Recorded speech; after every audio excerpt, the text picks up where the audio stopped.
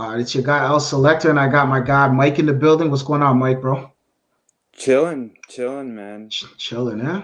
Chilling, bro. You saying you seen a lot of the moves that have been taking place in the last, I don't know, last I guess couple hours, bro. There's been some big moves, a lot of shifting going on in the NBA. What was your take on that, bro? Friggin' crazy, man, crazy. Like Westbrook coming to the East. So I guess it Bro. now it's like Russell Yep. Russell Eastbrook. Yep. Shouts to West Russell Eastbrook. I think that's the new name, bro. I mean, they call him Brick, but yeah, because he be shooting a lot of bricks. But yeah, he's coming to the East, bro. He's gonna be teaming up with Bradley Beal, man. It's gonna be an interesting one to say the least. It's gonna be an interesting one to say the least, bro. What's your take on that, bro? Mike, you there? I think Mike got some issues with his mic right now, bro. Yeah, I think he got some issues with his mic, bro. Mike, get that fixed. We'll get back to you, Mike. Let me know in the chat when you get that. You gotta get that mic. I don't know, Mike. You got that? All right, yeah, get that fixed. We'll get back to you. But bro, some interesting moves that gone down in the last the last time we were here was day 3 of free agency, NBA talks. So there's been some pretty interesting moves to say the least that occurred. Um, what can I say, man? I'm just gonna be breaking it down. Most likely we're gonna have some guys come in. It's gonna be an interesting one to say the least. We got Mike back in. Yeah, bro, Mike, you're back in, bro. So Yeah, yeah. yeah. The mic Mhm. cut out or whatever. Okay. All right. No worries. No worries. So, bro, what's your take? Like, bro, this is crazy, bro. Like, what's going on right now, bro? Like, you see what I'm saying? We got John Doe. John Doe's in the building. John Doe, what's going on, bro? How you feeling, bro? How's everything going? Oh, I'm all right. I'm doing good. Yeah, bro. It's been some pretty interesting moves to say the least that's been taking place right now in the whole entire NBA. With Russell Westbrook signing Yeah, that. they traded Westbrook for Westbrook and a Yep, pick. yep. And a pick, bro. So John Wall is going to be in the West. Russell Westbrook is going to be in the East. So Raptors fans, we're going to see a lot more of Westbrook, and you know what that means? Wall's last injury he just came off of. What was Yeah, his last injury? John Wall's. What was it? Achilles. Achilles. Yeah, So one of them's got a bad leg and the other one's got bad knees. I'd take yeah. bad Achilles, but you know, The thing about I'll give Russell Westbrook this: his durability is next to none. He's always out there. Like he's gonna play even with a dent in his head. He's gonna be out there playing. He doesn't care. That guy's durable, and Raptors, we're gonna have to see him, bro. This is a guy we're definitely gonna have to see, and I expect them to contend. Russell Westbrook is not gonna. He's gonna make sure that Washington goes to the playoffs. So this is a team that we're gonna see a lot I of. yeah, go to the play. I don't. Well, yeah, maybe they might go. I don't know Atlanta. They definitely have to improve their I team don't think they're going to be better defense. than Atlanta. There's no chance. Their You don't think defense so? is garbage. Yeah, They're going to be giving up a lot of points. Russell Westbrook ain't going to be guarding nobody but point guards and twos. yeah, definitely, definitely. That's the thing. That's the thing. We got Bertans, YDK in the building too. Yep. What's their going on, score YDK? space garbage. Their scoring was good. Yeah, they're What was scoring defense? the defense, but the thing is, they also do have Bradley Beal as well, right? See, that's the Bradley thing. Beal does. Yeah, yeah. You're not going to shut down Bradley Beal, but just say you slow down Westbrook and you don't let him get to the rim. If you're a real good defensive team, you make him Yeah. settle for jump shots. That's not really something you got to. Yeah. The thing is, though, I think with the thing is, I want to see how Bradley Beal and Westbrook are able to match and like Even basically if they play. do mess up, even if you Yeah. get like optimal mesh, it's Mhm. still not like a problem. It's a problem for like bad teams, but Yeah. like they're going to like maybe whoop the Knicks now. So Yeah. congratulations. But other than that, I don't ever. I mean, Yeah. Definitely. defense, We got Whitey. Yeah. defense wins Hmm. championship. They That's get you true. to the playoffs too. That's true. That's Even the true. You're right Lakers on last year that. had good defense. Howard, AD, LeBron played more defense last year than he has since he left the Heat. So Yeah, definitely, you know, definitely. We'll see. We'll see what transpires. We got YDK in the building. YDK, bro.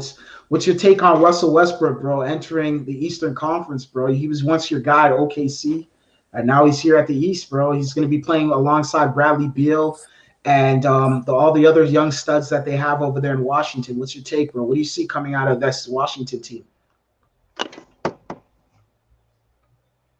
Oh, why do you care? I think you gotta fix your mic, bro. Your audio's off. And Mike, you gotta get back in. Mike, you gotta get back in the chat, bro, or in the video, bro. Come back in, bro. Yeah. Yeah. His audio, he'll get it. He thought he was fine last time, so. Yeah.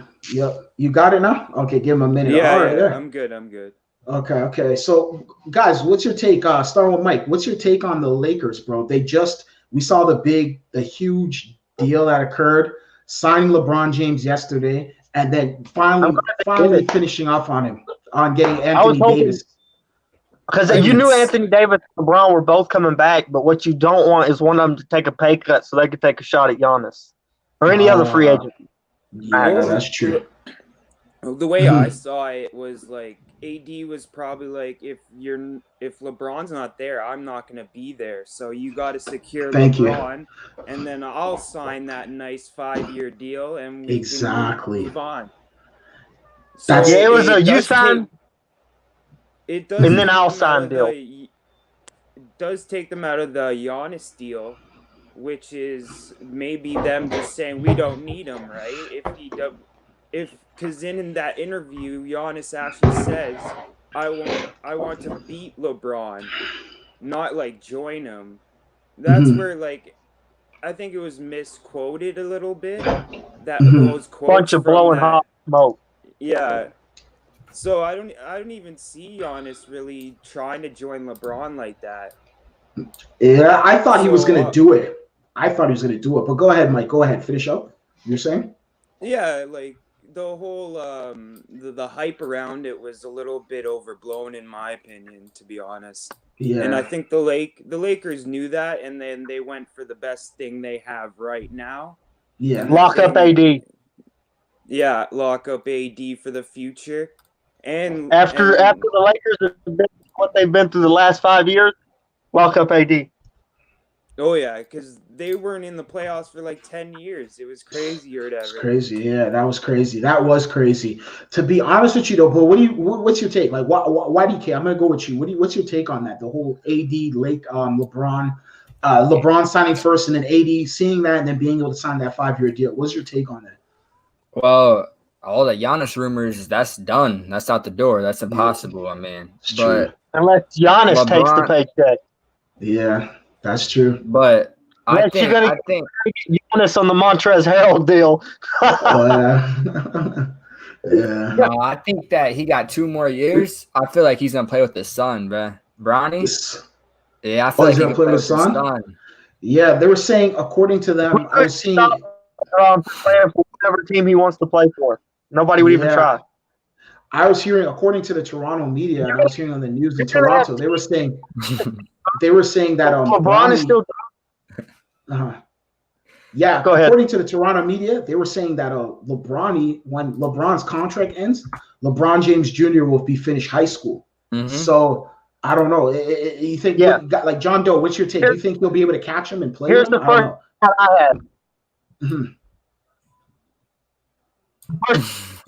If LeBron's still good by the time his son comes to the league, you're gonna have team fighting over his son if he's not good, even if he's not even the best.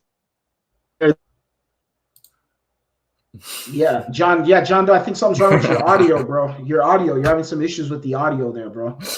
You gotta get your audio fixed and come right back in. Like get that fixed. Let me see.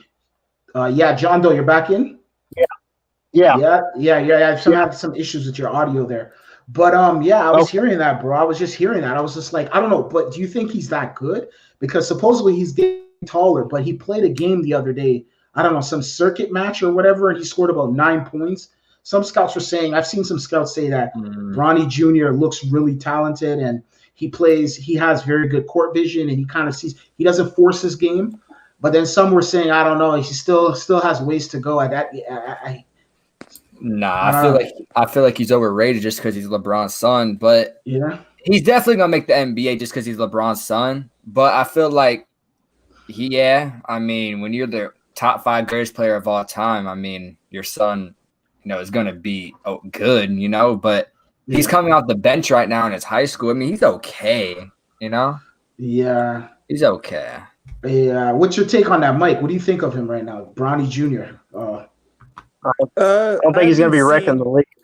I haven't seen too much, but if LeBron's still kicking at that time, he's probably going to go number one if LeBron's going to sign right teams are with him too. LeBron, it's so just that even if he's not like super number one, that added both of them 13 assists really a game and push a team. Yeah, no, I hear you. Like, I hear you definitely on that standpoint. John Doe, you were saying, like, what do you think? Like, do you think this kid is like? You said he's gonna wreck the league. You said that? Is that what you're saying? Oh, I said I don't think he's gonna wreck the league. I said I don't think he will. You don't think he will? Why is that? Like, what do you see like so far that you're just he doesn't not have the sold frame. on? He doesn't have the frame. LeBron James beat with his frame. He's 6'9" without shoes, 260. Jump out the gym around a 440. That picture of him was really good. Like he's not wide enough between his shoulders, from shoulder to shoulder. From shoulder to shoulder. Yeah. Mike, you were saying up the picture. Yeah, everyone saw that picture. But the thing is, he played a game the other day. He didn't even look like that picture, which was kind of strange to me. But maybe it's because he's on TV or I was watching him through the computer. But like, if it was like LeBron James, though, like you can tell when he taps on the court, he's big. Yeah, remember LeBron James has a football background too. So like this guy could have played for the Buckeyes, played for Ohio State over there or something like that. Like he has that football background to him. You know what I mean? He could have played in the NFL, LeBron James. That's how talented he is. You know what I mean? At tight end or something. So we'll see what transpires with that. Yeah, we'll see what transpires with that. Also, what else moves did you guys see that was pretty interesting? Like, just what else do you guys see out there in the NBA? The AD move, the Raptors, Rondé Hollis Jefferson. Oh, LiAngelo Ball. What's your take on LiAngelo Ball? Let's get to that. I mean, we all know LiAngelo Ball, he stole. But that shouldn't, I don't think, everybody makes mistakes. So that shouldn't, that shouldn't be like, oh, you can't make the NBA because of that. So I feel like, hey, he's on not even a minimum contract. It's a non-guaranteed contract. So he's not even making any money. So why not give him a shot, Yeah, you got a valid point, bro. John Doe, what's your take on that, bro, with LiAngelo over there? I think if the youngest Ball brother doesn't perform, you're going to be looking at two brothers in a row taking too high. Yeah, that's what I think. Yeah, because I don't see Lonzo still needs to figure out how to play. Like, to me, I see sparks of him, but I just don't see it on a consistent basis. Mike, what do you think of him? Like what, Lonzo? LiAngelo Ball and him signing with the Pistons over there, a non-guaranteed contract. Oh, okay. No, Dwayne Casey's a decent development coach. I think that's a good place. Yeah. That's why LeVar, I think, wanted LaMelo to go to Detroit as well. Yeah, you're right, bro. I remember that. You're right. And I remember that. They definitely need to get fans interested in the team again. Yeah, that's true. Detroit, having a Ball brother is big business in the sense of everyone knows the name, everyone can follow the story. So people are gonna be watching Detroit games to see if LiAngelo gets in there. That's true. Because Detroit right now, he's 100% right. Mike, you nailed it. Because Detroit, you go to that arena, bro, and there's literally empty seats literally empty seats. You could probably get 100 level tickets for maybe $20, $30, man. It's dead in Detroit, man. It's bad. It's like Cleveland's the worst, and then Detroit's right there. It's like nobody goes to the games. So what about OKC next year?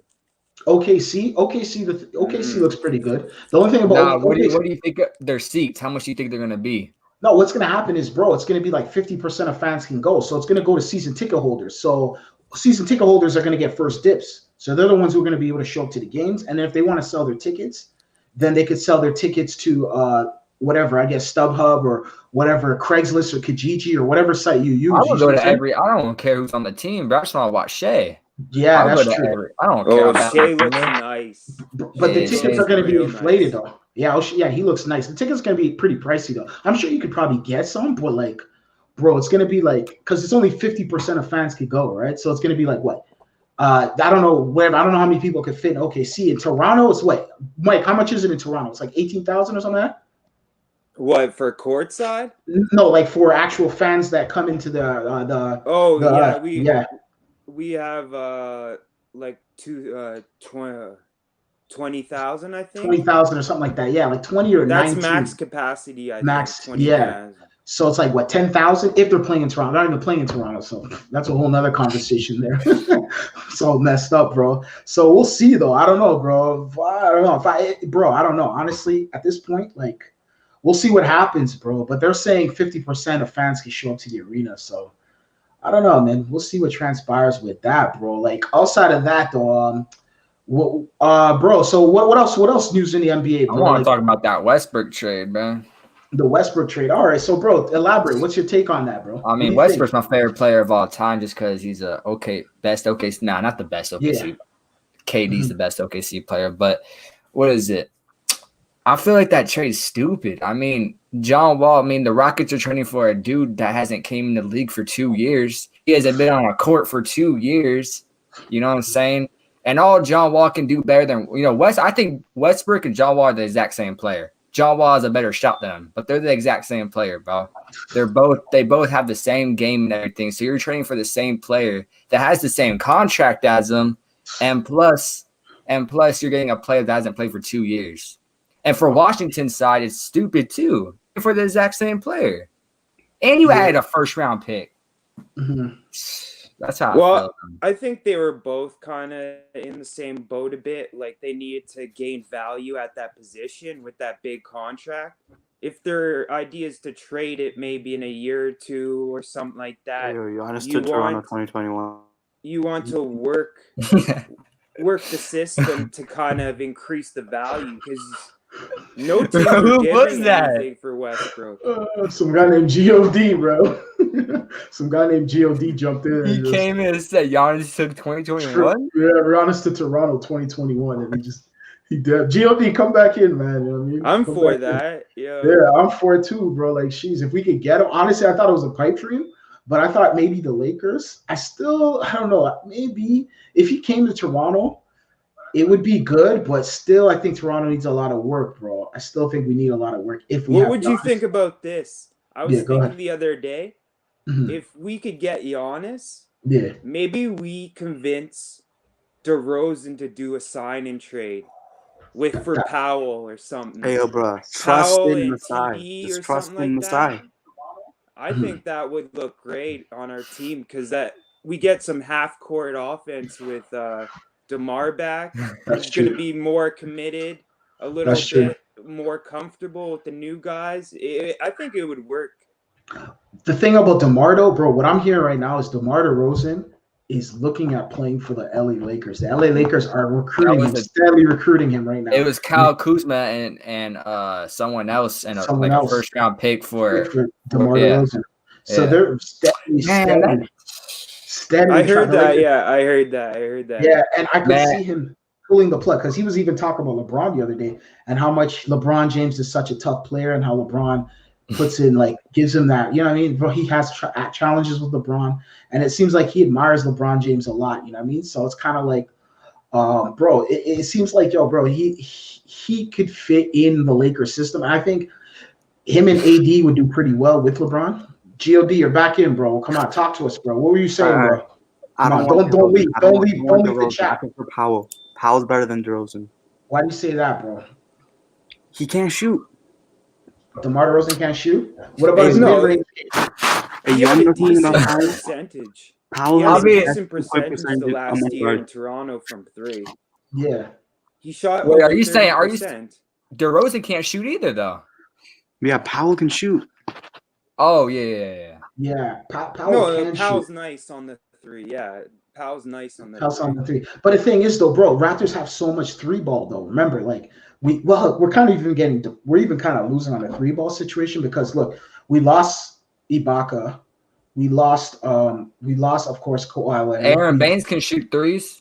Is he good? And apparently Alex Len can shoot threes as well. Yeah, so if we had DeMar, Pascal, Pascal, Fred, Lowry.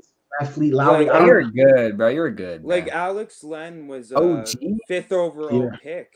Yeah, Alex Lynn was a 5th overall pick. He has defense. dude's He a can bust, shoot the bro. three. I think we could rehabilitate him sort of like what we did with Serge, because Serge wasn't Serge when he came to us. No. Serge was Serge. You're right. Go ahead, continue. We had to like develop him a little bit more. Yeah. He wasn't that good from three when he came to us.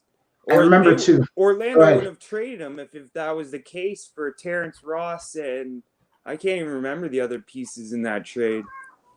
Mm-hmm. You're 100% right. You're 100% right. Amari Styles says Aaron Baines. He says he has an ugly form. He says he can't. He doesn't. Hey, think he has goes a broken form. It goes in. Look at your 3-point percentage, bro. I think Aaron Baines is just a stopgap for this year and maybe next year. We groom another guy. We're gonna groom another guy to play that way we wanted with Gasol, but like super young Gasol sort of style. Yeah. That's the thing, though. From 3. Aaron Baines is like 35 years old or something like that. He's like Gasol's age. No way. He's like 34. He's 34. Yeah, he's like Gasol's age. 34. Yeah, no, I know. Bro, what? Baines is I thought he was like 26. Oh man, Baines is an older guy. He's a vet, man. He's an older guy, bro. I think he played the Australian League. But go ahead, Mike. Go ahead. If we kept Serge or Gasol, we wouldn't have signed Baines. Like that was just for this year and maybe next year. That's all that is. We're looking to find the center of the future that can grow with the core. That's true. And still be like money-wise, it's got to work. We got to develop a center. We can't just go out there and spend tons of money on a center if he's not going to be a superstar. We need to have the superstar with our solid core and build out and develop these other positions one at a time or all at a time. It doesn't matter. Yeah. They're hitting on all these guys. No, you're 100%. You're 100% right, Mike. Like honestly, like with the Raptors, bro, it's just kind of like, to me, it's just like, yeah, you're right. We're just kind of just trying to stay competitive and trying to jock for maybe potential. You see what I'm saying? Potential place in the thing. Amari Styles in the building. What's going on, bro? How you doing, bro? Bro? Yeah, bro. What's your take on Aaron Baines, bro? You were saying Aaron Baines has an ugly form. He can't shoot, bro. What you know what I mean? What do you think? What's your take on that? I know why you're laughing. I did just close the YouTube. I just closed my other YouTube. Don't worry about that. But Aaron Baines, yeah, I mean, we'll see, right? I didn't even know he's 34 years old, bro. I did not know that. That's news to me, bro. He's like he's on the other side of his career. Like the other guy was saying, other gentleman was saying, we're just grooming somebody else. You know, I don't know who, but we're grooming somebody else. That's we're thin up front. That's the idea I got. Either Boucher is gonna step up, or Alex Lynn, we have another prospect, and that's why I'm excited about the 2 new roster spots. We can grab another center and have all 3 of them battle it out to see who's the better center and work on that guy long term. But Alex Lynn, though, do you think, because, bro, a lot of people say overall consensus he's a bust, man. He hasn't performed. He went to Ohio State. Is that correct? And I don't know. He went to some college. He went to a top division. Really care about him. We haven't seen anything from him in the NBA, bro. Like, I forgot he was even in the NBA, bro. Like, the Hawks, he did. I don't even remember him on the Hawks. Like, yeah, I remember. Yeah, he was okay. Man, I don't know, man. I don't know, man. Honestly, there's a video circulating of him getting into a bunch of fights, bro. That's all I saw about Alex. A bunch of a fight compilation. That's the only thing I seen of this guy, bro. I don't know if you guys seen that. That's all I saw of Alex. What Bembury said, he was like, from his description, Bembury, the other guy we signed, they were in Atlanta together coming off the bench, so they're actually really good friends. And he said that he's a guy that shoots 3 and protects the basket, which sounds like our type. Okay, that makes sense. Sounds like our type of center. We want to work the same system. We want to have that pick and pop, and you know what I mean? Yeah. Pick and roll, pick and pop game with our centers that can step back and do what Serge was doing. He was crushing the Celtics in the playoffs with the pick and pop. Yeah, he definitely was. He definitely was. Yeah, I think someone's YouTube's on. Your YouTube's on, bro. Amari Styles, your YouTube's on, bro. Yo, your YouTube's on again, bro. Bro, your YouTube's on. You're trolling, bro. Your YouTube, bro. You guys are trolls, bro. Nah, Stop the trolling. Stop the trolling, bro. Bro, we hear it echoing, but all right, but like, I don't Stop say the trolling, bro. Nobody's YouTube's on. Bro, like I was saying before, bro, what's your take on Gordon Hayward's situation? Oh, Gordon Hayward, bro. That's the most controversial guy right now. And the Boston media, they like literally call code red on him. They want him like they want him out of here, bro. They literally want to get his head off his shoulders, bro. What's your take on Gordon Hayward? Like, honestly, this whole situation doesn't bode well for Boston and free agents, to be honest. Thank you. The same thing that happened with IT. It looks like the same thing. The guy gets injured. He's not as what was promised in the beginning, and they're kind of like making him take less money or some crazy business. I don't even know. Something happens where he just doesn't want to be in Boston. That's not good for Boston and their young core, where they're going to be looking to pair those guys up with certain guys off the free agent market. No, you're 100% right, bro. Because it started with, I think I was hearing some of the Boston media saying how it started with Ray Allen. Ray Allen was he didn't like his role on the Boston Celtics, and then eventually he disappeared. He ended up leaving. That's true. Yeah, and then it went from Ray Allen, and then you mentioned IT. And then you mentioned then Kyrie Irving had some problems over there. I think Kyrie Irving's problems were all with mentally. I don't know. Maybe him and Brad Stevenson didn't see eye to eye. And then now Gordon Hayward. And it's kind of like what's going on over there in Boston? Like, bro, are they having an issue, bro? What's your take on that? YDK, bro? Like, what, they're trying to sign and trade him? No, like, bro, just like the whole Boston situation with Hayward, bro. Hayward didn't even want to play in Boston. They don't need Hayward, man. They don't need Hayward. You don't think so, bro? They're chilling. I'm telling you, they need to run it back. They have two, bro. Jason Tatum's a superstar already, bro. Jaylen Brown is an upcoming all-star. Bro, they have Tristan Thompson, center. Yeah. Didn't Isaiah Thomas go to them too? Yeah, he definitely Isaiah Thomas. Isaiah Thomas, he did not go to them, but Isaiah Thomas, he's not even on their team. Remember, Kemba Walker's injured. Yeah, only for the first week though.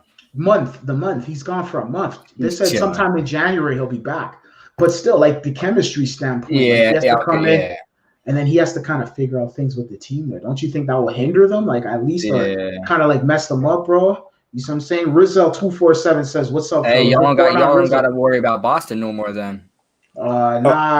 Definitely not right now. But bro, Boston's there though. Boston's still a team we're gonna have to. Now I think. Did you guys hear that rumor that AD told Boston not to trade for him because of the IT thing, and he didn't like how that all went down?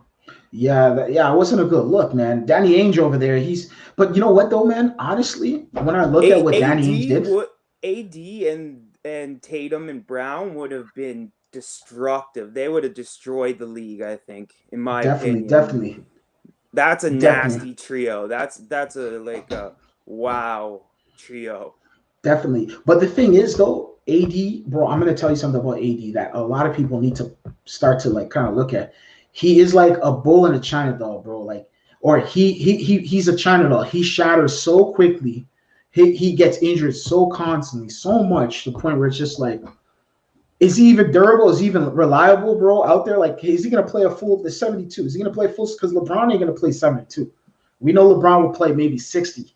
You see what I'm saying? He's gonna miss. That's interesting. That's interesting. No, I've noticed that AD gets a lot of nicks and knacks and kind of like that foot thing. The foot thing in the playoffs. I saw that. The bruised heel or something.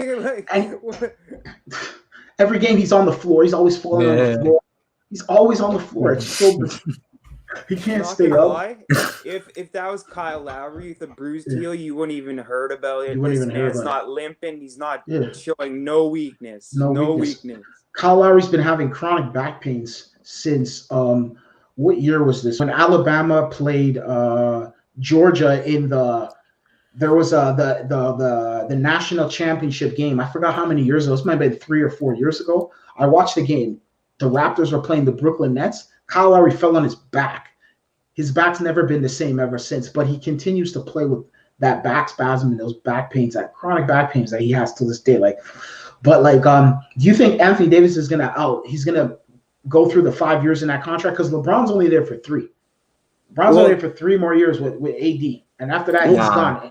No, his gonna be there contract for 5. starts this year, so technically has an opt-out clause, a termination. 4th year. He can terminate the contract after the 4th year. So when LeBron's contract ends, no, LeBron's going to be gone though. LeBron's because the way the contract is, I think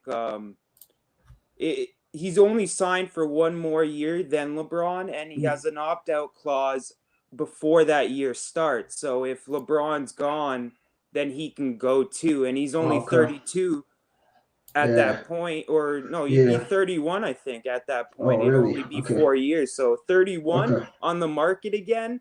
On the market, he'd definitely be looking for more rings, right? More rings, or even more money, or if he's healthy, who knows if he'll even be healthy? Because he has an injury prone. He's injury prone, bro. Like let's be real, bro. He's chronically injured, bro, and that's one of my concerns too with the Lakers. I'm like, bro, you don't have Rajon Rondo. You went and got Dennis Schroeder. Dennis Schroeder, no disrespect to Dennis Schroeder, good player, but hasn't played in any games that really big games. Like I'm talking about Game 7, Eastern Conference or Western Conference Finals type thing. He hasn't been in those where it's just like you really the weight is on your shoulders. He wanted to start. Yeah, he wants to start. He's talking about I need to start. It's just like, bro, like that is true. They got rid of a lot of guys that had rings before the Lakers ring. Exactly. Like Danny Green. People are like, oh, Danny Green could go. They're like Wesley Matthews. I'm like, I'm not gonna lie to you though. I prefer Danny Green than Wesley Matthews. At least with Danny Green, I know what I'm getting. Right now? Wesley Matthews, the problem with these Matthews. McGee, Rondo, Danny Green. There's a couple of guys that had rings before that run. Yeah. So I think they might be planning on LeBron leading these guys, but they might not know how to be led yet, to be honest. Yeah, that's the thing. Yeah, they may not know how to be led. But the thing is, it's just like, and LeBron, it's just like, to me, it looks like, did JaVale McGee leave the Lakers? Is he gone? Yeah, they traded him to Cleveland. Are you serious? Signed Marc Gasol. Oh, yeah, they got rid of McGee so they could sign Gasol. Bro, I don't think the Lakers fans are going to be happy with Marc Gasol, bro. No. Yeah, they love them. They love him the same way. No, bro. Oh, you mean like when he plays? Yeah, bro. We saw him. Mike, you saw him, bro. We both saw him like hardcore. Like we literally watched him. A stretch 5, and they still think he can dunk. I'm like, the man can't even jump over a freaking juice box. Bro, have you watched his tip-offs? Bro, oh my, bro. I don't think beat on the tip-off. I thought Serge started over him. Bro, he was starting over Serge. He was starting over Serge. Hell no, bro. Bro, the Lakers, bro. Let me tell you, if the Lakers fans were upset at Danny Green, what they're expecting from Marc Gasol, bro, they're gonna be livid. They're gonna be pissed. Because, bro, I'm telling you right now, Danny Green was more productive. You're going to see more production out of Danny Green than you will from Marc Gasol. Mark my words. Truth. Yeah. What's his name is going to be having to – he's going to be having – because you know what? AD doesn't really like – AD has to play big, but AD doesn't like to play big. Yeah. You see how he gets the ball from, like, the key, and he tries to, like, post it. That's not how you post up. You know what I mean? And Mark got hurt twice last year, like by jogging. He was jogging and he pulled his hamstring. I don't even know what's going on there right now. Yeah, dude, it's bad. It's bad for him, bro. Like, it's bad. Bro, let me tell you something. He's gonna be on nationally televised games. You're gonna see a lot of him, bro. We saw him in Toronto, bro. Bro, I saw a decline even when the championship run was going on. But I kept my mouth quiet. I kind of pointed out, but people weren't really seeing it because we were playing so good. And people were like, whatever, he does what he does. We know what he does. So I was like, all right, you know what? I'll give him the benefit of the doubt. I'm not going to trip out over that. But, bro, let me tell you something. When that second year, when last season came, bro, he was done, bro. Yeah, he looked done. He was done. Lakers fans, bro, I'm telling you right now, bro. Yo, you guys were going crazy. Like, you guys were going ballistic on Danny Green and on Twitter and social media. Danny Green got death threats. For missing that three. Guys want to put a hit on the guy. Listen here, I'm telling you right now. I'm going to tell you right now. You guys are going to lose your hairs. If you think they're going to lose their hairs, bro, when they see Marc Gasol out there. Marc Gasol better be in that gym working. They better be coming up with strategies or specific plays or certain, because they can't start Marc Gasol. Yeah. They can't start him. No, he has a couple things he's still good at. Like finding a cutter.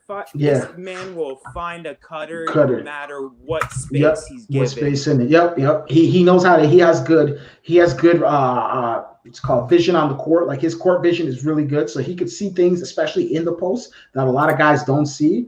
But don't expect a lot of points from him. Go ahead, Mike. Yeah, you're saying he could set screens somewhat, and still, like, he doesn't really jump when he's like rim protecting, but his big body is hard to get around if you're driving on him. Yeah, so he could just like kind of position himself and stand there, put his arms up, and basically, unless you have a great floater, which beats him like all the time, pretty much. If you stop on a dime and throw up a floater, he's not getting that, but he can still be used around the basket. He's decent at that. That's right. You're 100% right on that. Lakers fans are gonna be in for something, bro, when they see this guy play. I'll tell you that much. Toronto, we already saw what we needed to see. Bro, I don't know. Even I heard there was rumors saying he was going back to Spain. I think that was some guys in Toronto making that rumor up. That was probably some Toronto just throwing that out there to the media. Like, yeah, he's going back to Barcelona, even though he didn't say anything. But that was going out there. But that's how bad he was. Bro. Yeah, I didn't want him back, but no, I didn't want him back either. At this point, yeah, go ahead. He can Mike, organize defense as well. Like, he can be a defensive leader that way. Like, kind of organize guys, let them know when like people or double teams come in or the pick and roll, how to play it. Like, he does those sort of things, but other than that, like, athletically, he's gone. His shot's gone. He can't shoot the ball worth, like, oh my God. Bro, he can't shoot. If you're going to get maybe one good mid-ranger from him every game, a mid-range jump shot or a mid-range shot that he might hit in, and that's about it. He's top. I thought Dwight Howard, and if you had Dwight Howard and JaVale McGee, that would have been, and they paid them the minimum, that would have been much better than Marc Gasol, personally. But they got Montreal Harrell too, right? So Montreal's going to have to take a lot of that load. Montreal's going to have to play a lot of minutes, bro. Oh, yeah. You know what I mean?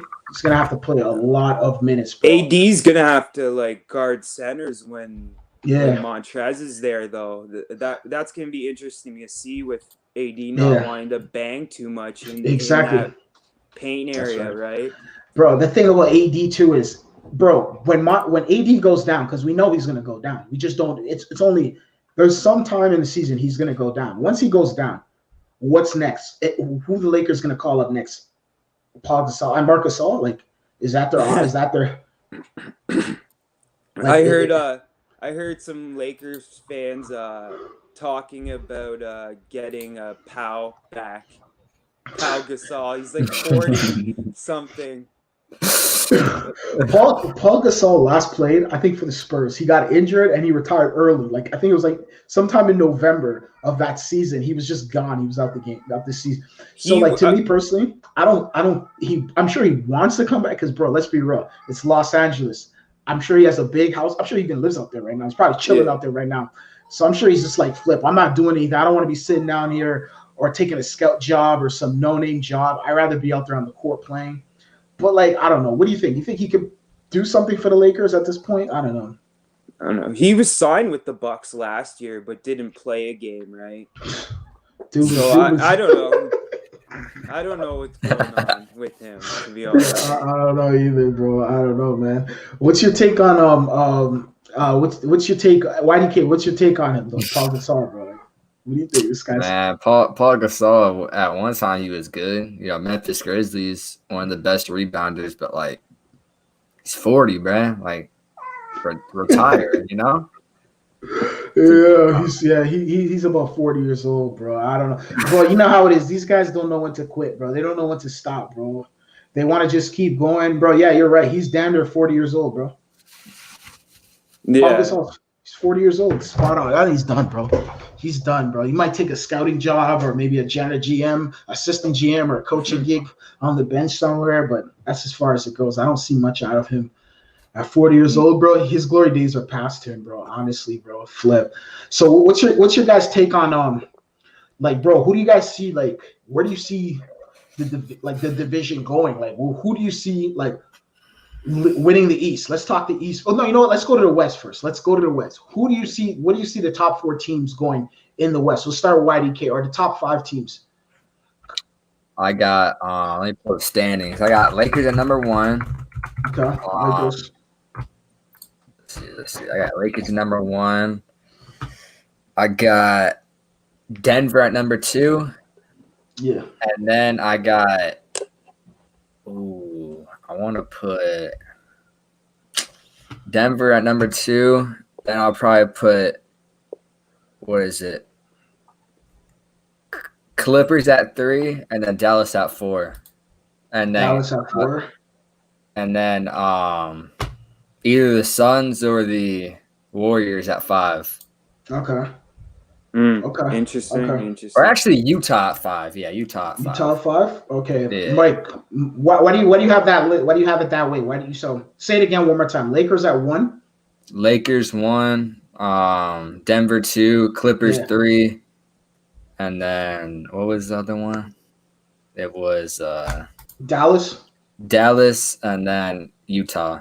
Okay. All right. Okay. What do you see, Mike? What do you have the West standings like? Who do you have going where, bro? Yeah, I have Lakers 1. Yeah, that makes sense. Then I have Nuggets. Yeah. Yeah. Clippers. Nuggets, Clippers. Okay. This is where it changes up a bit. I have Portland over the Mavs. Yeah, I love Portland, bro. Portland had a good offseason. It's just every year, bro. Like they stay in the same place every year.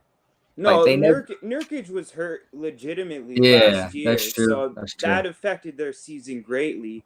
And they were in the West Conference in 2019, right? So the year before that. I think I could see them kind of being ahead of the Mavs, especially with KP's injury stuff going on.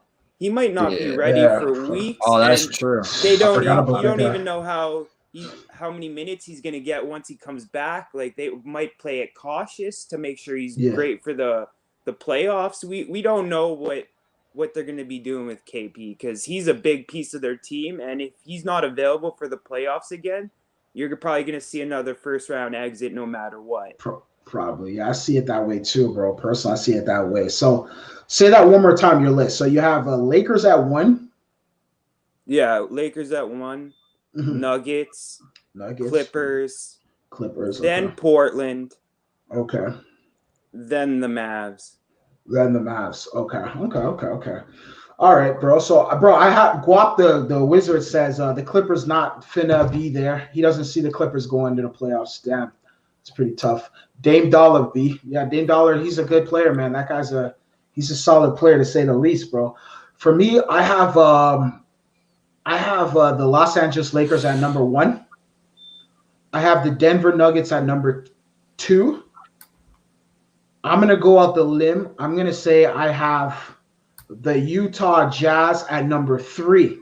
Ooh. I like that. Yeah. And then I'm going to go out there and say, I'm going to pull a surprise team right here. I'm going to say the Phoenix Suns at number 4. Oh, with some CP action. Yeah, CP. And then I'm going to go out the limb again, and I'm going to say this team is going to try to make another comeback. And I think we're going to see the Golden State Warriors make its come at 5. They just signed Kelly Oubre. They brought Kelly Oubre along. Well, yeah, they got him from OKC. OKC, yep. They also have what's this guy's name over here? They have Stephen Curry back. Unfortunately, Klay Thompson's gone for another year, so we're not going to see Klay Thompson for 2 years, possibly 2 years. We're not going to see him for a very long time, bro. He's gone. Probably 2020, maybe 2022 before we see this guy. Hopefully, we'll see how that transpires. So Kelly Oubre, I think Stephen Curry's going to play like a madman. Wiggins, James Wiseman, Draymond, Yep. And I think personally, they have the most to prove. All these guys have to prove themselves at this point. Curry needs to prove he can lead a team. Draymond needs to prove that he can actually play basketball. Andrew Wiggins needs to prove that he's actually the real deal. Yeah. He's not a bust. Yeah, he's running around here as a bust. The team's very hungry at the moment. Exactly. I feel that. Kelly Oubre, on the other hand, that guy needs to. He's on a contract year, so in order for him to get the big dollars, he has to play really well with Golden State. So to me personally, if he wants the big dollars, he got to at least go to the playoffs with Golden State. You know what I mean? As far as the Suns go, I think just because of this Chris Paul, Devin Booker combination, there's going to be a lot of points they're going to be putting up. That's going to be a lot of offense, high-powered, high-octane offense to say the least. I see Devin Booker making this transition here. I think this may be Devin Booker's year right here. 72-game season. Yep, 72-game season, bro. So he doesn't have to worry about the full 82. You know what I mean? Next year he's going to have to worry about the 82, but this year is 72. So he's going to have to make the playoffs, bro. Like, you have to flat out. You can't be fighting with those. They have that new rule with the bottom feeder thing going on over there, where it's like the last four, like from 7 till 10. It's like straight bottom feeder type stuff going on over there, where they battle for playing, which to me is ridiculous. But whatever, they got to make the thing entertaining though, so people can watch. But I don't want to see Devin Booker. Memphis had last year, right? Yeah. That was pretty fun. I can see why it's fan favorite, fan friendly, so people like to see that. It's kind of like the MLB, what they have, They're trying to increase revenue, right? That's true, yeah. Because give these 9 to 10 teams an ability to earn a little bit more, even though they're not in the playoffs, or they might be in the playoffs. So it's like I'd be pissed if I was 7 or 8 and the team beat me, because then my organization loses tons of money. So it's it's a gamble a bit. So, Exactly. It is a 100% a gamble. Guap the Wizard said, Mans talked about that Westbrook Wall trade. Who won? Yeah, we spoke about it. Overall consensus was it was a bad trade for both teams. Personally, for me, I don't know. I'll say I think the Wizards probably won that trade, just because they get a fresh start with at least seeing something different. They knew what they were getting. They didn't even know what they were getting with John Wall. What's your take on that? YDK, what's your take on that? Who do you think won that? Who won it? I'm gonna have to go with the Rockets. Yeah, the Rockets. You think the Rockets won that? Yeah, they got Christian Wood, Boogie. They have a good team now. They can run it back. Yeah, and Mike, who do you think won that trade, bro? Let me think. I don't know. It's just I haven't seen John Wall yet. Once I see him, I can immediately kind of tell you who won that. It's true, right? I haven't seen him either. You're right. That injury is a severe injury. Not everyone can come back from it 100%. So I don't know. Even though Westbrook is kind of a bit uncoachable a little bit, I don't know. Yeah, I don't know. He's tough, bro. That Wizards might have just pulled out a caper that will be talked about forever if it ends up working for the Wizards, and then the Rockets kind of never get anything from Wall. That's true, bro. So, bro, we're gonna start with you, Mike. Who do you think won who do you think top 5 in the East? Your take. Yeah, top 5 in the East. It's tough. The wild card for me is Brooklyn, so I'll throw my things out there, but I think Brooklyn could be anywhere from 1 to 8. Who knows what they are gonna be up to? It's true. Because they're that Kyrie Irving guy, bro. You never know, bro. They could just. Bro, the East is good now, bro. The East is No, good. the East is looking a lot better. I'm Yeah, liking it is. the competition. Yeah, the competition is going to be tough for the Toronto Raptors. It's going to be tough, man. But we'll see. Who do you have? Top 5 teams. All right. Yeah. I got like the Bucks. Okay. The Celtics. Probably Miami, then the Nets, then the Raptors, then Philly. Okay. Those are my like lock-in. Damn, that's picks. tough to say. The Raptors are number 6, bro. No, hey, yo, bro. No, I got honestly, them bro, at 5. I got 5? them at 4 or 5. Yo, because bro, like you're right. Go ahead, continue. Like we have to look at how these teams kind of performed before the bubble to kind of weigh that in a little bit too, to see how the bubble really affected. Like rookies had no pressure. They were just like shooting out the gym. Everyone's hitting threes. Yeah. It's crazy. So maybe not all that translates back when you're traveling and in different arenas, and it's a little bit different, right? So I don't know, like I see Miami doing good, but maybe not as good as they were in the bubble. So it's like I see some of these teams like, and these new just assembled teams that were built like a week ago aren't going to be all on the same page right away. So I think there's probably going to be a chunk of games where everyone's not even up to full snuff, and I think the Raptors could definitely take advantage of that and continue to have a solid win streak throughout and maybe seed a little bit better than they are. Okay. No, I feel you on that, bro. Bro, YDK, what's your take? Like, oh, you know what? Let me go. I'll go because you know what? Let me go. You went first and last. Let me go. So personally, I think who do I think is gonna get this, bro? Okay, I think personally, first is gonna be the Brooklyn Nets in the Eastern Conference. I think Brooklyn is just. I think they're going to pull it off. They're going to figure it out. They have Steve Nash as the coach. Steve Nash is a basketball genius. He's a savant, bro. His IQ's through the window. He's seeing things things like no tomorrow. They have Amari Stoudemire, Mike D'Antoni, a bunch of these. They have the whole Suns guys. It's like the Suns of the mid-2000s back in there. You see what I'm saying? But now they're coaching the Brooklyn Nets. So I think they're going to do all right. I think they'll come in first. I believe second place will go to the Miami Heat.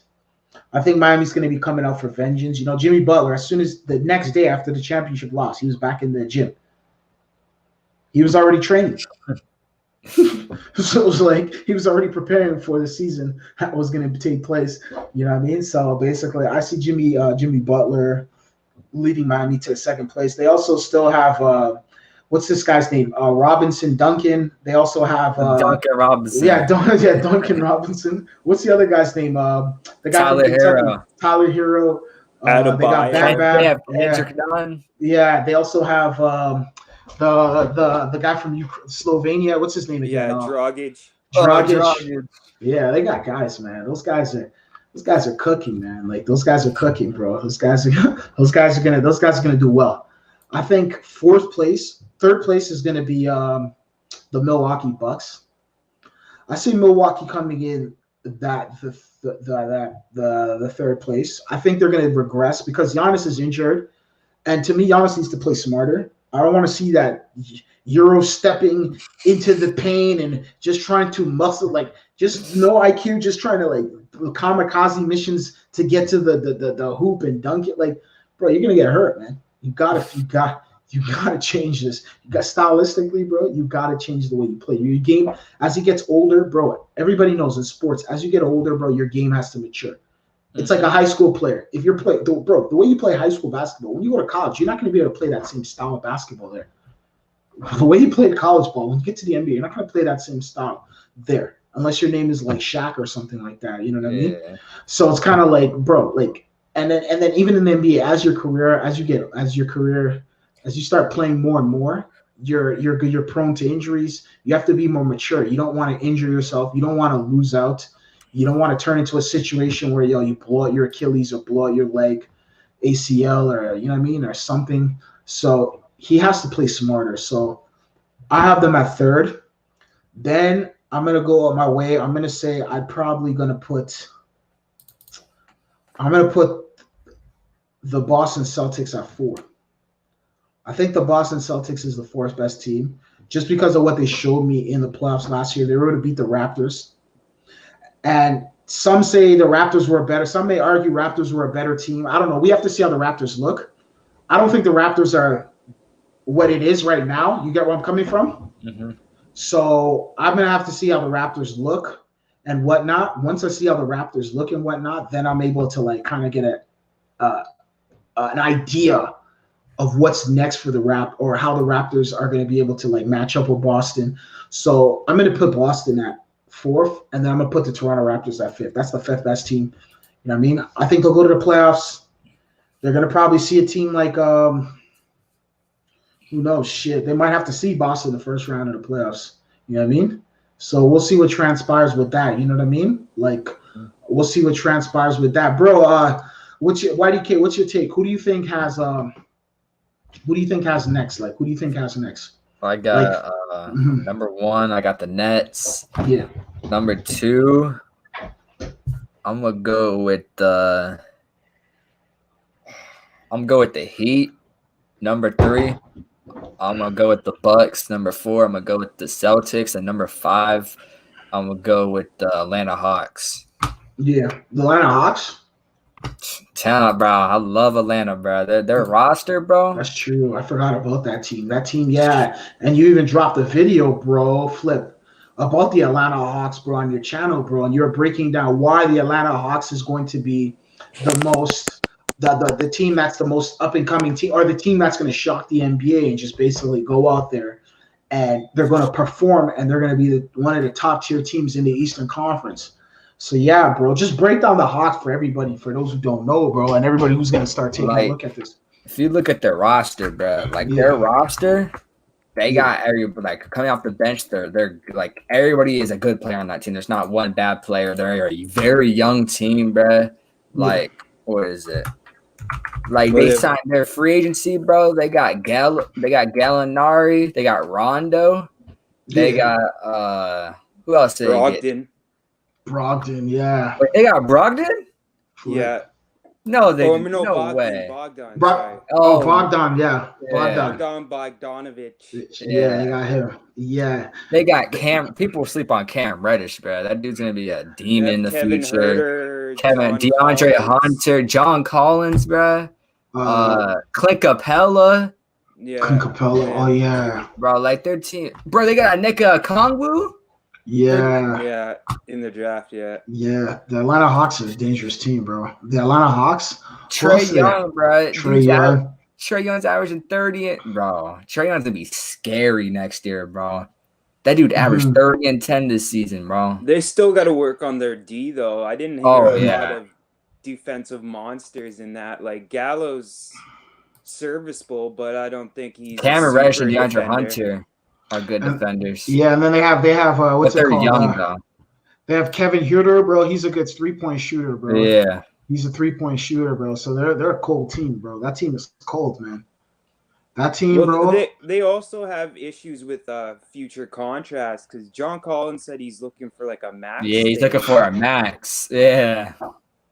He's looking for a max. Guys are getting paid for nothing in the NBA, man. You get like a good Mike, what's his name, Mikal Beasley or whatever they call that guy, Malik Beasley. Oh, Malik Beasley. Yeah, we gotta talk about that, bro. Yeah, dude had like freaking 14 good games with the Minnesota Timberwolves, and bro, he got $60 million, and then he's running around with that cougar. Yeah, cougar, bro. Scottie Pippen's freaking wife, man. Yeah, that wild, bro. Dude, the girl has like 7 kids, bro. What are you doing, bro? Dude, she's hanging out with the Kardashians, bro.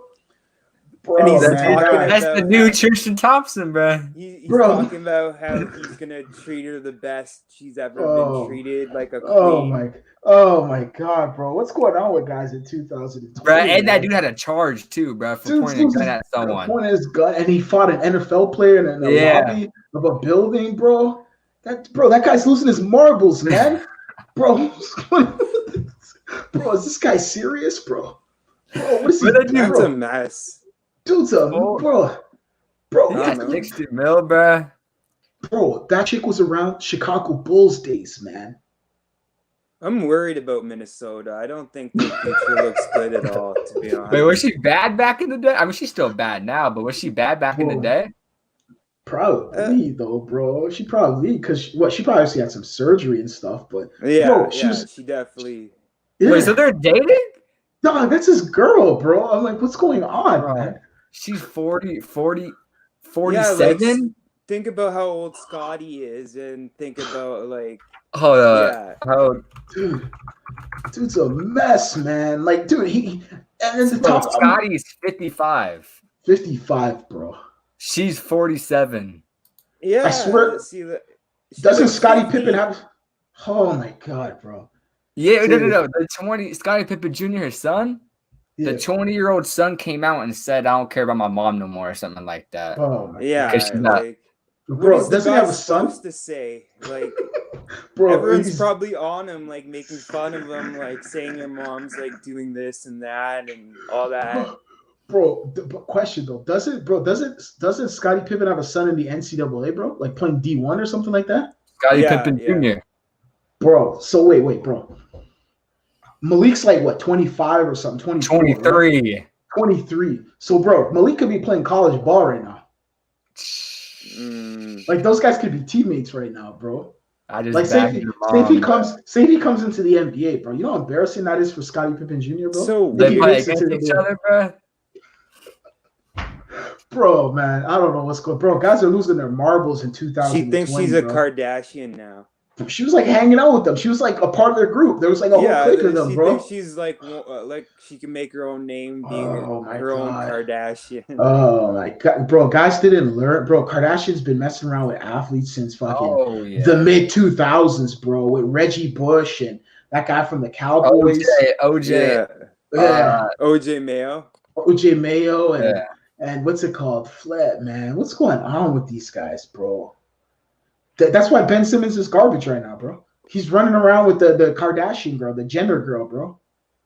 No, Devin Booker is dating Kendall Jenner. Oh my god, bro! Not D Book, bro. Oh my god, bro. These guys didn't learn. Ben Simmons was seen at one point with Kyrie Jenner or whatever. Jimmy Butler's dating Selena Gomez. Oh my god, these guys are, and then. And Tatum's dating Hero, Kuzma. Oh my god, Jason Tatum. Oh my god, bro. These guys, bro. They didn't learn from Lamar Odom, bro. Yeah, bro. Lamar Odom turned into a crackhead after dealing with the Kardashians, bro. He was on his deathbed, bro. Yeah, Odom took it like he really fell off. Wow, bro. He said he was having dreams. The year the Lakers won, I think the year the Lakers won the championship. After that, he was having dreams that people were laughing at him on the team. He said, "I was having dreams, bro." So you didn't because they were laughing at you because you're dating that girl, bro. You didn't want to just remove her, be like, all right, you know what, bro? I have my phone with you, bro. I gotta focus on the season. Yeah. Like, oh my gosh, bro. Malik Beasley, bro. This guy's the new Tristan Thompson. Tristan Thompson's he's a wreck, bro. Like Tristan Thompson, he's whack, bro. Bro. He's a wreck, bro. Let me tell you something. Also, too, Ben Simmons is another guy, bro. People gotta watch out for that guy because Ben Simmons is dog crap, bro. Bro, it's garbage, bro. Mike, you remember when the Raptors were playing the Sixers, 2019 season in the playoffs, right? Bro, how did y'all almost let them beat you, bro? Bro, no, they were a lot better with Jimmy Butler and JJ. Oh yeah, that's when they had Jimmy Butler, JJ, right? Yeah, yeah. Mike, they were a lot better. They were a shooting team. Like Jimmy Butler was running transition and stuff. Like he was legit. He was legit in that series, to be honest.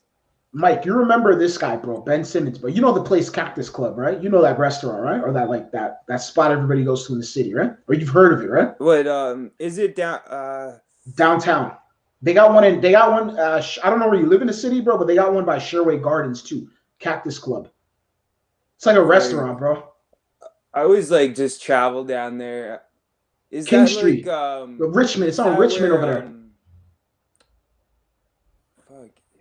Bro, it's like where everybody goes, like all the athletes, all the chicks, everybody's out there just like going to eat and just kind of before they go to the club or even before, during, after the club or whatever. Or sometime in the middle of the club, they'll go there and go like one of those places where all those Instagram chicks and everybody. Bro, Ben Simmons, I swear to you, in the middle of the series, in the heat of the battle, bro, where the city's on like steroids, bro. Everybody's just like going crazy. Bro, they spot him at Cactus Club like 2 in.the.morning the night before a game, or 2 in.the.morning the night before, 3 in.the.morning the night before a game. And he's out there just hanging out. Bro, this guy, Ben Simmons is, bro. What is he doing up at 3 in.the.morning? Trying to get some playoff game? Bro, trying to get some Kylie Jenner lookalikes to come back to his freaking hotel, bro. Bro, I'm telling you, bro. This guy's hot, bro. I'm telling you. Those Canadian girls are addictive, man. Bro, I'm telling you. Are Canadian girls bad? Yeah, bro. There's some bad, like, bro. Are there Spanish girls? Bro, they got everything. Ethnicities, so there's a lot of like variety. Yeah. Like how, like, there's some really good looking girls down here. It's all flavor, bro. Whatever flavor you want, bro, you'll get it out here, bro. Yeah. You'll get it all here. But they're addicted? They're addicted, bro. That's the NBA players, bro. Like, they're all on them, bro. Those girls all mess around with those guys, bro. They're all on Instagram and stuff. Pascal be going crazy? No, Pascal's good out here, man, bro. You're in Toronto, you're treated like a king, bro. That's Kawhi Leonard, bro. Whatever Kawhi Leonard wanted, bro, it was at his disposal, bro. And no one talked about it. Nobody talked about it. Ask LeBron James, bro. LeBron James comes here every summertime for OVO and Caravan and all these festivals and Veil Festival and stuff like that, bro. And bro, whatever he wants, they give it to him. It's known in the NBA that Toronto has a nightlife. Yeah. And you got to watch and make sure your players don't get sucked into it while they're down here. Oh yeah, bro. Trust me. It's the truth, bro. That's why a lot of guys miss Toronto, because they're like, you go to like Milwaukee or something, it's not the same, bro. The only places, there's only about 4 cities in the NBA that have like excellent nightlife. New York, Los Angeles, Miami, and Toronto. Yeah, Toronto. That's it. Yeah. Everywhere else, bro, you're on your own, bro. Whack. Bro, bro, I'm telling you. That's it, bro. So, I don't know, man. That guy, Ben Simmons, bro, a lot of these guys got to figure it out, man. These guys got to figure it out. I don't know if these guys want to play basketball or they want to be like... I don't think he wants to win, man. He would understand. He just want to shoot. Yeah, exactly. He would understand. This dude's more focused on dressing than playing basketball. Would win him a championship. If he just spaced the floor, they would do so much better. Because then people would have to get up tight and guard him, giving Embiid more space to go one-on-one with their center and dominate his ass. Man, just shoot a ball, bro. How hard is it to make a jump shot? Like, what? That's he what just I'm saying. Doesn't want to shoot them. Exactly. So in my mind, that says he doesn't want to win. Yeah. And that's troubling, to be honest. That's what I'm saying, bro. I'm like, dude, like, bro, who in their right mind? Like, who in their right mind how did he make it to, like, sometimes I wonder, how do you make it to this level without being able to shoot the basketball? And bro, I always had a flag on that guy, Ben Simmons. Do you know why, bro? Because, Sixers fans, bro, they worship that dude, bro. No, but the crazy part is, though, bro, I had seen this guy in college. I was watching him at LSU. Bro, he couldn't even make the tournament, bro. So I was like, bro, how do you not make the tournament, bro? You're ranked the number 1 high school player in North America. How do you not make the tournament, bro? From there, I was like, that's a flag. I'm like, bro, I've never seen a guy. The only guy I've ever seen that became a stud that never made the tournament was Chris Bosh. He didn't make the tournament at Georgia Tech, and he was able to make it to the NCAA, the NBA, and become a stud. Mm-hmm. Dennis Smith Jr. couldn't lead his team to the tournament. He turned out to be ass. Bro, what do we like? Come on, man. This guy is a joke, man. This guy's masquerading as a basketball player. He's all about swag. He's like Kyle Kuzma. These guys are all turning into swag guys. Kelly Oubre. All they want to do is look good for the ladies, man. They love the lifestyle. Like Shea is too, bro. To be honest, have you seen him actually get better since he's been in the league? He's been like almost the same exact player with like slight better defense. And pretty much just the same guy. It's ridiculous. It's like, what does he do on his off time? Obviously, he's looking for that thirsty trap. What is he doing on his off time? Bro, thank you, bro. I'm like, bro, like, I don't get it. Bro, I'm like, bro, RIP to Kobe Bryant. If Kobe Bryant had this guy on his team, oh my God. This guy wouldn't be able to last, bro. Kobe Bryant would not tolerate that. Michael Jordan, guys that, they wouldn't tolerate that. Oh, they'd be like, oh, you're out here partying, you're out here in the nightclub. Let me tell you something. Michael Jordan, we know he did the nightlife, he did it all, bro. But at the same time, though, he was in the gym. LeBron James, he does it all. He does it all, bro. Trust me. I've had numerous guys who've seen LeBron James in the club, party with LeBron James. They say this guy's a beast, bro. He's alpha, like to the next level. Like he still comes back to the court and he's still practicing training. Yeah, he just wants to be like a star and get what you get from basketball, but not actually like play the game in a sense. Exactly. Like, he doesn't really care about that part. Man, that dude just got the bag, bro. He got the bag and it. Yeah, bro. Some of these guys, some of these guys, bro. It's like I'm starting to wonder about some of these guys now. Like Andrew Wiggins. If he's a leader on your team, I'd be worried, to be honest, because he's probably pulling a group of guys away from, because Embiid and him are probably two different power structures within the team, where Ben Simmons doesn't care what you do as long as you're chilling and you're hanging out, and like Embiid's like probably somewhere else, and it's this like tug of war, and Brett Brown's probably not managing it. But now we'll see how Doc does this. Doc Rivers. If Brett Brown couldn't do it, Doc Rivers is going to do anything better. But Doc Rivers, oh my God, that's another joke right there. Brett Brown came out and said he wants Ben Simmons to shoot at least 1 3 per game, and he didn't shoot any. It was like his quota. He's like, screw you, pretty much. Dude, so like he's given the guys in the locker room permission to say screw you to Brett Brown as well. So, like, how is that even going to work? I'm not surprised they got swept. Bro, I'm telling you, bro. Like, supposedly the only time Ben Simmons, I heard they don't even talk. Him and Embiid they don't even talk to each other. Supposedly, they don't even dialogue. Like, they don't even. Supposedly, they don't even have a relationship. The only time I've ever seen those guys, the only time I've seen those guys actually mesh was when they went to go jump what's his name, Karl Anthony Towns. That was the only time where I ever seen those guys mesh. Where they jumped the whole fight. That's funny. Yeah, one guy was tussling with him, and Embiid handled him. Giants, bro. Yeah, Embiid handled him, and then Towns. Everyone's saying Towns is soft. Embiid handled him on when they were fighting on and then after the other guy jumps on top of him and then starts choking him out. I'm just like, bro, is it me or Ben Simmons too? Bro? I don't know what it is, but bro, every time he plays the Raptors, he's always trying to pick a fight with Kyle Lowry, bro. I don't know what the hell's going on between those two guys. Mike, have you noticed that? I don't know. I haven't looked to it. I think Lowry gets pissed off from anybody kind of poking him a bit. He'll come out there and just eat. So bro, I don't know. Strange, bro. I know when we play Philly, it's a lot of energy now. Yeah, it is. It seems like bro. It seems like a. Like Masai was in the tunnel saying "F them, F them." Yup. After we whooped them. Masai Ujiri is known for that too. Remember, he used to run around saying "F Brooklyn, bro." Our first like playoffs. He did it 2 years in a row, bro. He did it versus Brooklyn, and we were at the Remember the Raptors, the Jurassic Park, where at the the playoffs where everybody's outside and everything, and there's like a million people. You've been out there, right, Mike? The stage. He was on the stage there. Yeah, Mike, you been to the Jurassic Park or not?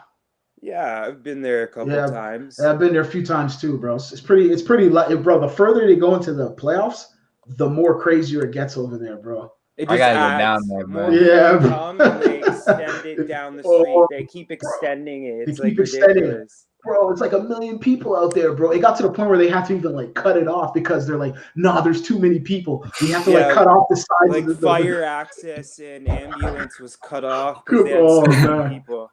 It's freaking crazy. It was like a movie out there, bro. It's always like that. And then people are just out in the streets and everything. It's just like, bro, it's crazy, bro. Yeah, YDK, you gotta come out to Toronto, man. You're gonna be like, bro, you're gonna see. It's like a movie out here, bro. Especially when the Raptors are playing in the playoffs. It's like a whole nother beast, bro. You see it on the TV, right? Yeah, bro. It's a whole nother beast out here, bro. Flip. But yeah, bro. Like, is weed legal there? Yeah, it's legal out here, bro. Everybody, their mother's smoking at this point. Yeah. In 2020, yeah, bro. So yeah, it's crazy though. It's a whole nother ball game. Like honestly though, like personally, bro, like I don't know, man. Like as far as the Sixers, bro, that guy Simmons is the most mind-boggling guy I've ever seen in my life. Like you said, guys in Philadelphia worship. Complete enigma. Yeah, you just can't understand what the hell this guy's up to at any time. Honestly, yeah, bro. Hey, one of the most bizarre cases. He's probably the most bizarre NBA player. He gets so much praise, but when I see him, I see nothing on. They say, "Oh, Magic Johnson." I'm like, bro, do you see how explosive Magic Johnson was doing? Like things.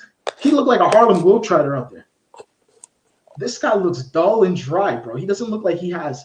And he doesn't even look like he has a move in his arsenal. Like, what's his signature move? He just gets to the rack. Bro, and even drives. That, like, that's it.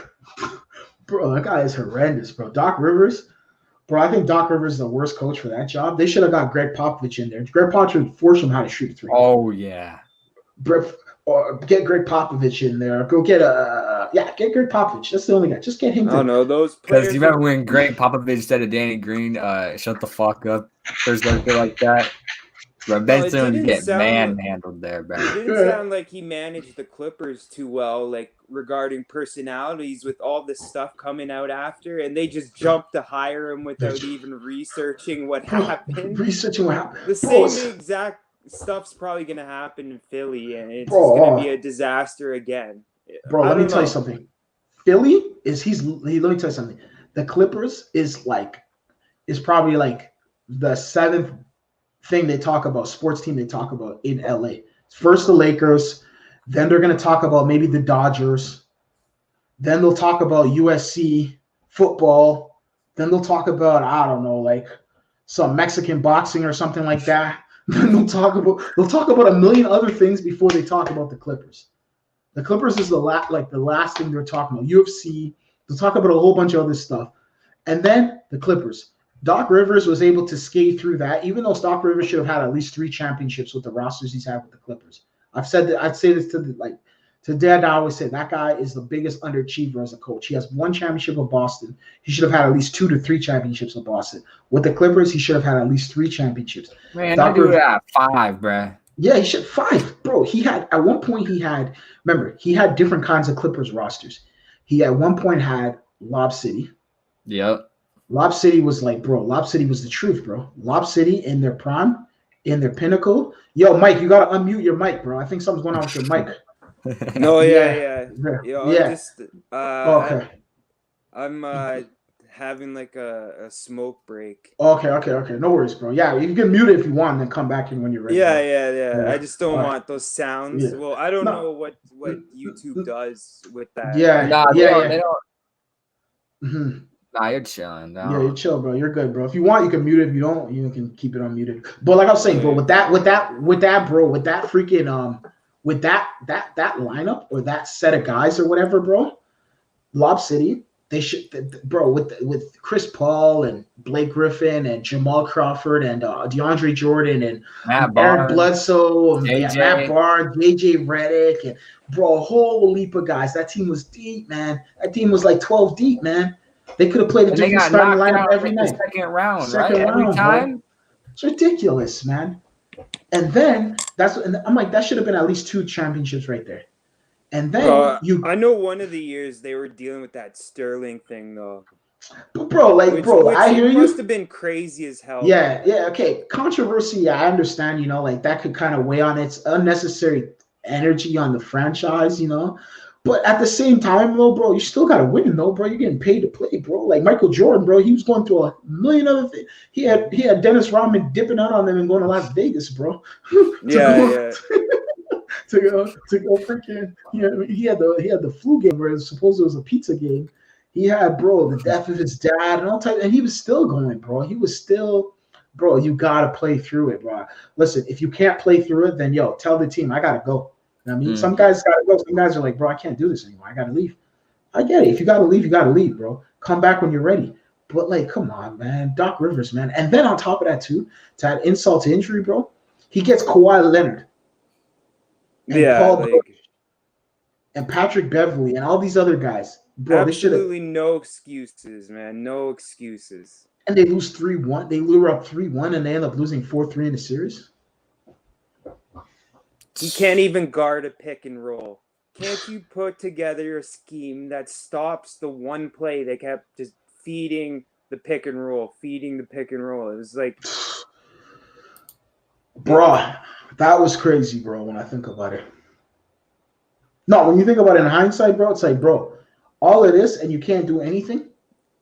You only get one championship, bro. You should have at least had two or three with Boston. Out there pretty much doing everything himself, like trying to run the ball, doing like, you know what I mean, driving the paint, trying to pass. Like he has him doing point guard stuff, and he wants him to score and play defense too. It's like, oh my gosh! And then they have Zubac over there, bro. They don't even know how to use him. That guy was a stud. When LeBron had him, LeBron and Rondo had him. Bro, I seen a star in the making, bro. I saw a future, possibly a future Hall of Famer there, bro. A young stud who's going to could potentially be a Hall of Famer.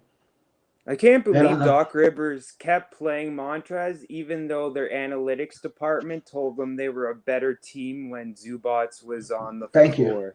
Thank you. But these guys don't see that, though. Doc Rivers is the type of guy. He's the type of guy, bro. It's like he's like a shoe, man. You know what I mean? You just keep wearing that shoe every day, bro. Eventually, it's gonna get worn out, bro. It's done, bro. That's what he is, bro. He's just a worn out coach, man. That dude but he doesn't age. As time gets better, bro, the more you start to see the IQ and just how silly he is. And LeBron James could have if the Lakers had played that Clippers team, the Lakers would have got him out of here. I bet my money they would have got him out of here, bro. I don't even want to hear anything about the Clippers. I like Kawhi Leonard, but Kawhi Leonard, bro, you're a fool for leaving Toronto. Yeah. You're a fool for that, bro. You see what I'm saying? You know what I mean? And, did you I saw an interesting chart. I saw it when the playoffs run came down, but apparently out of the playoff scoring duos, Siakam and Kawhi ranked tied with like Jordan and Pippen's best total points over the playoffs in one run. Like I don't know.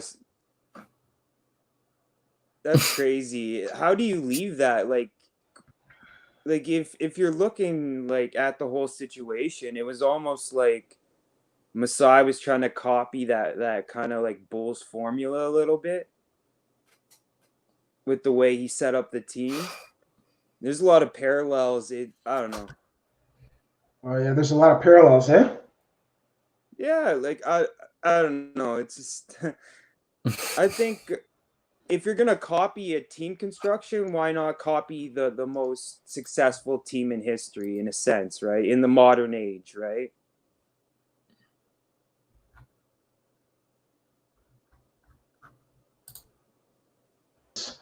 It's just a Detroit Pistons team. Like, where do you guys see that team going, bro? With that whole LiAngelo Ball, like, where do you Derrick Rose? Where do you see them doing? Like, I know they're trying to put some seats in the freaking arena, bro, but like, maybe get some season ticket holders, bro. I don't know, man. Maybe I might go to a game in Detroit, bro, because the tickets are that cheap, bro. It's like what 3 hours away? It's like 3 hours away, bro.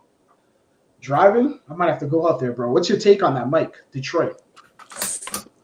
I think they're in the business of right now just acquiring talent and then looking to pump that talent out in a trade for an asset and build your team through trades that way. Like you sign free agents to contracts and knowing later in the season something happens, your player looks attractive and then a team's going to come and want to trade something for that, right? And you build through that while developing guys, right? Yeah, that makes sense. That's sort of how Toronto started off because we had a bunch of guys, and then once teams came and were interested in certain guys, we traded them off and grabbed better players in different deals, right? Mm-hmm. That makes sense. So, like, bro, like, YDK, like, what do you think of Detroit, bro? Like, I don't know, man. What's your take on it? Killian Hayes, bro. I love Killian Hayes because he reminds me of Westbrook a lot. But that team, of course, they're still going to be bad. You know, they traded Luke Kennard away. You know, Luke Kennard was good for them. He's putting up like 15 points a game. He was good for them. The Clippers got him. Decent.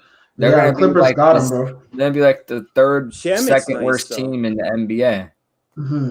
Did you hear Tyronn Lue was saying he misses Shamit or whatever Shamit, and he didn't know Luke Kennard's name. Oh yeah, Tyronn Lue in the press conference. Yeah, I saw that today. He didn't even know. He didn't even know his name, bro. Clippers are a joke, bro. They're a joke, bro. Luke Kennard was a stud what at is Duke Kawhi University. doing, bro? Luke Kennard was a stud at Duke University. The guy went to Detroit. He was dropping buckets, and you're telling me, bro, you don't even like this. This tells you a lot about Tyronn Lue. Yeah. I've been telling people from time. Tyronn Lue, bro, wrote on LeBron.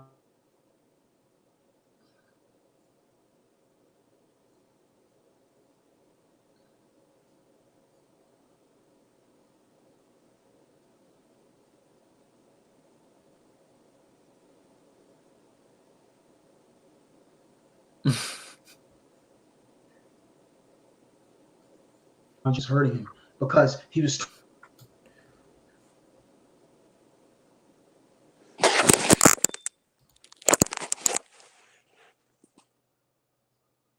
Yeah, sorry about that. I'm having some technical difficulties on my side, bro. My bad on that, bro. But, bro. Oh no. No, yeah. From what Rocksteady said in that comment there, I definitely think Charlotte looks better. Oh yeah, Charlotte's nice, bro. I think they brought in Hayward to kind of mentor these guys and try to teach them how to win, I think.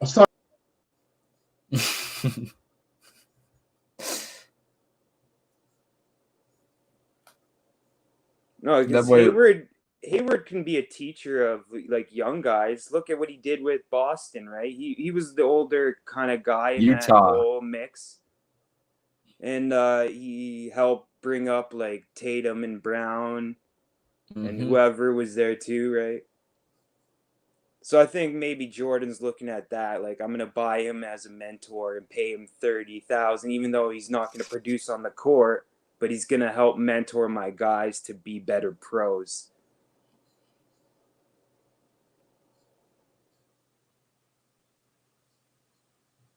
Bro, I don't know. I'm having some issues with my internet, bro, but I don't know what's going on with the connection, bro. But yeah, bro, he said something about Landry Shamet. Yeah, Landry Shamet. Yeah, that's the guy. Yeah, Shamet. He went to the Nets, I think, right? No, he went to the Pistons. Oh, the Pistons for Luke Kennard. That's who they traded. That's the exact same player, bro. Tyronn Lue was talking about like how Landry Shamet was so good. He was doing this, and he wished he could kept him. And he's like, "Well, we have so and so," and then he pretends he has like a glitch out on the video feed and doesn't remember Luke Kennard's name. Oh my god, bro!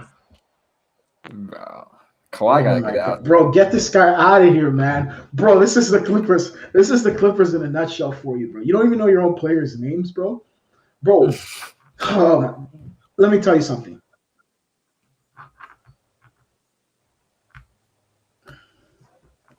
If they thought Rajon Rondo, yeah, hello. Oh, yeah, you're kind of right? Out a little yeah, you're good. Right? Yeah. If you thought Rajon, If you thought Rajon Rondo, they were talking about getting Rajon Rondo on the team. Bro, Rajon Rondo would have coached that team. He would have ran that guy out of the building. The coach over there, Tyronn Lue. Tyronn Lue would have had a heart attack on the sideline. He would run on the sideline holding onto his chest, bro. Bro, this guy's a joke, man. No, yeah, he does seem like he can't coach, man. Like, what are you doing, bro? He's a coach that bro, you forgot his own player's name, bro. Oh my god. He doesn't need to know Luke Kennard's name. Luke Kennard's gonna tell him how. This guy's a joke, man. He's pretending it's a glitch. Wait, what do you mean? Wait, what do you mean it's a good? The guy's a joke, man. The guy's a joke. Brought him back from the grave, man. 9 games in, they sent him, bro. 9 games in, they sent him home, Cleveland. That's done, bro. It's a joke, man. No, like if everything, like Bro, the way things this are guy trending, get that job, man. This guy's a joke, man. the way Left, things man. are trending, it definitely looks like Kawhi and PG might. Well, PG probably take that option because he probably won't get the same money if he kind of flames out again this year. But Kawhi's probably gone, bro. to be honest. Wait, how did he say it was a glitch? Bro, No, this? like in the video. Yeah, that's what he said. In the video, he said it was a glitch. Yeah, like he couldn't remember his name. There's Like wait, like he's a robot. 5 seconds of like. Wait, so he's a robot. It was a glitch. No, there's a glitch on the video feed. Like there's like I don't know. He pretends like. Oh. Yo, people say Kawhi Leonard's a robot. Bro, he is, bro. Yo, that's why he's gonna have problems, bro. Tyronn Lue's gonna be trying to read Kawhi Leonard, trying to run some plays to him. And bro, it's gonna be over, bro. We got God back in the business. What's going on, God? You're back, bro. Bro, what's your take on Tyronn Lue, bro? I have to go get my corona. What's your take on Tyronn Lue, bro? God. Tyronn Lue? Yeah. I know he's all right. You said he's all right? Yeah. God, you're there, bro? Wait, what? God, bro. Get your stuff together, bro. Call us back, all right? Come back in here. Get your stuff together, bro. God, you're back in? You're good? Wait, my Wi-Fi is trash. I don't know, man. God, well, we'll get back to you later, bro. You're having some issues there. But yeah, bro, like, I don't know, man. With this whole situation, bro, I don't think Tyronn Lue's the guy to coach Kawhi Leonard, bro. You got to know how to coach him, bro. Greg Popovich had a hard time coaching this guy. Nick Nurse knew how to coach him. Nick Nurse didn't bother him. Nick Nurse and he had a team, a system that Kawhi could just plug in. They plugged him right in. Don't you think, Mike? He could voice to Lowry, and then Lowry could communicate to the team in a sense, or even he just saying his like one-liners kind of conveys a message, and everyone kind of echoes that message because everyone's on the same page.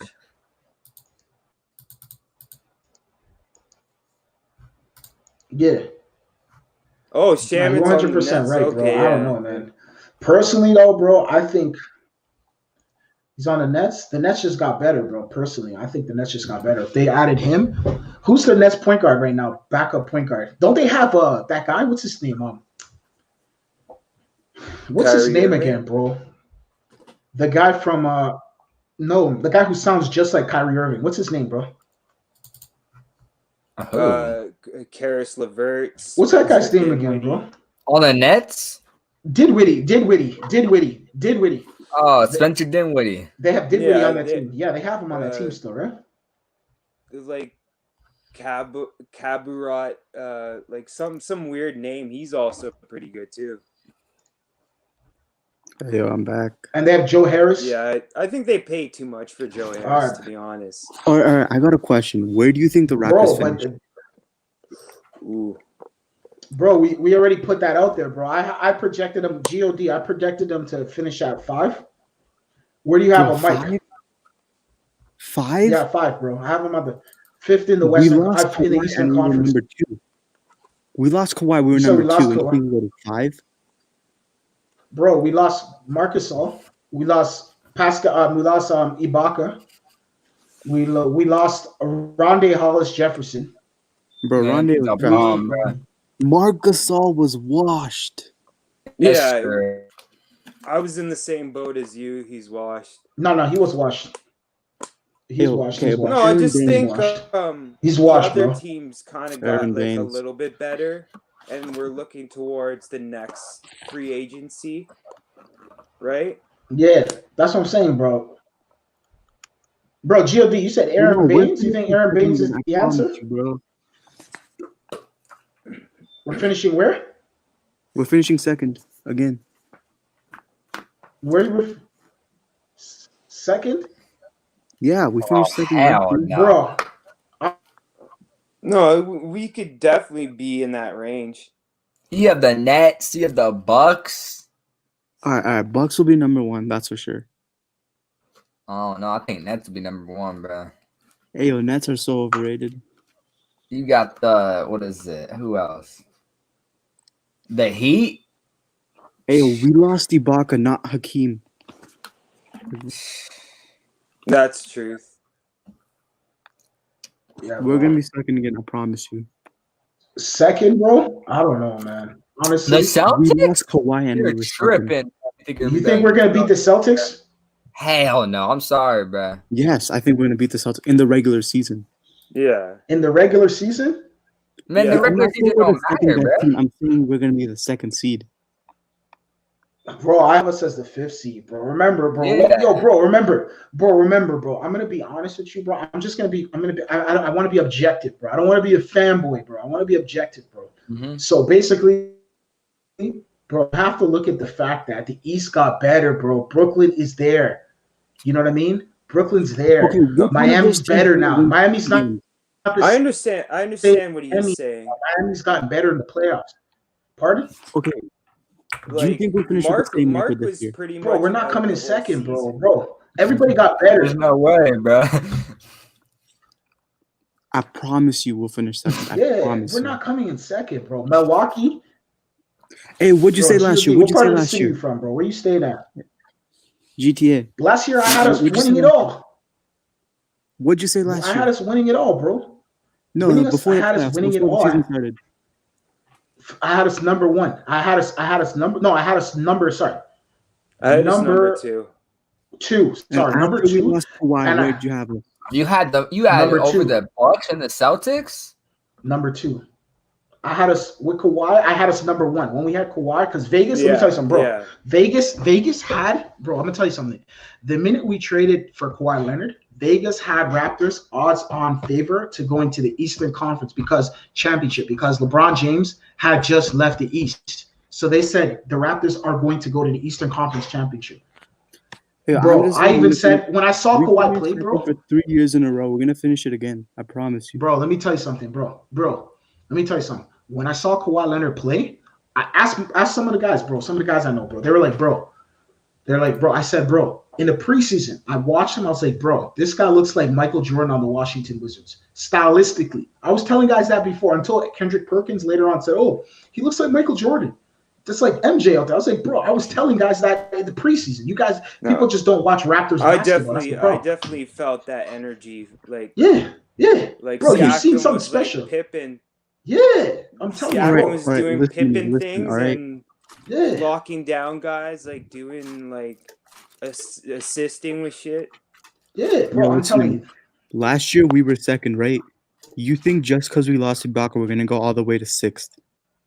Bro, I'm telling you right now. No, you don't understand, bro. It's not about who we lost. It's who It's we not did about who you game. lost. It's about the East got better. Yeah, okay. Exactly, bro. Brooklyn is not winning 50. Brooklyn is not winning more games than us. Hell no.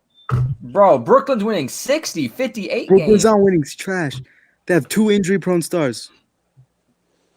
Bro, they No, have I Karis did LeVert, say- Spencer Dinwiddie, Jarrett Allen, I DeAndre see Jordan. them.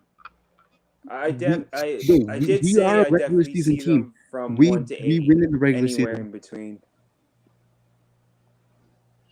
Bro, honestly, go ahead, Mike. Finish off, bro. You were saying? If KD or Kyrie get hurt, they're pretty much like last year's team that was like AC.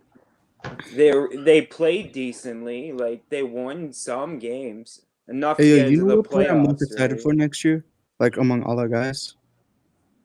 Freaking Matt Thomas. So what, GOD? Matt Thomas. Matt Thomas is a good player, but Matt Thomas has to have a breakout season this year. We're gonna expect a lot more No, from like Matt I think Thomas. he can be like Duncan Robinson. Matt Thomas needs to be like Duncan Robinson, like Tyler Hero. We need everything out of Matt Thomas. Matt Thomas is what we're expecting to be. He has to play like Dragic. He has to play like We have Like, him locked if up. he could even play like we have a nice contract with him. We got him for 4 years on a rookie deal. So 4 years. yeah, we got him locked in. Okay. So we got our like mini JJ Redick locked in. Yeah, that's what I'm saying. Matt Thomas, bro, I'm expecting a lot out of him, bro. Like he's next year. Who? Siakam. Who? A top 10? Yeah. Depends. A top 10 player? Depends if he comes out like if he came out like he did last year. 15. Yeah, I'm leaning more towards a top 15. The problem is with Siakam is, bro, their scouting report's going to be on him, bro. They're going to be on him now, bro. They know now. Like, he's a guy. There's code red on Siakam now. So it's like, bro, they know this is the Raptors guy. So their team's main target is to stop Pascal Siakam. So they're going to put their best defenders on him. He's going to get we need OG to win MIP. Yeah, OG's another important factor too. The problem is with OG is just kind of like we need him to score more points, bro. He doesn't score that many points, bro. OG was looking nice in the bubble, not gonna lie. He had a little bit nice of in the spin bubble. move. He put it on the floor a couple times. Yeah, but Matt Thomas was the nicest in the bubble. Matt Thomas looked nice in the bubble. Against Milwaukee, he just he had like a 30-point game against Milwaukee. Milwaukee. That was nice. When the thing Milwaukee in the pre-seed games. Yeah, for sure. But the problem is we need more scoring, bro. We need more firepower. We can't depend on Kyle Lowry every night, bro. He's getting older, bro. We got to take the load off of him. No, Siakam's still going to carry the main load, probably like 20, 25 points. Okay, the reason Siakam was bad in the playoffs is because he didn't practice all quarantine. Yeah, I know that too. I heard his interview today. He said that the whole Black Lives Matter thing was really on his mind too, and he's away from his family. Obviously, his family's he's really tight with Siakam. Yeah, he's really tight with his brothers and stuff, and probably that was affecting him as well. He didn't look nearly as fast. Yeah, well, that bro, I understand that standpoint and everything, but bro, Pascal Siakam, bro, is going to have to play like a beast, bro. We got another guy in the building. Yeah. Rocksteady, what's going on, man? Rocksteady, what's going on? What do you think of Pascal Siakam and the Raptors? What do you think they're going to do? What's your take? Bro, I think you got to turn. Okay, this guy's a lot going on over there, bro. That boy partying, bro. Yeah, he's a party going on. Rocksteady, man. You sound like you got a party going on in the back, bro. Hey, Rocksteady's the one that wants to rebuild the Raptors. Yeah, he's the one that's. We lost Ibaka and let me see. We get him back. The reason Rocksteady, you got the music done? Go ahead, Rocksteady. Right, you hear me now? Yeah. Now, the background's too noisy? No, it's down now. Nah, there's still music. There's music playing. You gotta turn it down. Oh, it's 2K. Hold on, let me turn on 2K. Oh, you're playing 2K. Okay. Nice. Yeah. So explain that. Explain that. Yeah. So the reason why I was saying the Raptors need to rebuild, not necessarily rebuild, but shut up. We don't need to rebuild. I remember you guys were saying this before. We just need to like retool. I wouldn't even say rebuild because we have a 1-2 pieces that I would love to keep, but we still need to get we need a guy who create. Like you see when we played Boston that last series, we had no creators. Like you could be a scorer, you could get bucket, but you still need someone who you could give them the ball and they could create. The only guys we have like that was Kyle Lowry and Fred VanVleet, but those guys are small players. They're under 6 foot. So once they go to we're trying to get a guy like that in free agency next year. Yeah, but that's still a pipe dream because who knows if they want. Why would they want to come to Toronto? Why don't he want to play with Kawhi or the Clippers? You see what Kawhi said. You see what Ibaka said. Kawhi said, "Are you coming or not?" And he cut. That boy fell for the bait, man. We didn't offer him a second year. But we're offering him a 1-year term, but it was still more money than what he got from the. No, it wasn't. I heard we're gonna give him 12 million per year, 12 million 1 year. That's what we're gonna offer him, and he's getting 9 million. He's getting 20. He wasn't gonna get 20. He's gonna get like 12. 19 in the Clippers. Okay, so that makes sense, bro. Honestly, to me, like Rocksteady said, Bro, it sounds like a pipe dream. Remember, we don't even know if they're coming back to Toronto, bro. They're You guys don't coming understand back. that. They're coming No, back. bro. Get out of here. Yeah. Yeah, No, but bro, when? bro. But when? Though? Yo, bro, the When is the COVID-19. question? But they're Yo, coming listen. back. Even if we missed out on Giannis, there's still guys like Victor Oladipo and Rudy Gobert we can pick up. But look what Victor Oladipo's doing for Indiana. Nothing. Those guys are first round exiters. Like, we're gonna put all our money to Oladipo as the great hope. We have the best coach in the league. Right now, to be honest, the honest not the best coach in the league, but it doesn't turn into wins all the time. Speak. It looks like you guys are missing and the the point. Mavs are going in for Giannis, I think. He's gonna pick the Mavs ahead of us, bro. No, but bro, you guys are not hearing it though. You're not understanding, bro. The problem is we may be in Tampa next year again, bro, with this whole pandemic situation. It may not be till 2022, 2023 season where we actually officially bring everybody back in. Are they gonna let people come in and out? Like, as of right now, the pandemic, bro, they're not letting any Americans or anybody from countries with high volumes of COVID into the country. So they're like, yo, we're not letting anybody in. Tampa is a better free agent spot than Toronto. So y'all, we have a better shot getting someone. So you guys in Canada, so you guys in Canada can't leave to America? No, we could go anywhere around the world. It's a 2-week quarantine. You have to Wait, is it bad? Is it bad there? Yeah, pretty bad still. Not like the US though. No, but bro, not like the US. Bro, what is bad? Bro. Let me tell you something, bro. Our numbers are the exact in Toronto, in Ontario. Our numbers are the exact same as Michigan, bro. It's bad, bro. How much do you get a day? Bro, like, and just in our region, just like in our region, just like a GTA, like 1,600, 1,500, just in the region. Bro, I'm in Arizona getting 5,000 a day. We got 10,000. I'm saying the States is worse. It's in Arizona though. That's Arizona though, bro. In Michigan, bro, it's like the same thing though. So they're like, nah, we're shutting everything down, bro. Remember, no, but mind you too. Arizona's the state, bro. They're not even doing the whole Ontario. So the whole Ontario could be like maybe 3,000, 4,000 people a day, but they're not doing the whole Ontario. They're just doing the GTA, the Toronto area. You see what I'm saying? And it's like 1,000 plus, bro. So what does that tell you, bro? Bro, it's high, bro. Like, rock steady. What do you think about this plan? So let's say we don't get anybody. Okay. Do you think we could just sign someone and have them as like an asset and maybe look to do a James Harden trade, get him for the last 2 years? Well, of course, we're not getting James Harden. That's they're going to be the only other option. Which they won't like. James Harden so much. Exactly. Those guys are going to cost so much, but you never know. Masai, like, I never seen the Kawhi trade come in. That came out of nowhere. So he look for something like that. That's a bad trade, bro. Toronto finessed them, bro. Look what the Clippers paid for him, and look what Masai paid for him. He pretty much bought. The Clippers didn't pay anything for him. The Clippers just signed him. Nah, Clippers paid him 100 million, bro. Raptors no. Just took his contract.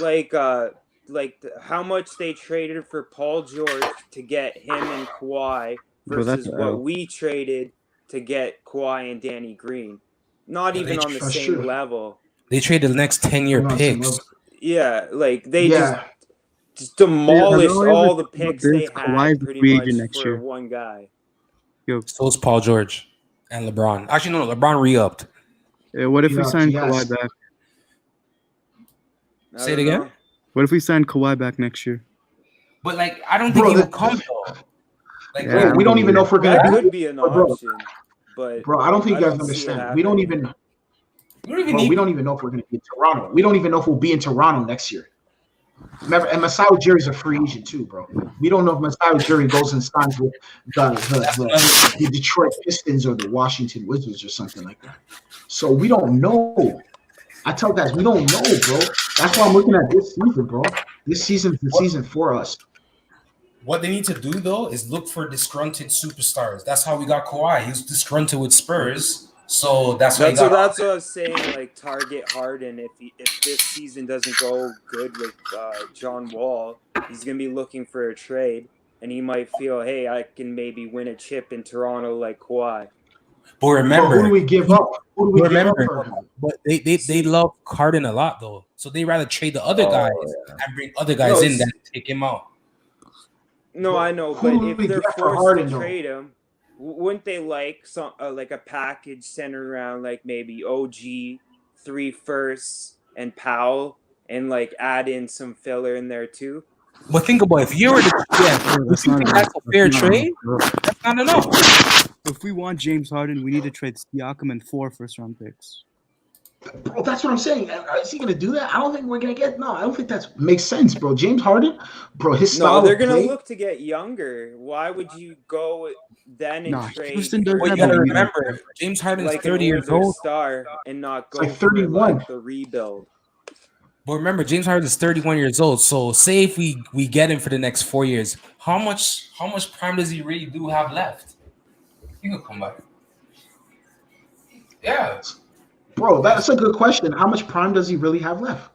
That's a good question. Okay, yo, don't get mad at me, but like, what if we trade Lowry for some assets right now? Like, how would you feel about that? I like that. Honestly, no, that's not a move. But I love Lowry, but like, if we can get some picks. Bro, you guys have 3 more years with Lowry, bro. Bro, honestly, these Raptors trades are pipe dreams, man. We got to build within. Lowry's done. Lowry's done in 2 years, bro. Lowry's done. Might be done this year. Holiday got like 3 picks. He might be done. How you can get like 2 picks back? Yo, if we but the thing is though, it's draft picks, bro. It's the contract because like we need Lowry's $31 million off the books next year to sign whoever.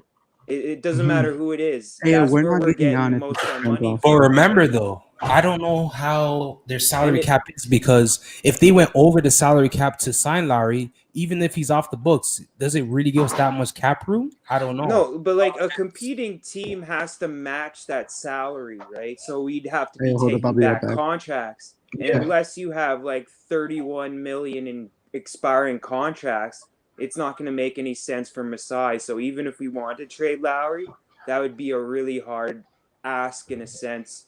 It would. No one would want that contract. They would rather wait to get him on a discount. Yeah, they'll look to sign him in the summer if they really want him. That's the thing. That's the thing. They'll be like, why would we sign him now? But the thing is, though, it does kind of make sense though because we can get something, bro. Unless we're gonna win it all, bro. We're not, bro. No, what? The East got stronger, bro. Yeah. If we keep him, we still have his bird rights. So then we can go over the cap next year and sign him. So we could give him like a 15 mil a contract for the next. I don't think he's gonna do it though. I think he's gonna go to LA. And he's gonna go to LA or something. No, let him continue to lead this team. That's what he's doing. He's getting us value in teaching these younger guys how to be a good pro because he's a good leader. He's shown that. Like we made TD like something this year out of nothing. He was undrafted. No one even wanted the guy. Yeah, but I don't want to pay him so much. And we made him into a second team all rookie. Imagine undrafted guy beat out the whole field to get on the top 10 list. Yeah, because Masai's he's a good scouting. He knows how to scout these players. Bro, really good. But the thing is, though, to me, it's just like if he just leaves, it kind of bothered me if we didn't get anything. Like, bro, look at Boston, for example. Their whole thing was they were going to get Evan Turner. No, who is it? Who are they going to get from Pacers? There was a package where they would give Gordon Hayward out and get several players from the Pacers. But Gordon Hayward ended up walking, bro, and they got nothing for him. They ended up having to sign Tristan Thompson. Bro, but Lowry's invested in the Raptors. He's invested in what happens with the Raptors right now. Yeah, you're right. They always say is the rich always get richer. Go up in the Raptors, so that's you're right. I have to take that consideration as well. Already, so yeah. If he builds this team up into another if he gets 2 championships, possible. Oh man, like this man's locked for Raptor of all time, easy. Facts. We're not winning again within the next year or two, unless we change the roster. We're not winning with this roster. Hell no. We're gonna get a first round exit, bro. If we go to the second round, we're lucky. No, speaking of facts.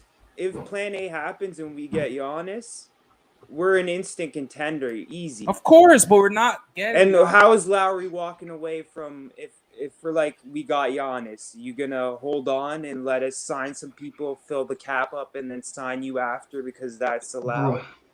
But bro, do you think we're gonna get Giannis though? Because a lot of guys in the city are talking about getting Giannis Antetokounmpo. Yo, the Lakers are gearing for him. The freaking Warriors are gearing for him. Like, there's a lot of good teams gearing for him, and they have assets to trade for him too. Yeah, you're right on that. John Doe, what's the chances of the Raptors getting Giannis, bro? What's your take on that? Well, better that now that the Lakers don't have the cap space and the Heat don't have the cap space. Yeah, they'd have to make moves. The Heat would have to clear. So, I mean, a lot better because you're not looking at, like, Miami. That's the destination that free agents want to go. So now that they got to make moves to get him, that's what I thought would have been the biggest threat. Would easily have been Miami. Golden State, I don't think he's going to go there because all the KD hate from. What about Dallas? They just got Wiseman, another big man. He's good. I don't know that they go after. Yeah. But I think the Warriors have enough salary and assets to trade for Giannis. They don't even have to. The Warriors have no salary. Trading him. They have no salary. They're over salary. They're paying luxury tax already, I think. Exactly. So can't they take off Draymond, take off Wiggins? No, don't cost them even money. So what seed do you see us finishing? What seed do you see us finishing? Giannis is going to be making more than Draymond. To be honest, Giannis is going to. So it can't work. Just so they traded 5 picks for Drew Holiday for 1 year. They're not on going to drugs. go around and turn Giannis into they should have signed Rondo. Unless you're trading for 10 picks, it doesn't make any sense. The Bucks really should have signed Rondo for sure. Yes, that's what they should have done. That would have been a smart move. Close to the same production in the playoffs, not nearly, but for way cheaper. Yeah, then he's shooting. That's true. That's true. I never thought about that. For Rondé. I'm not Rondé, but you know who I'm talking about. Yeah. Damn. Yeah, Rondo would have been a good move, bro. But like, I don't know. I don't know how I see Giannis coming here, bro. I could see him making a beeline exit to somewhere else, bro. Because I don't know. Man. I think people are better than you anticipate them to be, though. I'm not really. The regular season, the Raptors kill it. I'm more worried about the playoffs. What seed do you see us finishing? What seed? I feel they're gonna get because you gotta be real. The Bucks might get 1. At 2, don't sleep on the Nets, man. KD healthy. I think we're getting 2. The Nets is not gonna have great defense though, so I don't know where they'll be. That's gonna limit their potential. Like the 2nd seed to like the 5th, 6th seed. That's true. That could happen, but with the firepower they have, I don't know, man. Look, the Warriors to me don't have defense. But now with these, Klay Thompson is out, so he's not even going to be playing. So that was their defensive guy. No, but they brought Kelly Oubre in to try to fill in that void. But he's a more scorer than a defensive guy. I was finishing the 2nd seed again. And then there's Boston. I was start just because, like, 2nd or 3rd. Yeah, because I'm not really worried about like regular season wins. Our team's like tryhards. Like Kyle Lowry, Pascal, they're all like, they're like hustle players. Yeah, I'm worried about the playoffs, not the. Exactly, because they could get the 3rd seed, and trust me, the 6th seed could take them out the 1st round. I see that happen. It happened before. The Nets took us out when it was, or was it Washington or we played the Nets when we were the 3rd seed? Yeah, it was the Wizards. I think it was maybe the Nets a different year. Hey, like before last year, what seed did you see us finishing? Like before last year. Before Kawhi? Yeah, after Kawhi left, where did you see us finishing? Honestly, I said 2nd. I said 2nd or 3rd. With the way the landscape was at that time. Our defense is still going to because OG and Pascal with Kyle and Fred. That's still like we didn't lose Hakeem, okay? We lost Serge. He's easily replaceable. Yo, I like that hot reference, but still. Yo, he was still good for us, though. He's not a good player. Yeah, what about Aaron Baines, bro? Aaron Baines was amazing last year. Aaron Baines? He played for Phoenix last year, right? Yeah. YDK, bro. Yeah. YDK. He had a 7 point last year. I don't know if Mark is going to go off for anything like that anytime. How much rebounds did he average, Baines? YDK, you saw him out he there. boxes out more than he rebounds. His team rebounds more when he's on the floor, but he only gets like 6 a game. YDK, you saw him out He's in a big Arizona. What do you think of him? Aaron Baines. What do you think of Aaron Baines out in Arizona? What did you Aaron see from Baines him? is good. Aaron Baines is good, bro. He's a Baca basically without defense, right? No, he's a poor man. Marcus. No, defense. The Celtics and the Suns were both better with him on the floor. The only difference is he won't give up on a play, so he gets posterized like he doesn't play defense. He'll be good with the pick and rolls for Kyle Lowry and Freddie. Ibaka was not good on defense in the playoffs. The thing I always say though is, if he was so good, why did the Boston let him go? Why did Phoenix? They didn't let him go. They traded him, and then he started. He went 1.5 threes a game to 4 all of a sudden. Yeah.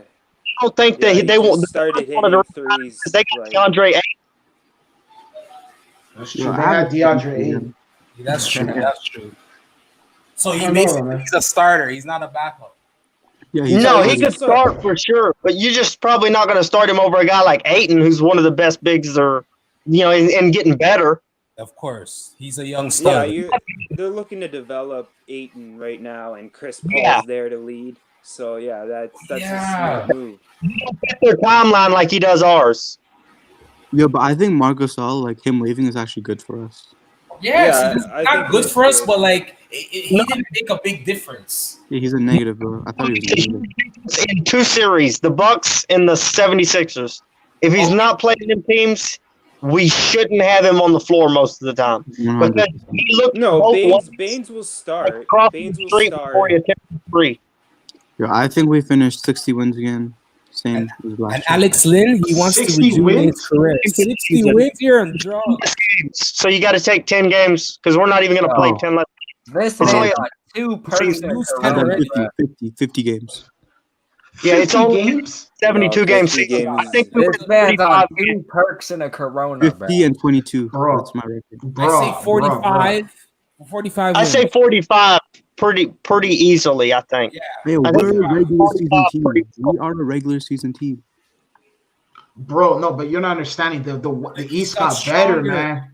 It's a different East. It's not the same East. The East actually got better. And that's not going to determine who wins like the mini regular season game. So what does that improve? Like the Heat's going to get 2 or 3 more wins, and they're going to come up a little more.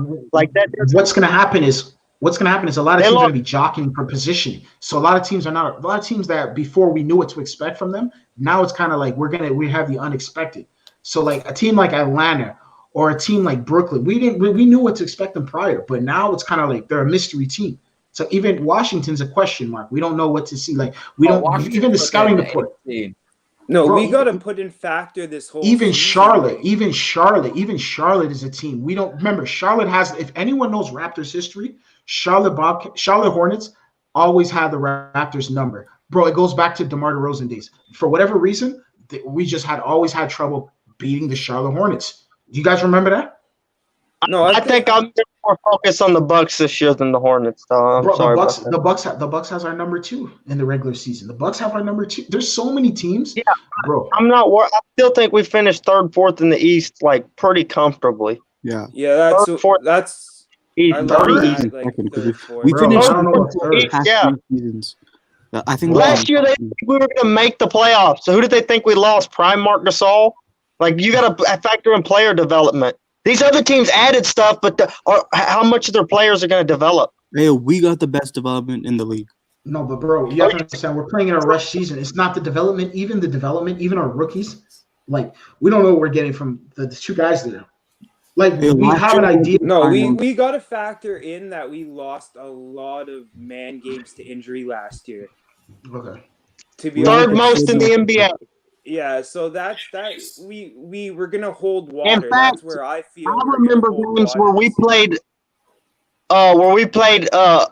Chris Boucher, and Pascal and OG at the center because we didn't have Marc Gasol for like 10 games. Yeah, I remember that.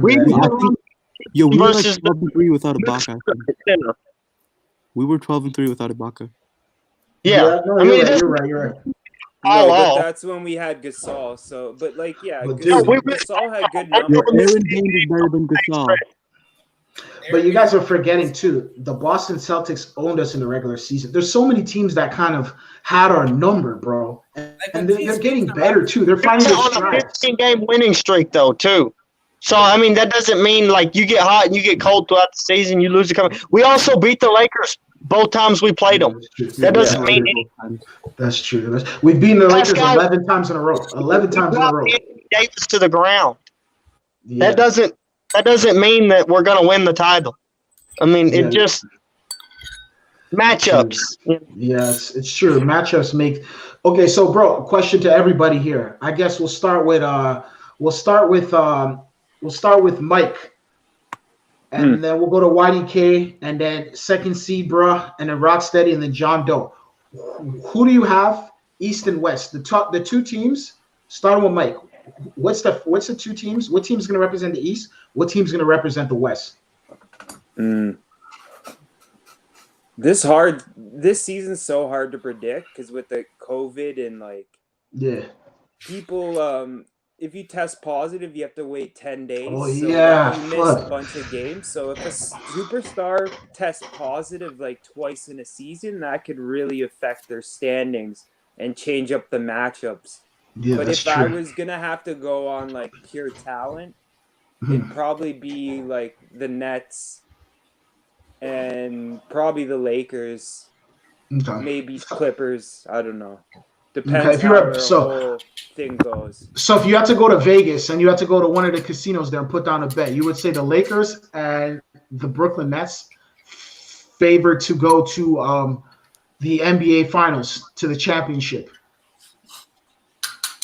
Okay. If I were to have to put money down, probably yeah.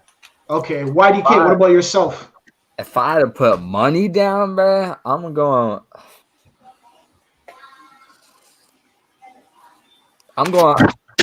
with the Celtics and the Lakers, bro. The Celtics and the Lakers? I'm telling you, bro. The Celtics and the Lakers. Okay. And why do you say that? Bro, Tatum's going to be averaging 27 next year. Jaylen Brown's going to be averaging 22 plus his defense. Tatum stepped up on defense big time this year. They got a new center that can actually do something for them. They got Kemba's going to miss a month, but in the playoffs, Kemba's coming back for sure unless he doesn't get injured or nothing like that. Did you watch Kemba in these playoffs? Can you hear me? Yeah, but that's 1 year though, bro. Kemba ghosted on the team. Hey, that's the bubble, bro. Some players. Hey, listen. Some players did good in the bubble, and some players did trash in the bubble. Look at Pascal Siakam. Trash in the bubble. But how would he do at Toronto? That's a good question, bro. Not gonna lie, Booker, he destroyed the bubble. The All-Star game. Remember Kemba in the All-Star game? The ball went off his foot. He's turning over the ball, and like Nick Nurse couldn't even play the guy. Yeah, bro. You're not lying, bro. You're speaking facts, bro. Okay, so bro, second seed, bro. Who do you have? Who do you have projected to go to represent the East, and who do you have projected to represent the West this season? All right, going to the NBA Finals. All right, for the West, I'm confident in the Lakers, like 100%. East. Yeah. I'm gonna say the Celtics. Celtics? Telling you, bro, you be sleeping on the Celtics, bro. Yeah, I think Celtics. I don't buy the Nets. The Nets are nasty, bro. I don't believe in the Nets. Straight up. What? Bro, you're two injury-prone stars. Oh man, bro, we gotta get that. KD is coming off of Achilles injury, bro. We can't think of KD the same, bro. We can't think of KD. KD was always a shooter, though, man. But think about this: shooter. If KD comes from 80%, he's still going to be dominating the league. KD is 100%. Yeah, but history has shown us people don't come back. KD is not coming up the court from half court and pulling that three no more, bro. We're not seeing that KD no more. It's not like the guy needs a move. He could just shoot over anyone. He's like 7 foot. He can shoot over whoever. He doesn't really have to move to shoot. And Kyrie too. Kyrie's coming off an injury too. No, they did say though that injury that KD got, like guys never end up the same. But those guys weren't KD. The Achilles. I think that's the injury Kobe Bryant got. No, he's speaking truth though. Yeah, I remember Kobe Bryant blew his back. He was Kobe got it at the end of his career, though. Towards the end of the career. Yeah. When did he get? Let me check. 2014 or something. Before he retired. Yep. Okay. So Rocksteady, who do you have projected to go to the NBA Finals from the East and the West, bro? My top two teams in the West is still going to be Lakers and Clippers. Who's coming out is the Lakers. For the East, my top two teams would be Boston and Brooklyn, but I would go with Boston. Boston. And everybody say I still don't know what's going to go with KD. I got to see how he plays first before I determine if it's all these. I don't know. You're right on that. Everybody believes in Boston but me, I guess. Yo, not gonna lie, I saw Tatum ghost a lot for a bunch of times. Like he wouldn't even put up a shot like 5-10 minutes. I'm telling you, bro. There's times he was just he was disappearing, like he was performing disappearing acts, and then he would come back in, and then all of a sudden, like he'd be in the game, but he'd be out of the game. It was very bizarre, man. Yes, but you got to think about that. If Marcus Smart put up more shots. Oh yeah, Marcus Smart, a demon, Brown, bro. Everyone. Marcus Smart fucked y'all up, bro. I ain't gonna. He was to me, Norman Powell. Oh yeah. And then, bro, remember after game 6, he said he just called out the whole team to just let's do it right now. No, like Smart is a chucker, man. He just chucks that like. He's open, he's gonna chuck it. But the thing about Tatum is this: like, yes, he disappears sometimes, but think about this: if the man never disappears, that guy will average 50 a game, like he's James Harden or something, bro. That guy's amazing. I believed in Boston when they took out my Raptors. When I will watch those guys that 7 game, oh my God, Tatum is amazing. Yeah, Tatum's a star, man. He's a stud, man. He's a stud. John Doe, you're back in. Bro, who do you have projected to make it out of the East, and who do you have projected to make it out of the West to represent in the NBA Finals?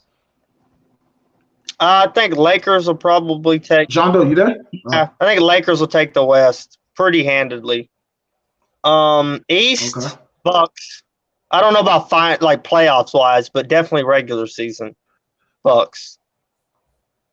You think the Bucks will take it? You think the Bucks gonna come out the East and go to the finals? They'll come out first seed in the regular season. In the playoffs, if you talk about who comes out of like the playoffs to face the West, who's making it to the that's finals? too hard to call because you don't know who's going to get injured. Kyrie or KD goes down. It's a 3 race between the Heat and the Celtics and the Raptors because I don't trust either one of KD or Kyrie to stay healthy. I've seen too many things happen when you take one injury, then another injury from like what happened with over on Golden State. He tore his ACL and then all of a sudden his Achilles popped. Jeez. Yo, that's karma, man. That's karma. You know why? They got rid of KD. KD left for free agency and they still got D'Angelo Russell. Like what kind of lucky shit is that?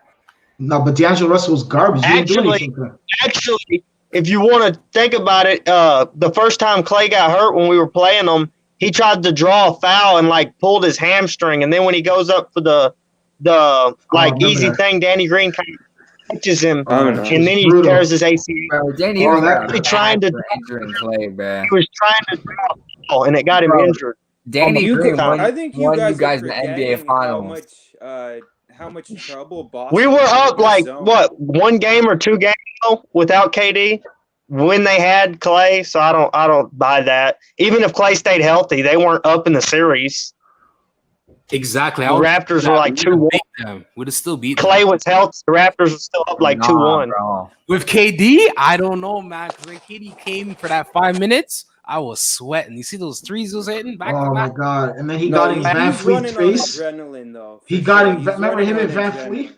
Yeah, he got in Van Fleet's face. I was like, man, that guy was ready to destroy us. He got him and Van Fleet were chirping at each other. I was like, oh man. Anyway, I think, but Yeah. Okay. I still think we'd have won that series even if Clay stays healthy because Yeah. we were up 2-1 with him healthy. Okay. They couldn't stop Fred. He was stopping Curry for at least limiting him. Like you heard it here first. If KD was healthy, if Warriors were healthy, we wouldn't have won that even with Kawhi. I'm sorry. No, if KD was there, but with KD out, I don't think they were going to win even with Clay because we were up 2-1 with Clay. If that's the thought process, why weren't they beating our butts with Clay and Steph? They needed size. No, yeah, I agree. When KD, they didn't have no size. Because Pascal torched Draymond. Foot speed was slow. I would see it go in Game 7 though, because we did beat them twice, and KD one of those times scored 50 points, and we still beat them. So, like, remember that matchup with him and Kawhi Leonard? That was a classic game, bro. People forget about that game because there was. Remember, we didn't have somebody with Kawhi Leonard didn't play, and then there was one game Kawhi played, and Kyle Lowry they were going back game too. I think in the regular season when we KD dropped like 50. Yeah. They would have won 7. Yeah, it would have won 7. I could have seen, but personally, I think if it went 7, if the Warriors were healthy, we could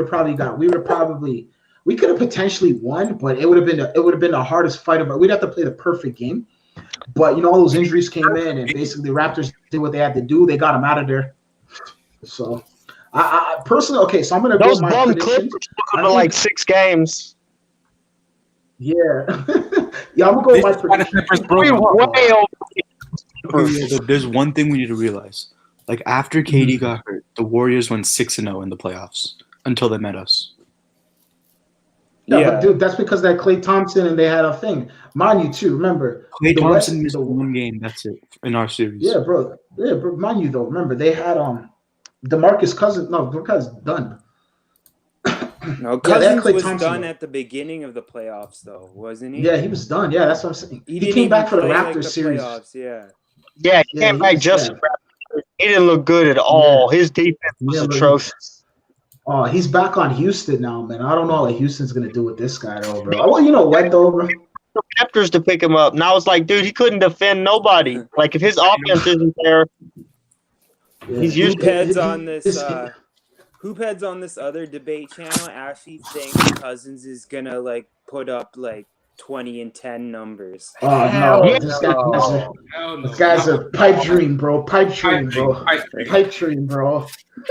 Those are DeMarcus Cousins fans, bro. Those are his fans, bro. I see KD coming back and being better than. No, people weigh names really heavily for some reason. Like they hold these names up there, and it's like because they're delusional. Pipe dream. Pipe dream, bro. It's not happening, bro. Come on, bro. You know the game, bro. Some of these guys, bro. You know, some of these guys are invested in these guys. Some of these guys might have went to college with these guys. They went to the same college. They might be from the same city, the same neighborhood, bro. These guys are trying to, or they might know him, or they made some money off of him. They made one hot bet, and they think in their mind they're gonna get that bet again. But bro, the guy's legs are done, bro. He's shot, man. He's finished, man. Everybody knows that. Chemistry right now with Wall. With who? Who knows what? Yeah, they're two Kentucky boys. Bro, let me tell you something. John Wall's a guy who needs the ball in his hands. Screwed up the Clippers. She screwed up the Clippers. No, but John Wall needs the ball in his hand. So does what's this guy's name over here? James Harden. Bro. So then why did he do the trade? They're the same player. I think they I guess to get the pick. Yeah. True. And maybe but I don't know why. But why they would have gave now? Because overall, Westbrook said he wanted to run a team like he did in OKC. But how is he running Washington with Bradley Beal there? He thinks he's a superstar too, Bradley Beal. Yeah, Bradley, I would argue, is probably better at this point than Westbrook. Yeah, at this point, exactly.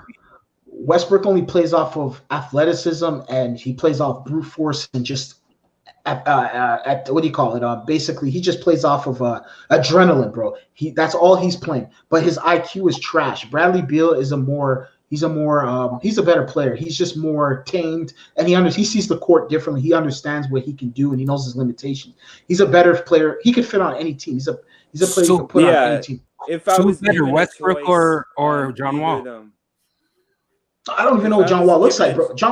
John Wall hasn't played basketball in like 2.5 years, bro. Bro, I don't even know what he looks like. Bro, all I hear is he goes to the club and his face is looking squishy and stuff, and he's drinking a lot. I don't know what's going on. 16 played, I don't think. What was it 2001? I think it's 2016's last time he played, wasn't it? Wow, bro. No, or maybe 17. We all saw. No, it's been at least 2 seasons. We saw, I think it was the 17-18 season in the playoffs. So it's like we saw him as bro. He's not even that guy anymore. He even looks like he got a little bit bigger. Was he that guy though? Like, was he that guy in his prime though?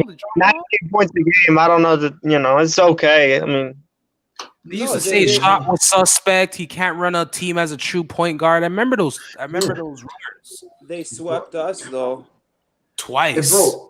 If you ever look at his game, it's all about attacking, like just attacking. Let's like everything is Westbrook. Yeah, like he's just trying to speed. It's like he's trying to outrace everybody down the court, bro. It's like, don't you notice? No, he is definitely like an athletic guard. That's what he was. So Chris Paul. Okay, let's be real. Let's be real though. Who would you guys rather? John Wall? No, not even. John Wall, Westbrook, or keep Van Vliet and Lowry. Like, who's the better guards? Van Vliet. Oh, wait, are we talking about long term or right now? Right now. So okay, well, technically it would be Lowry put up 90 Lowry and Freddie are better. Yeah. Lowry winning way more. Just the charges. The assists, the way he makes, the way he makes bigs, like Mo Bamba and them guys getting paychecks and stuff. Because Powell can set the floor so well. Why do you think Norman Powell averages more points as a starter? Way more points as a starter because he don't have to think. Lowry definitely makes to the basket. Lowry will set him up really good. So you guys, there's a reason Norman Powell has so many more points with the starting five, and it's Kyle. So you believe Kyle Lowry and Fred VanVleet are better backcourt guards? I think they make the team better. Okay. Yeah. Yo, I mean, if you even here, he led us scoring at 19 points.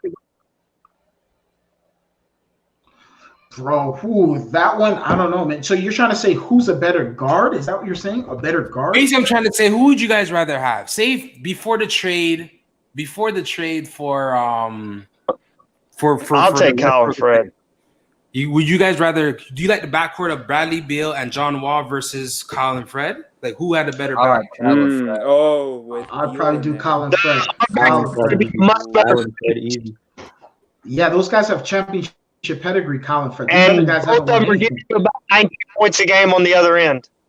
And yeah, they know how to play. Fred had 19 led all of the Raptors scorers. Yeah, these guys want to play with each other. Do they play defense? And he was like third or fourth in the whole NBA. So, not gonna lie, just for this season, I would probably have if Freddie's not running the point, I'd rather have a Beal at shooting guard with Lowry. That's how I yeah. That Bradley Beal and Kyle Lowry. Yeah. Yo, I would have Bradley Beal on my if I could switch Van Fleet for Bradley Beal, I would do it. Van Fleet's too small, man. That's one of his problems. Hey, I'll see y'all later, bro. I gotta go do some stuff. All right, bro. Yeah, bro, for sure. We'll see you next one. YDK. Let me know. Yeah, I'll let you know, bro.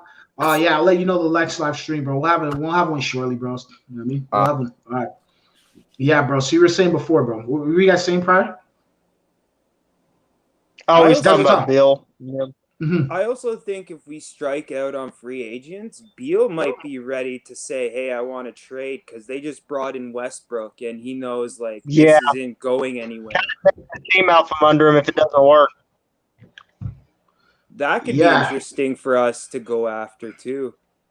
I don't know that I'm that high. Like, I don't know if we – like, how much is Bill making compared to a guy like Fred at the shooting guard position? He makes more. It's going to be a better player. By how much? By how much money? That's true. I think he makes the max. Because here's the thing. Fred is a way better defender. Fred was like third or fourth in steals. That's why we don't play Powell. Future backcourt, if we were to trade, would be Fred VanVleet and Beal. Like that's that what would our backcourt would be, but right? I don't know that makes you a champ. I mean, it makes you maybe a contender. With Siakam and OG? Yeah. It probably would then, but to get Beal, you'd have to get somebody up, wouldn't you? Hey, what do you think's going to happen to Terrence Davis? It depends on his court case. 100% depends on his court case. Yeah, I hope he stays, man. He's so talented. But you guys act well, if he's innocent, I don't see why we'd get rid of him, or if he gets off. I could even see a world where the Raptors still keep him. They let his suspension ride as long as he doesn't go to prison. Make him do whatever, if it's community hours or whatever he has to do regarding. Yeah, I could see them as long as he trying to hold on to punishment.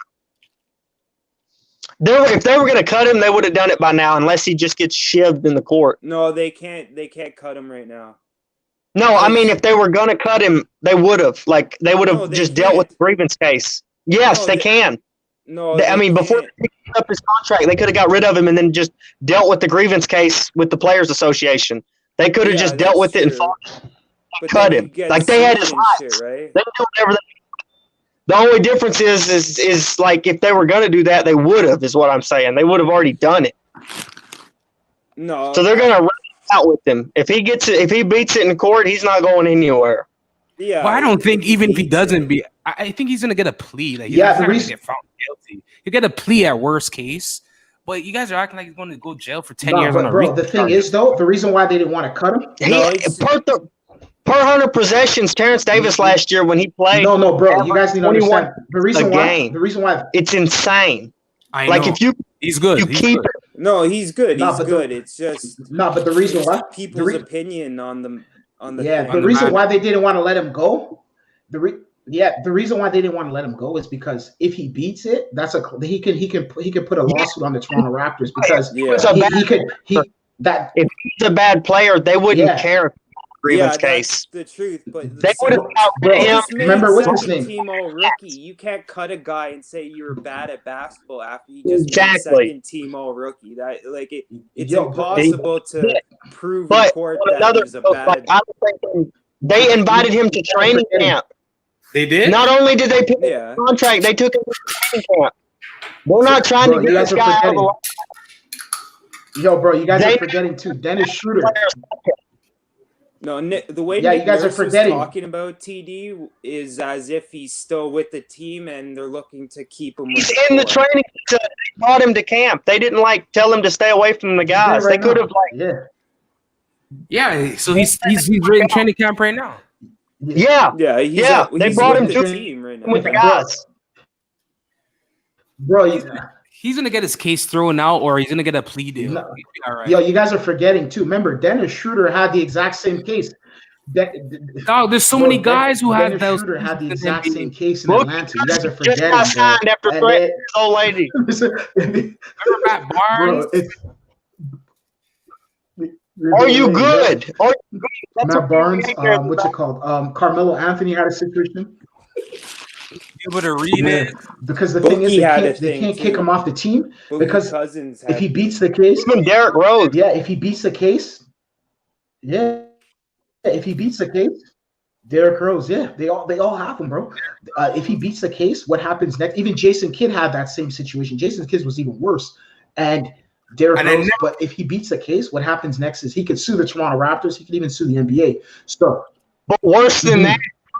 So they're like, it's cheaper to keep him. They're like, in their mindset. Worse than that, if he beats the case and we had cut him, we lose a very talented player to another team. Facts. Hey, yo, TD has a lot of potential. Exactly. And then also, people need to realize too. The last thing I want to see is Terrence Davis end up on the freaking Bucks, Miami Heat, Lakers, something like that. No, you reminds me of Terrence Davis. Like a little Jimmy Butler.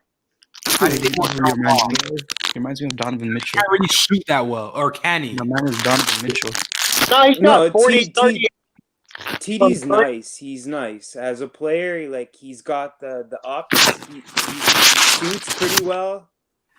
He plays on defense. So like, well, the team got along with him was my thing. Like I never heard anything throughout the season of him fighting with any of the teammates or anything. But the coach played him in the playoffs that much, especially in the Boston series. Yeah, but Matt Thomas didn't get any play. Chris Boucher, we played freaking 40 plus minutes. I know. No, we shortened our lineup because they were taking advantage of him. He tends to foul if he's not in the right position.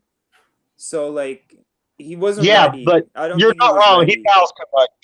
But I mean, for the production he gives you in the regular season for $1.5 million, it's literally insane. They said point guard is the hardest position to learn. So if you're a rookie coming out playing point guard, think about this: Malachi Flynn will be making more money this year than Terrence Davis. Wow, because he was drafted, undrafted. He was first round $5 million. Wow. No, but Malachi Flynn's nice though. It's not even that Terrence Davis is good; it's that he's great and he's on like pennies for the dollar. But is the guy Malachi? Is he good? Like anybody seen some highlight tapes? Like is he really? Yeah, I've seen it. He looks nice and he looks clutch. He looks clutch as hell. Who does your one buzzer beater? He shoots over. He reminds me of Seth Curry, that can play a little defense. Oh yeah, not Steph, but Seth. He dribbles and moves kind of like Seth Curry. No, but his pick and roll game is where he excels. He was the best pick and roller of the whole draft. Yeah, he was way up there in the percentile for all the pick and roll. For the shooting off the dribble, all of it. Passing with the left, the right hand, he was way up there in percentile for the pick and roll. He can finish at the basket too, like Kyle Lowry. Yeah, he has a high ball. Like butt shoves where like Kyle Lowry like shoves the guy out of the way a bit to get space. He's got that already. One thing that he has coming out that Fred and Kyle didn't have is he's got a better floater coming out of college. Yeah, his floater looks nice too. Yeah, true. Even Fred doesn't have the best floater. But why did the Raptors pick him up if we already have Fred, TD, and Lowry? Point guard. We played Lowry too many minutes. We tried to use the backup, the Patrick McCaw as the backup point guard, and I didn't like them lineups because we had Fred at the 2 and Kyle at the 1, and Powell's not going to be playing no backup point guard. Terrence Davis can't really play backup point guard. He's more of a backup shooting guard. Yeah.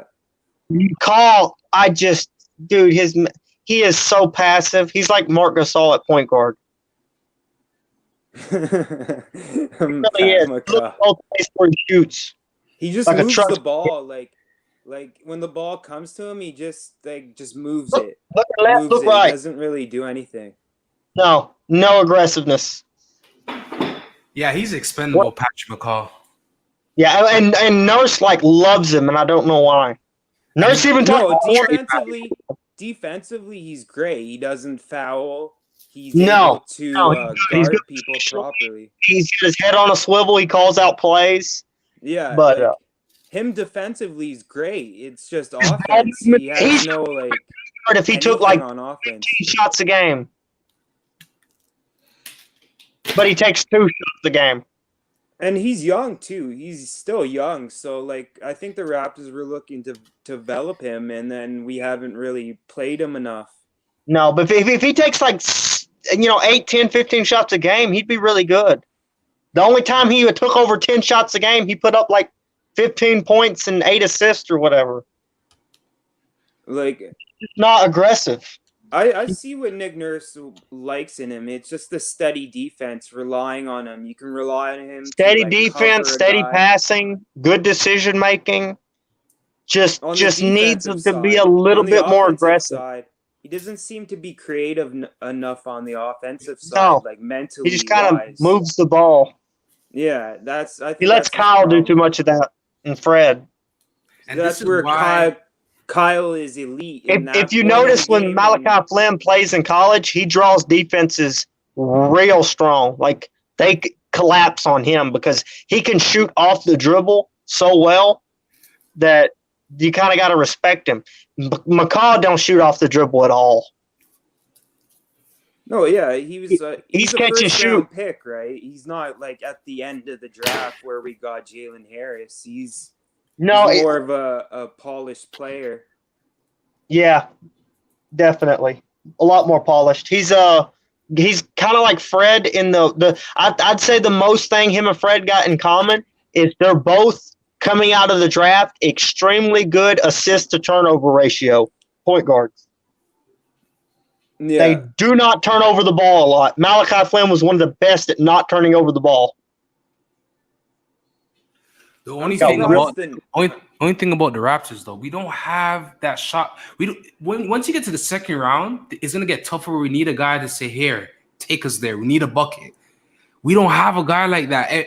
We have Larry and VanVleet, but if they don't get their shot off, that's it. They're gonna trap the lane, zone the lane. So if they're gonna go in there, they're gonna get blocked. That's the only reason I don't like that we don't have a guy who can create like that. And OG, he's not that guy. He doesn't have the handles and the shot. He had a little shot. I'm not OG to create. I would ask Norman Powell to do that. Exactly, but Norman Powell doesn't start. Norman Powell was elite last year at creating his own shot. He was. The only thing is like if he's not next to Kyle in the starting lineup, he's not near as good. Kyle makes it where he don't have to make any decisions. All he's got to do is shoot the ball or drive to the basket. No, so the thing with Powell is on the defensive side, he kind of like has hiccups where he gets out of position. He loses concentration. That's why Nurse doesn't want to start him because he'd be facing more of the elite. Powell is simply not as good as Fred defensively. And here's something I want to think. Everybody talks about how we got a small backcourt. We held Kemba Walker to 8 points. I know. And we still lost. I think we still lost that game. But that's Marc Gasol shot like 18 or 13% from three. Marc Gasol didn't hit a three until game 7. I know. Bro, there's reports coming out that James Harden doesn't show up to the Rockets workouts. So he wants to get a trade out. Yeah, that's what's being reported. Oh, jeez. It's still early, man. They're in trouble, man. They're in trouble. Yeah, that's what they're saying right now. It's being saying he didn't show up, and it says he didn't. It reports he didn't attend the Rockets' individual workouts on Thursday. They haven't seen him. Ghosted him. Oh, they're saying that they're giving Harden space because he's obviously mad that he traded Westbrook because he's the same player as Wall. Like, what's the point of that? I get it. But I heard supposedly he didn't want to play with Westbrook. I think, bro, at the end of the day, I think the common denominator is James Harden. Exactly. Because, bro, if you look at it, bro, I heard one of these guys, these anchors saying it on at Fox Sports. He was saying, if you look at it, he had Dwight Howard. He didn't want to play with him. He started having issues with him. Then he had Kevin McHale as the coach. He had issues with Kevin McHale. He got him fired. Then he had end up in the Kyrie boat of just pissing people off. Bro. That's not gonna lie, bro. I could see both Golden State probably going after this and the Nets. Bro, I don't know. I still don't see Golden State and him and Curry. I don't see that. Honestly, personally, if I was the Rockets, I would try to trade him. Him and Curry is not going to work. Yeah, it's not going to work. And not unless you put the only way it works is if you get you make Harden like the secondary ball handler, like shooting guard. Did you guys hear the tape of him talking to Curry? Oh, really? What did he say? He's like, I want to play in a system like yours. Harden said to Curry.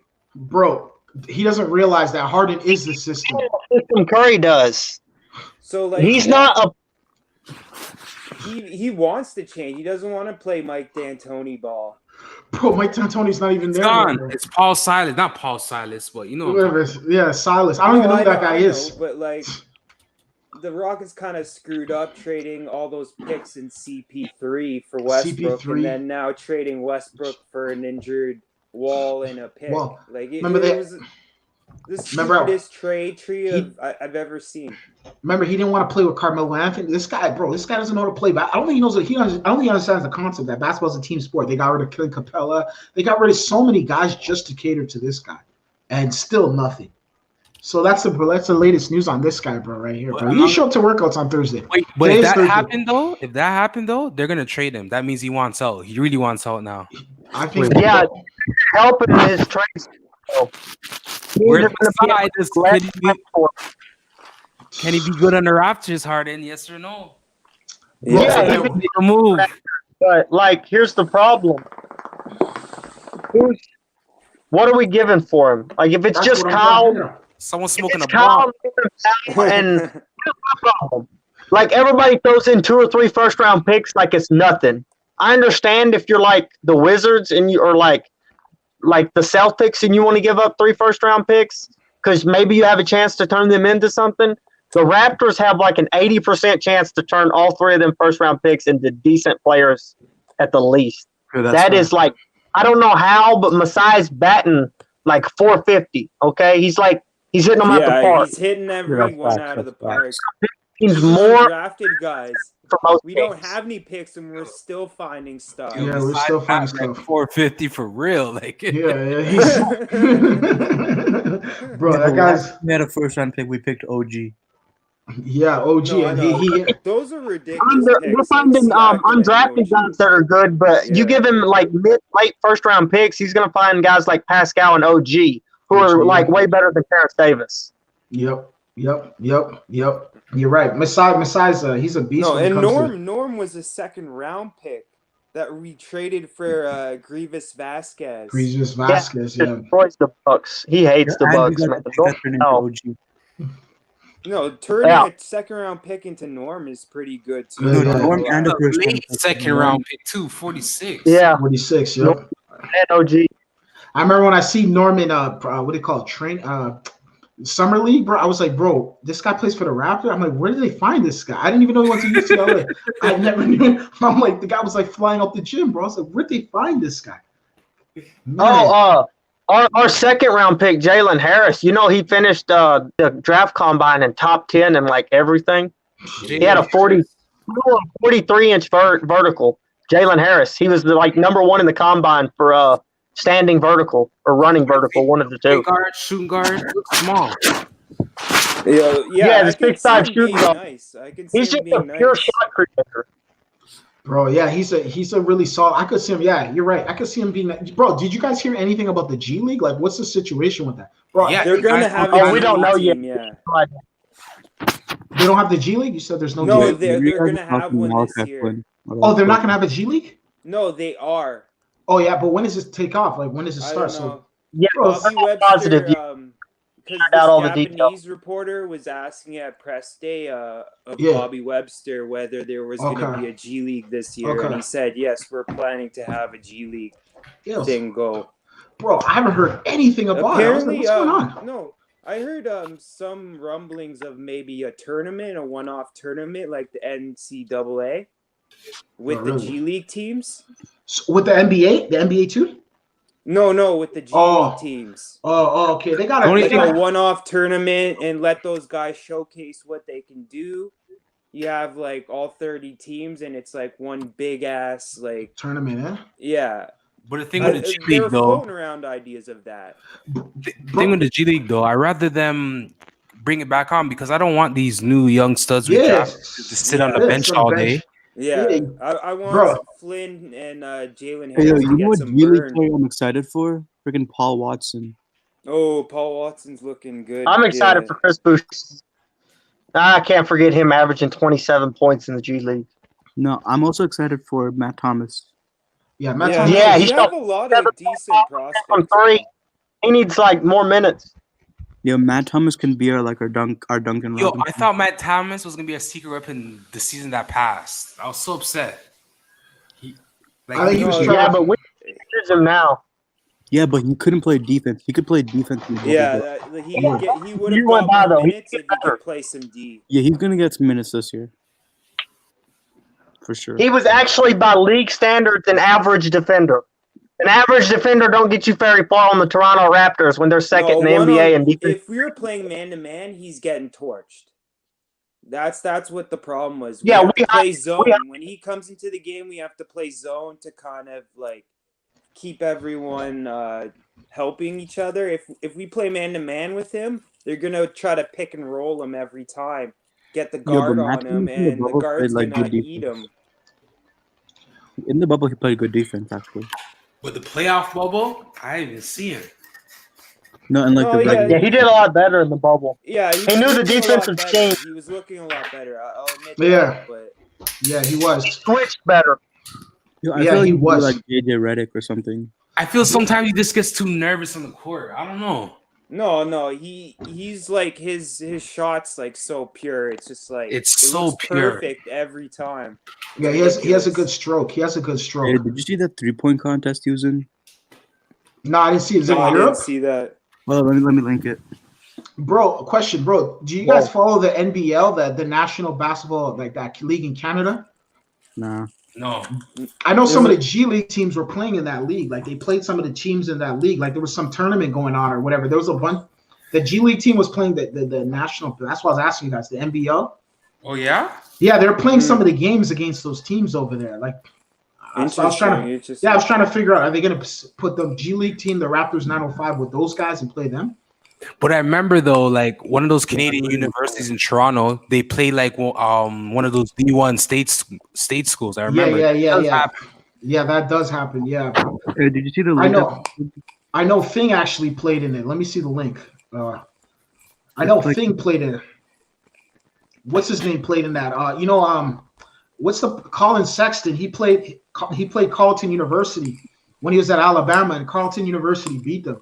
That school in Ottawa. Oh, you're talking about our university. Carleton University? Yeah, Carleton University played Alabama, the University of Alabama, in a game, and that Carleton University beat them. Where? I know in Ottawa. They played in Ottawa. Is in it Ottawa, in Ryerson Canada? in that league too? Yeah, Ryerson's in that league. York's in that league. There's a bunch of those universities in that league. I know even Memphis played Carleton University and lost to them. Carleton University is pretty good. McGill has a team too, I think. Carleton had some guys that tried out for the Raptors or whatever, but I don't know Carleton how that has some translates. guys who played for Team Canada. Team Canada. And on their team. Yeah, bro, they got some players. No, it's just the coach they have there. He's like crazy, and they have crazy defensive schemes on that team, bro. Like crazy defensive schemes. You should take a look at them when you get a chance. Yo, did we sign any undrafted free agents? Yeah. So their defensive mindset. Yeah. Did we get any free agents undrafted? No, we have a couple. We have a bunch of guys like coming into camp. This don't we have that Japanese guy? Yeah. Bro, who's this Japanese guy? Which Japanese guy? Yeah, I don't know who he is. Who is he? Like Yuta Watanabe. Like this guy. I haven't seen tape on him yet, but yeah, I just know he's Japanese. Say another. Like what position? Are you talking about the guy we signed to the Exhibit 10 contract? Yeah. That's Yuta Watanabe. Where did he play? Like, where did he play? He played D1 I think he played some in like a Euro League. Oh. And he played for the Memphis Grizzlies G League team last year. Oh, I never. Utah won it. Okay, I see him. 1994. I'm not too familiar with this guy, but yeah, he's not really known. His defense is suspect. His defense is suspect? Yeah, but he's a good passer, a decent stretch big, I guess. I think I want to say he's got decent from three, but I think they said his defense was the suspect part in his player profile. Is that what they're saying, bro? Why are they show? Okay, there he is. Okay, is he gonna make the team, or is he gonna be like a G League player for the Raptors? Out for the team, and he's probably gonna get cut. He's gonna get cut. No, but did you hear we're allowed 2 more people because of COVID? Yeah. So we actually have 2 more spots. Jalen Harris, O'Shea Brissett, or Paul Watson. Jalen Harris. I mean, that's probably going to be Paul Watson and Jalen Harris, and then O'Shea Brissett will probably end up being the 15th man, and then the 16th and 17th man on the 2-way contracts will probably be Paul Watson and Jalen Harris, our second round. This guy played D1, bro. He's an NCAA player, bro. He went to school in Connecticut, bro. The Japanese guy. He went to high school in Connecticut. What about it? Yeah, he went to school. He went to George Washington University. So this guy. He played in the Atlantic 10. Okay. So this guy's like, he's just a guy I guess he's a journeyman basically. I thought he was pretty much. Japan. Yeah. Yeah, it seems like he's a journeyman because he's been Probably going to get beat out by Paul Watson and Jalen Harris. We got that other guy coming to camp too, that big white center that we traded, Justin Anderson. Henry Ellison, I don't see that happening either because he can't play defense. He's a 6'10" dude who can't play power forward or center. What's his name? He's Justin like a small Anderson? forward. No, Ellison. We traded Justin. Oh. Yeah, Ellison. Yeah, we traded Justin Anderson. Yeah, he's a to the shooter. Nets He's a for pure him. scorer. He can't play the power forward or the center position defensively. He's too slow on the perimeter, and he gets bodied under the basket. Bro, what's his name? What's this guy's name? I don't even Henry see him. Ellison. 21 Henry points in our Ellison? junior for the 905. Oh, okay. I see. He But was he drafted can't- high by Detroit. Detroit drafted him pretty high. Bro, I've On seen that- this guy before, bro. This guy's young too, bro. Yeah. He's very good, and he got exposed. Bro, this guy was an All-American, bro. Yeah, he was like way high for the Pistons, but they cut him. Yeah, bro, he was a high school All-American. Most on the roster. He only averaged 5-6 points in the NBA. Oh my god, bro, he was drafted in the first round at number 8. Yeah. Oh, this guy's a Detroit boss. drafted him high, yeah. Oh, he's a boss, man. Yeah, He lost a whole bunch of weight when he lost like 20 pounds, though, like 10 pounds, something, 10, 20 pounds. We're picking Bro. up everyone's like high draft picks because Alex Lynn was a 5th round pick too. I know. Or I know. 5th Bro, overall. Stanley pick. Johnson went 8th or something. Yeah, But, bro, let me we're tell you- just picking up everyone's. Let me tell you something about failed Henry development Ellison, though. things. Henry Ellison is only 23 years old, bro. Yeah, This guy, he's young. he's young, bro. He could be a project. Like, he could be a guy if we've sent him D-League and worked Yeah, on him he's in a really- year or two, he could be a guy on the roster. Stanley Ellison's Johnson is only He has 24. longest, but he's the youngest of the whole bunch we brought in. Yeah, he's only No, 23, Stanley Johnson bro. is only 24. Did you guys know that? No, who, Stanley Johnson? Yeah, he's 24. No, Stanley Johnson's a bust Yeah. too, bro. He's a Yeah, bust. McCaw's pretty young too. He's not. McCaw's 25. Trade McCaw, bro. Get Yeah, McCaw. 25. Get him out of here. Get McCall out McCall's of here. a champ. Put some respect. Bro, I hate McCaw. I hate No, McCaw. Bro, he I doesn't do- do anything. He gets way too many minutes, bro. We're And looking he to gets develop injured. these He's always guys, injured. right? It's not. Yo, like- he's Hey, the only person for that's in Nick this- Nurse trying to make McCall a 5-time NBA champion, okay? Trying to put this man in GOAT McCall. status. non-factor though. the Robert Horry of Non-factor. the 2000s. Nick Nurse, I know you're the lucky charm. 20s. That is, we didn't have you and we lost. Bro, the problem with Matt McCall is he's never, like, he's always Hey, injured. hey, say whatever you want. While Pat McCall was playing, we went to the highest franchise winning percentage ever in Raptors history. We lose him, makes it in the playoffs. Bro, is he still on the roster, though? He's still on the roster? He makes everybody else better, it seems. Is he still on the roster? I hate to screw Patrick McCall, though, in the reality. Oh, he's still on the roster. He's still on the Raptors. Yeah. Oh, yeah, we still have Patrick McCall. All right. Well, yo, if he's okay, listen, we need as much manpower as he can. If he could play, then so be it. Who's Raptors signed Brissett? Who's Brissett, bro? The guy from Toronto. Oh, they signed the guy from Toronto? O'Shea Brissett. Yo, we need to trade Patrick McCaw. Yeah. He's expected to be the 15th man, O'Shea is. He's expected to beat out Henry Ellison and them guys for Yo, the. why did we cut Dewan instead of O'Shea? O'Shea Brissett, is he good, bro? Like, some of these guys, you don't even see them, bro. Like, I don't Why even, do we cut Dewan? I don't get that. like, this is news to me. He's from Toronto? Wait, who? O'Shea Brissett. Yeah, he's I'm from just not Toronto. Dewan. Who? Dewan? Who's that? Dewan Hernandez. Yeah, They Oh, waived no, it. we they released waived- him. Yeah, Release it. He's injured. He's injured right now. They can't do anything with him, bro. Yo, we need to trade Patrick McCaw. Like, whoever's dumb enough to trade for him, take him. Yo, he's the only guy listed as a small forward 2 guy playing the point. Like Wait, who? Patrick McCall. Bro, trade him. He sucks. Bro, O'Shea Brissett, bro. I never heard of this guy, bro. No, Toronto. O'Shea's decent. Yeah, he Team like- played in that Boston game, the one after Christmas. Yeah, Played really good in that Boston game that we won in Boston yeah. after Christmas when we were shorthanded. So like he was like a better Ronde kinda. Okay. And he can hit the three a bit. He can actually shoot the three and not like look like Rondé, where he was like. Okay. The only reason why I heard of Brissett is because my mom works with his aunt. And his aunt used to always big him up. And my mom was like, yo, look for O'Shea Brissett Ramen. Who the hell is this guy? Look, he's there. He's on the bench. He just gets no PT. Yeah, I only know him because of No, his he vlog. like we signed him. He's Canadian, yeah.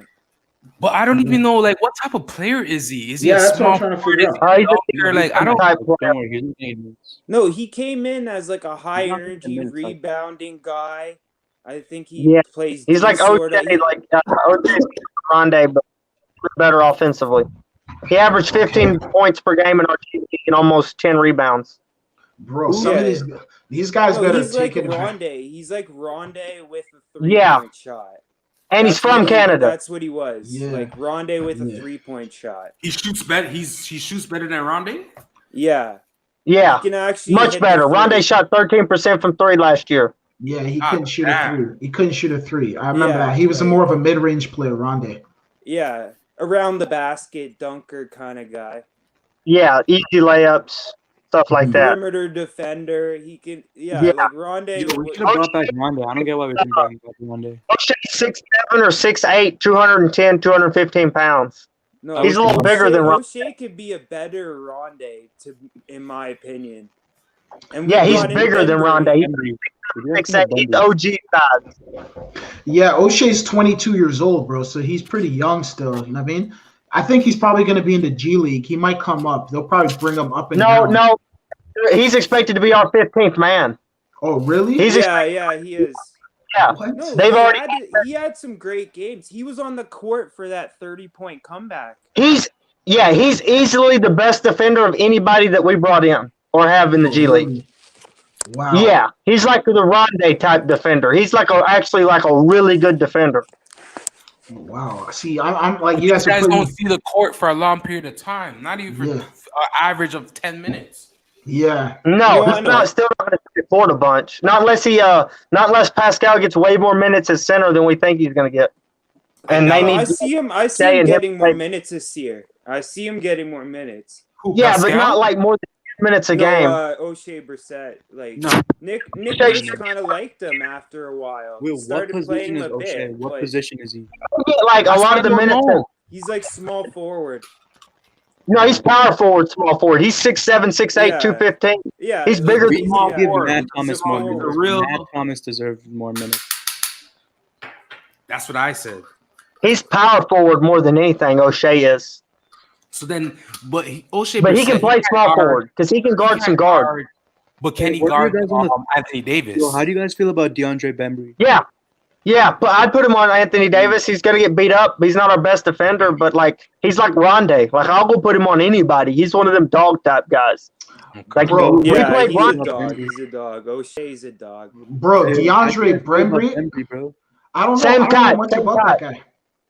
DeAndre Bembry's defensive, the same as O'Shea Brissett, same type, except O'Shea's offensive game's better, quite a bit better. They're trying to find a guy that can rebound, shoot the three, and defend at that position. That's who they're looking for. They're looking for one guy to put it all together. A Buckle replacement. Yeah. Bro, I got a question. Continue. Sorry, continue. They want someone to look like OG, but now OG's gonna have more responsibility on offense, and his game's gonna evolve. But they want to O'Shea can fill that role pretty well. 6'7", 6'8", 15. He's a good defender. He's better offensively than Rondé is, so he's not going to distort your offense completely. Bro, he's a better What do you guys think about Malcolm Miller, bro? He's gone. That guy. No, he's still on the team. He's already, he's gone. Yeah. He last played for the Raptors. Malcolm Miller was supposed to be like a 3-and-D guy. Was supposed to be that guy that we're now trying O'Shea and Bembry at. I think we need to make Paul Watson that guy, not O'Shea. No, Paul Watson's pretty nice. It's like O'Shea Brissett is expected to be our 15th man with Paul Watson and Jalen Harris as the two-way guys. That's who these guys we brought in. Yeah, that's with probably how it's going to all these guys we brought in, Henry Ellison, they'll be competing with Paul Watson and Jalen Harris for the two-way contracts. It's already expected that O'Shaver sets the 15-man because we already signed him to a multi-year deal. Oh, really? What's the contract like? What is it, 2 years? It's a rookie thing. Wow. Yo, Stanley Johnson's still on the roster. Yeah, Stanley Johnson opted into his player option this year. Yeah, Stanley opted into his contract. He'll be on the team. Bro, I saw like 2 good games out of Stanley Johnson, and that was it, bro. Stanley Johnson. Game winner. Bro, there was a game. Stanley. Against Philly, he worked Philly pretty good. Oh, in the bubble. He hit the game winner on the 76ers. That's about he had it. 25 points. He shot decent. I'll never forget that YouTube channels used the Kawhi thing where he hit the 76ers shot and was squatting, and they put Stanley Johnson's face on Kawhi's. It was hilarious. Yeah, bro. That guy's living off that one game, bro. Because, the whole entire season, bro, he sat on the bench, bro. Even Nick Nurse blasted him at the beginning of preseason last year, saying, bro, I need more from this guy. Point guard, and that's when he went and had them 2 good games. Was both times we played him at point guard, and he was the ball handler. He went off on the 76ers. I see Stanley more as a small forward, not going to lie. Handling small forward. Bro, he played a big old point guard both the games. He had good games. He was the main ball handler. Stanley Johnson's an underachiever, bro. He's playing that guard position, but he could play like a LeBron type of small forward where he can be ball dominant at times. Stanley Johnson is a great defender, but his offensive game is it's inconsistent to say the least. Bro, he was in high school. In high school, he was a top 5 player in America, bro. He was a McDonald's All-American, bro. Covers the Raptors say that he thought that Stanley Johnson could replace OG's role. Who said that?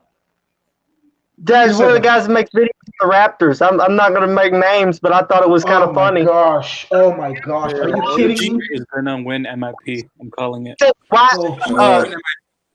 He shouldn't worry about extending Stanley. Stanley Johnson can do that type of role. Oh my god! OG's our best perimeter defender. OG's probably our best defender. Period. Probably. What is that guy talking about, bro? OG's way better defender, and he's way more consistent when he does spot up from 3. You could say in theory Stanley does the same thing OG does. It's just that OG does it way more consistently. OG's way bigger, and he has his wingspan is way more than Stanley. I'm pretty sure. Yeah, he's not way bigger, but his wingspan is bigger. No, his not bigger height, but wingspan, yeah. Well, Stanley Johnson. OG's got that freakish wingspan. He can't handle the ball like that. He doesn't have the handle. No, bro. I'm sorry. Listen, Stanley Johnson. OG is the opposite. OG's stone cold. Let's not disrespect OG Anunoby. Stanley Johnson is an underachiever, bro. This guy was a McDonald's All-American, a 5-star recruit. Stanley he was with expectations. Detroit, right? No one is saying Stanley is good. Detroit blew a lot of high picks. For this Stanley Johnson's just their role model for that era of how to blow picks. Dude, a McDonald's. This guy could have went if there was the NBA at a high school. If he could have entered the draft at a high school, he would have been drafted out of high school, bro.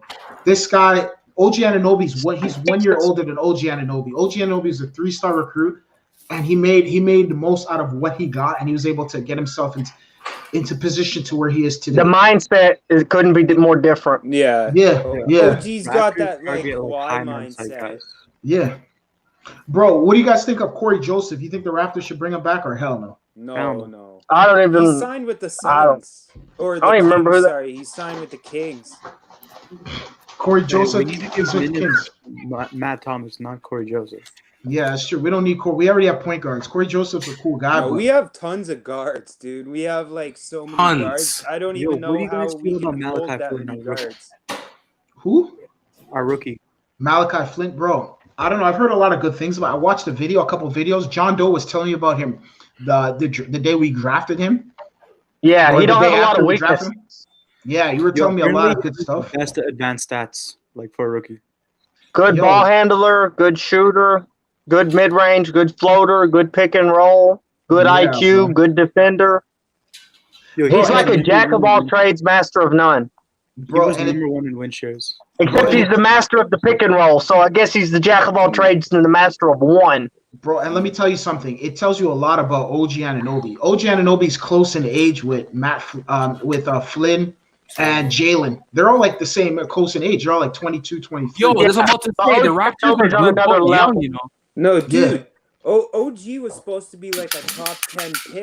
He just turned 23 like less than a month ago, right? Yeah. The Raptors are young. The Raptors are very young. Like the only old guys. Our two oldest players we just let go.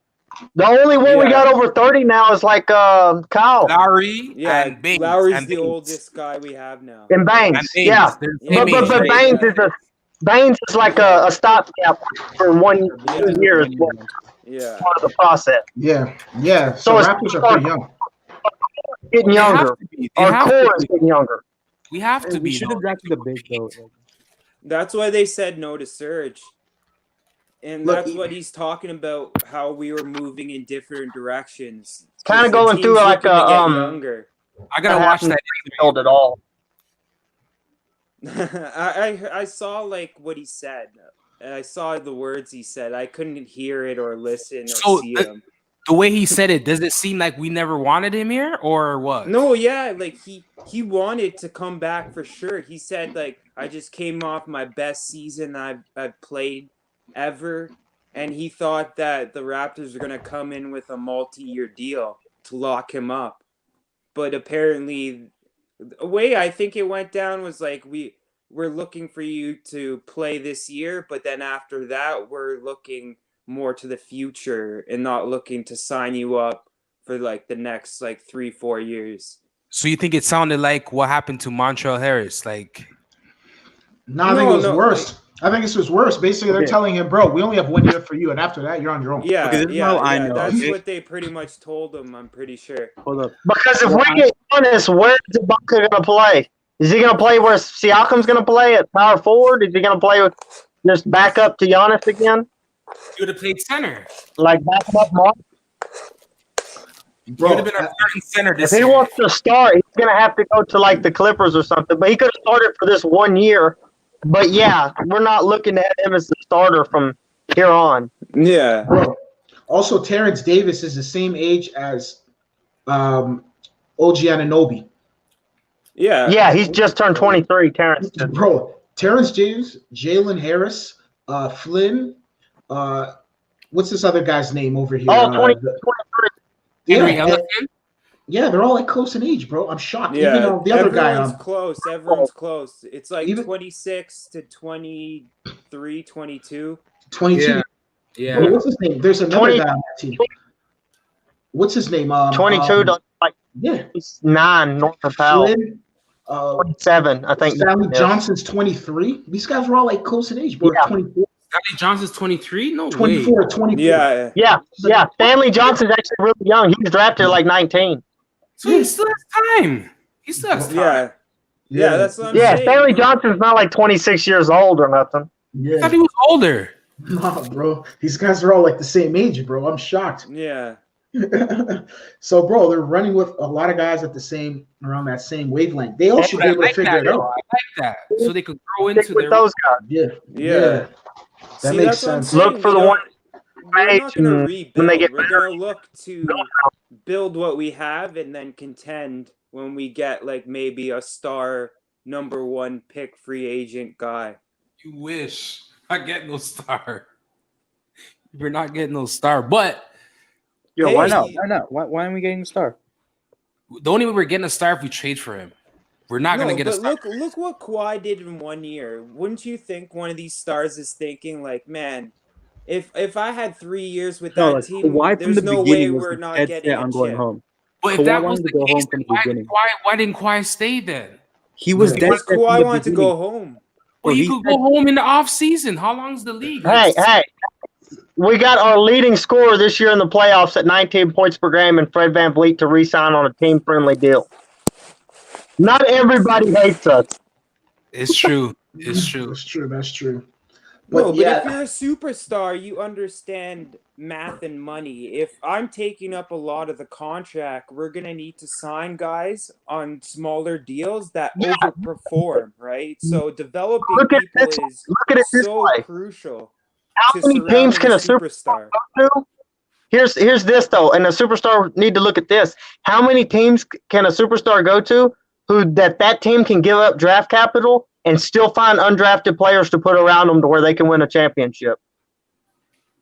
That's the truth. That's the truth right there. Like, to be honest. See, we're going to wait for the free agency of 2021 and hope that we get a max contract guy. But if we don't, we will still extend OG, have OG, Fred, Pascal, and we'll have all these young guys like Malachi Flynn and draft picks, and we'll ship some of them to get a star if we can't get one in 2021. Yeah, that's true.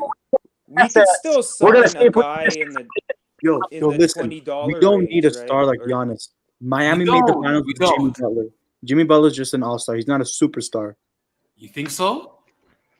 You just need a team that fits, and our team had center problems and Gasol not scoring very well, and power forward problems with Siakam not working out in his condo in Toronto for 3 months, just really falling flat. If Siakam just played normally, we would have made the finals. Yeah, we would. Yeah, that's true. Probably. So I don't think we should freak out. We should try to use our money to get a guy in 2021, and then if that don't work, then you got guys like the Jalen Harrises and the Malachi Flynn's who maybe just like shows potential, and you can like the Terrence Davises if they're still on the team, and you can ship them with a couple pieces, and that way when those guys show out, you can ship them and still keep your core of Fred and Pascal without having to give up a bit of older guys, got more experience but aren't over the hill. If we can't sign anyone, we're gonna look to trade for a superstar. We gotta add to this core right now. We don't need a superstar. For nothing. We just need a good core. We don't need a superstar. We need to, like, if we could we strike out in the Kawhi and free agency of 2021, be like Rudy Gobert in the center. That's not bad, but like, yeah, that doesn't make us like complete favorites. Exactly. And then you go and you make a small trade for like because you got to think these young guys like Malachi Flynn and Terrence Davis, they're going to show themselves to be really good if they're still on the team and they keep developing. And then that's what I'm hoping. We have guys we trade leadership while we're keeping our guys like OG and our guys like Pascal and our guys like Fred, and then we can put a superstar with them. You know who the Raptors? If we make a trade, we have to take Fred or Kyle or Pascal or Norman. You know who the Raptors should have overpaid? I think we should have overpaid for the guy who went to Atlanta. The guy who came from Sacramento. Bogdan? Yes. Bogdanovich. Get a good He's not a defender, though. He's not a defender. Cap space on Bogdan. That's not an upgrade over Fred or Norm, though. You don't think so? No. Fred's better than... Not defensive. No, because I heard them talking about how they was going to hide him on the defense in Milwaukee. But what was our problem? This year, wasn't it scoring? Then we need more scorers, or more it was scoring because Gasol didn't hit a three until Game 7, and Pascal was bad. You'd hope that's solved with getting another center and getting Pascal back in shape. But Fred was not bad. They make it out. Fred missed the Game 7 shot that was like real close, but a lot of people don't know Nick Nurse called a hammer play, and the Celtics sniffed it out. So there was no pass to be made. So Fred just kind of jacked up a three. But Fred led us in scoring with 19 points per game and was one of our best defenders. They held Kemba to 8 points. Even Tatum. Like, I never felt through that series like, oh, no, Jason Tatum has swung the series. I felt like, damn, Marcus Smart, would you quit hitting shots you shouldn't be able to make? That's what I felt. I agree.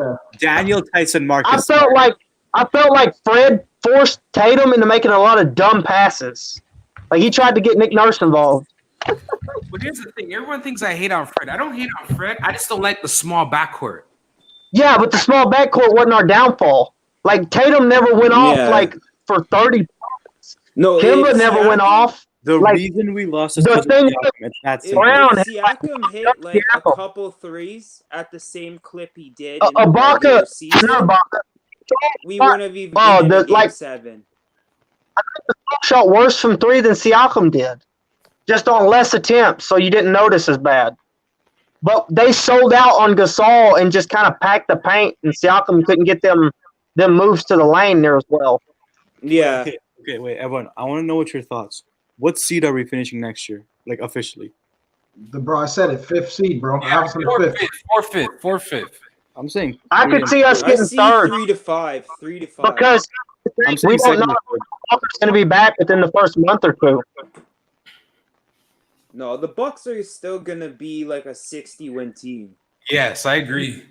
Yeah, Well, but we don't. this the season with the Celtics 72 games, but like They you know what I mean. Hayward, and In they the might not have same- for a while. You know the Bucks remind me of back in the day? Which team? The same team their coach came from. What team was that again? Yes. Remember that Hawks? 60-win team? Remember that Hawks when they're going through their run? Yeah. That's who the Bucks remind me of. They're a regular season team, but playoffs, you don't have to worry about them. Yo, apparently Bud the Bucks can't make almost hired Nick adjustments. Nurse before us. This Casey can't make adjustments. Bud can't make I've seen Bud adjustments. sit on the Doc sideline doing Rivers nothing. didn't make adjustments. These are building coaches, but they're not playoff take you to the top of the mountain coaches. Yo, do you guys think Nick? Yeah, Nurse if is a you good want to see how close the Raptors Celtics series was, get on YouTube and look up Nick Nurse versus the Celtics coach, whatever his name was, defensive chess match. It was insane.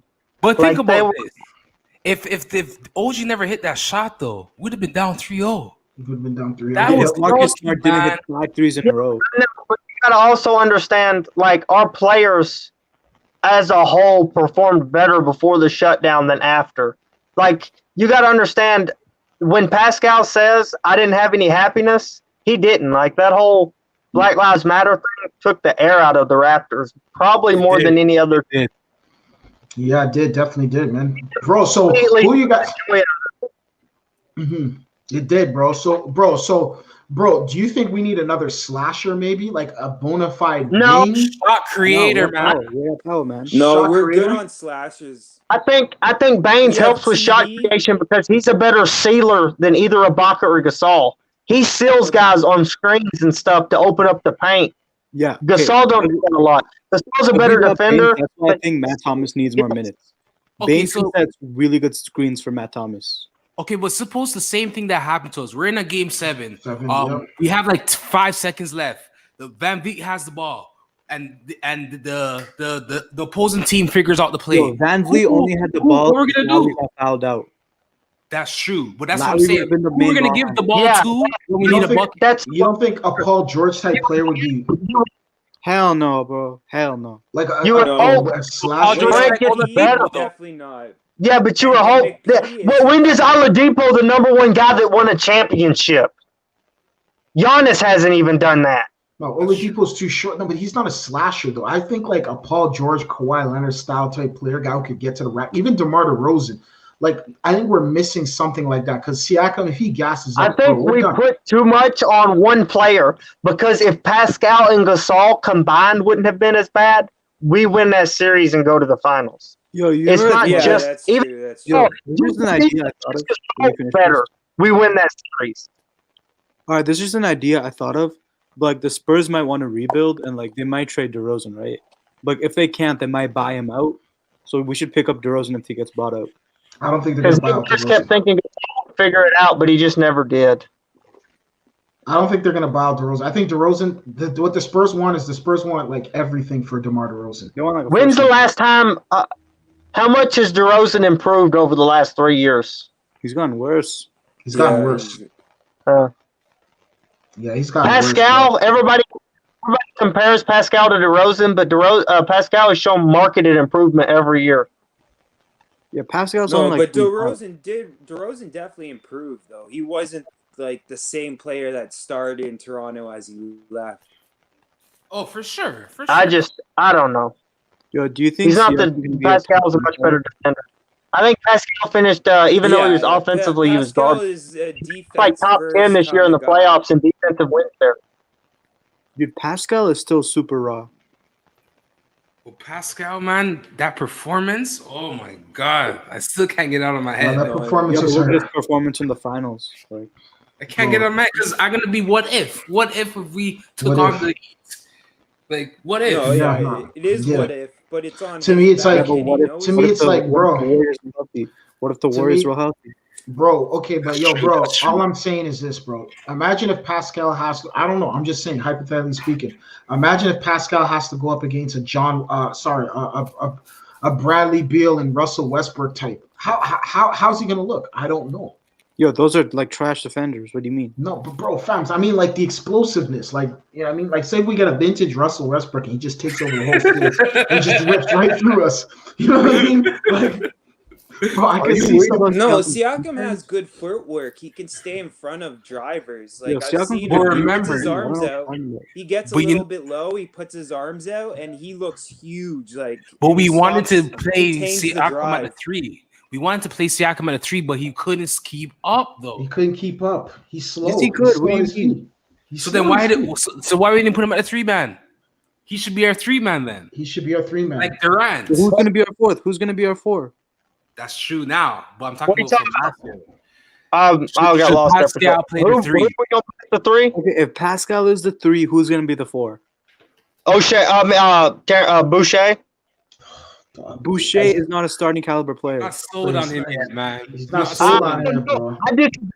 I actually disagree with that. If Boucher's healthy, I disagree with that.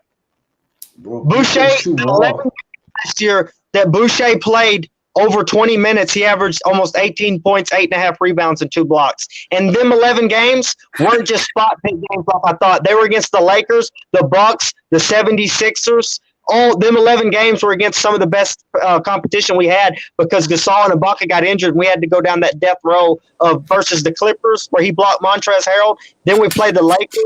Then we played the 76ers. No, I know. And then we played but that's 11 games. That's good. 11 I know games. that's 11 games. Just like everyone talks about the bubble. The bubble's only 8 games. Right. And in the bubble against the Bucks, he put up 25 and 11. He I can don't get think Boucher's that victimized. bad. I think he could be a good starter. Well, we're gonna have no choice but to find out this year. Yeah, Get that's victimized by bigger centers, right? That's the problem.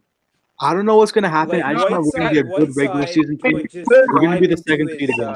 Chest and kind of like get to the basket easy. Yeah, he's not a center. Push him off. You But can listen to push this. him off, right? He's not as thin as he was 5, 6, 7 months ago. When he come into he looks a bit muscular, more that, muscular. he's Definitely. 200. But to me, his shot is so unorthodox. Like, Bro, he's Yeah, too the raw, catapult. man. He's too raw, man. I just don't Bro, see you it. know who's too raw? Siakam. Unorthodox that shot is. He's got a longer wingspan than Giannis does. Yeah.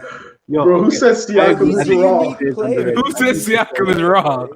Siakam's not bad not still, raw. but like he has to refine his skills a bit. But he's not raw, man. He's not raw. Boucher's Boucher, raw. I don't Boucher is like raw, but he's also athletic, like a freak. He's got Yeah, for sure. Yeah, but like Boucher is like 28. Yeah, he's I getting. don't care. No, I know he's still useful. That's fine. He can still play. He can still He's play. athletic. Yeah, I don't put the thing on the age because last year he was good. Like, and he's already showed he didn't start playing until he was 19 years old, even later than Pascal. Jeez. Yeah, but Yeah. the one player I think will contribute next year is Paul Watson.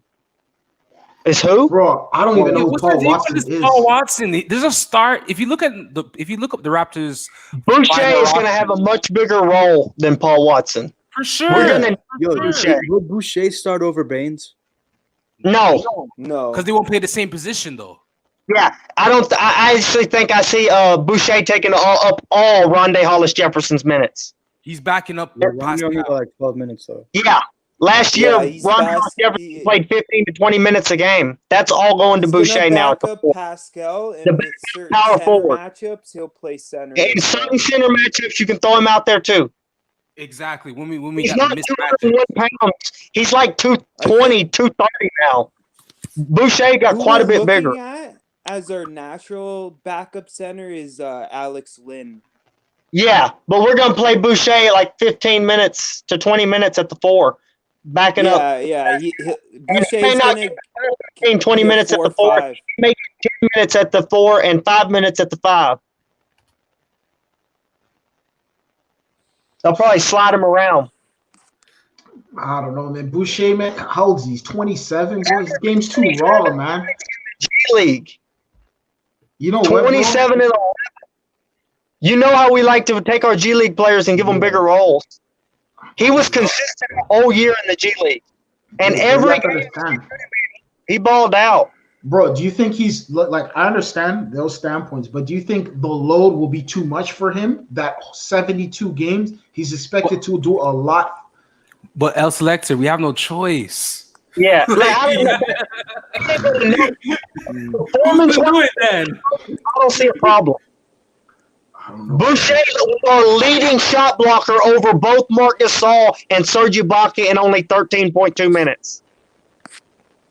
Nah, you're right. I understand. No, he showed glimpses when he was on the court, man. Those putback dunks. He showed some glimpse. I'm just it's not just that. You want to know one of the craziest stats there was is in 13.2 minutes, Chris Boucher ranked number 5 in the NBA in three-pointers blocked. Pascal was third in 30-something minutes. He's like just behind Pascal in a couple spots in only 13.2 minutes. He can block shots like a maniac. His wingspan is longer than Giannis's by half an inch. See, like I understand that standpoint, but to me, and now he's pumped up, so maybe he can take the distance. Now he's like 220, 230. Well, this Pascal is definitely his year to prove himself. To me, it's like you have to understand at that power forward center position, outside of Aaron Baines, when Boucher is going to look over, there's nobody else there to like kind of, take on that load that's expected from him. In the interview about he might play some more center minutes because he's been working with the. Bro, he had 33 load on Casal, but you don't think that's too much of a load? Playing the 3, man. He's better off playing the 3-4 than the 5, man. Bro, come on. Pascal did not do the 5 at all. I don't see. We'll figure it out either way, though. Pascal only played one game at the 5 last year, but he had 33 points and 11 rebounds and almost 6-7 assists. I think Who are they playing? Who they play though? Who they playing? I'm not positive. I remember the game because he had a good game. I'll have to look it up, but I'll get back to y'all with that. Yeah. Sure. I mean, with our defensive scheme, we can have OG help. It's not like we're going to put him on an island. Yeah, but think about the East now, because we're playing more East teams than the West. You think Pascal can play the 5 and defend Daniel Tice? Exactly. It depends who we play. It depends who we East. Like we don't have to put him on Joel Embiid. We can play for Aaron Baines. If it's Jared Allen, Siakam can guard Jared Allen. Like not only can he probably should. Like, dude, I'm gonna tell you something right now. We're gonna expect a lot from these are guys who we need to. These are the centers we need to watch out for. Alex Lynn on the Raptors. Yes. You're gonna have to wear. You have to rejuvenate. Yes, but he's not going to be horrible. He's just kind of like a 8, 9, 10 points. I think like per 36 we're minutes. Looking to develop him for long. Yo, I heard Alex Lynn has the longest streak without a playoff run. Like, yeah, he's never been to the playoffs. Teams. Like, he's been on the Kings and the Hawks. So he has the longest streak in the NBA with no playoffs. Yeah, he's on the Kings and the Hawks. Though you don't make the playoffs on those teams, not unless you're the Hawks this year, maybe. That's true. Aaron Baines. Okay, Aaron Baines. These are our bigs. Aaron Baines, Chris Boucher, and Alex Lynn, and then also Henry Ellison is another center. He may have to be on the team. Yeah, Henry Ellison will not be a center minute, I don't think, because he can't even defend the power forward position. He is literally like a small forward that's 6'10" somehow. Oh my gosh. So basically, you guys are saying that Boucher is not going to back up Siakam, someone else is? No, somebody off the bench. Siakam more than he does play the center. They'll probably put Aaron Baines and Alex Lynn at the center, but they won't use them all the time because you can put OG and Pascal at the center too. Like you can mix that matchup depending on who you're facing. That's a lot of flexibility. Like if we're facing Embiid or Giannis, like yeah, you can throw Aaron Baines out there or Lynn to guard him. But if you're not and you're Daniel Tice, you may want to go small ball and use OG at the 5 or Pascal because that'll be way more space. Yeah, we're gonna have to mix and match because, bro, it's just like that's his specialty. Mix and match. Yeah, I'm gonna put my final thoughts on the where the Raptors would play. If Siakam plays this game, Fran Vliet plays this game, and everybody else gives us at least average, we'll make the third seed. We'll make the third seed. We'll make the third seed. Yeah, and that's if OG doesn't improve on his offensive game. Dude, guys, the third seed, you're forgetting about Miami, bro. You're forgetting about Miami, I don't Milwaukee. believe them. You believe Miami just for that one season? Bro, I'm telling you right now, bro. It's they're bringing the same roster. Plus, remember they added Avery They Bradley. lost Jay Crowder. They lost Jay Crowder. Avery Bradley, bro. This is a defensive. They lost Jay specialist. Crowder, who's better than Avery Bradley. Come on, man, guys. Yeah, but the only buddy they really stopped was Giannis, but the Raptors did too. Like, I don't really believe in them like that. We beat last year in the regular season. The problem was it's all got worse over the break, and Pascal regressed. So we need to get Pascal better than he was last year. And OG was looking nicer in the bubble, not going to lie. I think Nick's going to run a little more plays for him, see how he can handle it. I think you can run plays for him a little bit better. He had a couple nice spin moves in the post. Yo, what were we talking about? Going to go get cake.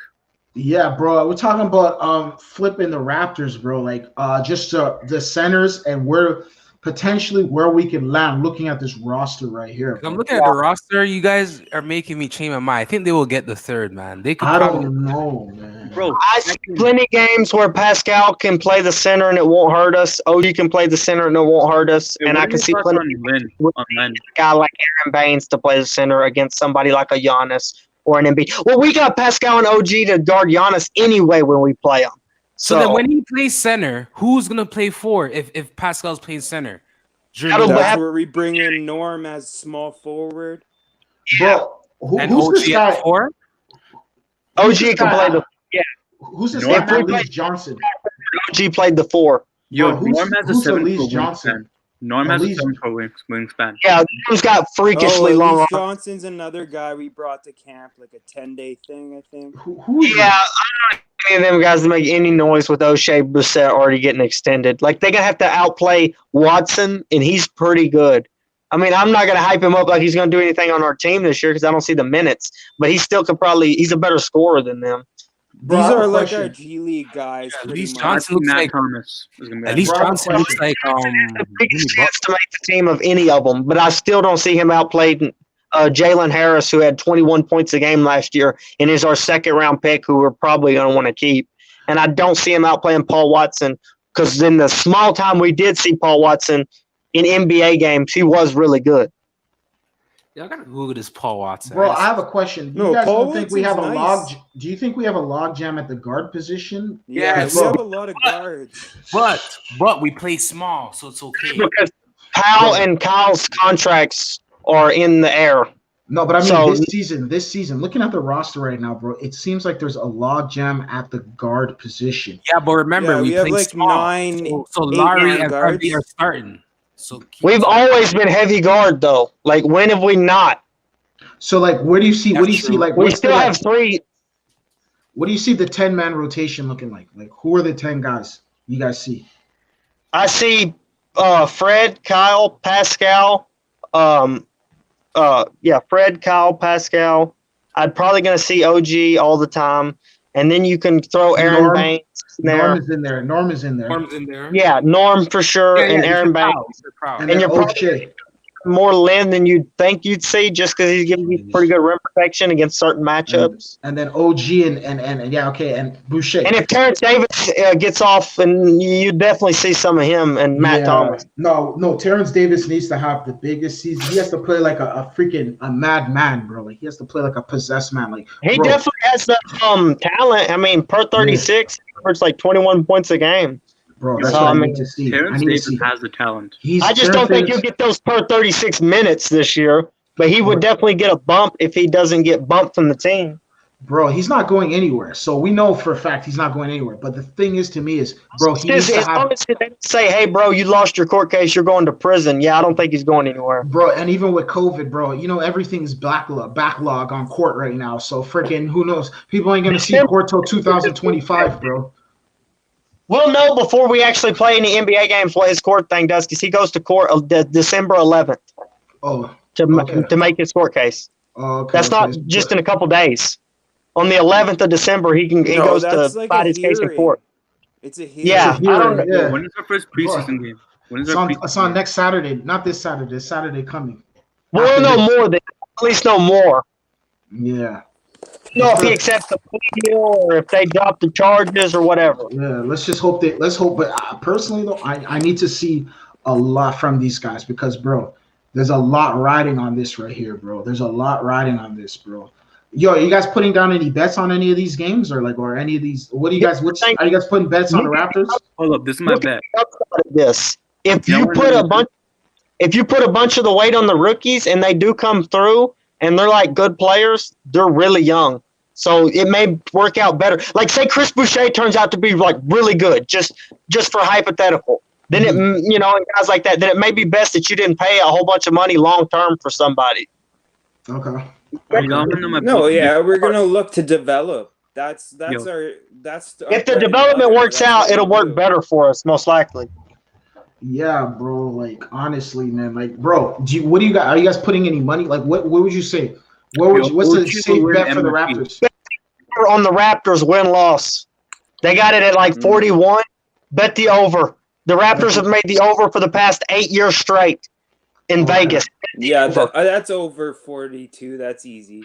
You said the Raptors, the over on the Raptors? They pegged it like 42 games. I think we win 45 at the floor. As long as your energy. Okay. That's the over on the Raptors, right? I'm gonna put a bet on that, bro. I bet the over. They the over the last 8 straight to 52 games. Yeah, easy. Okay. Yeah. Okay. 45 to 45. Yeah, 45 easy. to 52, around that range. Yeah. I think. Okay. They got winning 41 games. I'd bet the over. Okay, that's what I'm gonna do. I'm gonna put some. We've made it the last 8 straight years. Yeah. Vegas underestimates coaching. That's they look at just like players pretty much and don't really take coaching into a bunch of tryhards like Kyle Lowry will take charges during the All-Star game. Yeah. Okay. After them in the regular season, get out of here. Okay. So that's why number one is because he plays as hard in the regular season as he does in the playoffs. He plays 100% no matter who he's facing, like Russell Westbrook. Yeah, that's true. That's true. You have about point there. Kawhi in the playoffs. It's because Kawhi is like taking his like sweet time and being all easy in the regular season. That's why he explodes in the playoffs. Okay. Makes sense. That makes sense. Yeah, you're 100% right on that. You're 100%. The outrights. What do you think the outrights are for the Raptors? I think Atlantic Division. Do you see the Raptors winning the Atlantic Division? But there's no more divisions, no more like that. There's no more champions, is there? Yeah. Atlantic Division. They have Brooklyn Nets, Boston Celtics, Toronto Raptors, and Philadelphia 76ers. Who do you think's gonna win that? Do you think the Raptors can win that? I don't know. You guys keep saying, "Oh, they're coming in second. They're second." You guys don't think they'll win that? I said they're. That's for sure. That's a guarantee. Yeah. And the only thing is, I'm kind of curious about the 76ers. They made some nice moves, but I don't know if Joel's brain is already broke. His heart's just not in it. Bro, I don't put no faith in Joel Embiid. Joel Embiid's not a guy. Kawhi finished the Sixers. It's over. But they will still in the playoffs, though. Mm-hmm. Even your boy Tobias Harris, he's like absent. Like he got a max contract to do nothing. We talking about which guy? On the Sixers, Tobias Harris. Oh, Tobias. Yeah, Tobias. Yeah, that guy. No, he's a good shooter. I don't know, but the Sixers don't look good, man. The Sixers just don't look good, man. You know what I mean? Oh, he played his best ball under Doc Rivers, though. That's why I think they like Doc Rivers a bit more. Because they did give Tobias Harris a max, and he played the best under Doc. So it makes sense. Maybe he's going to be a bit better this year. We'll have to see, obviously. Yeah, I forgot about that. He did play his best under Doc. Yeah, he did play his best. He played for the Clippers, right? Yeah. Yeah, the Clippers. Yeah. So, bro, you guys don't think the Raptors would win the Atlantic Division?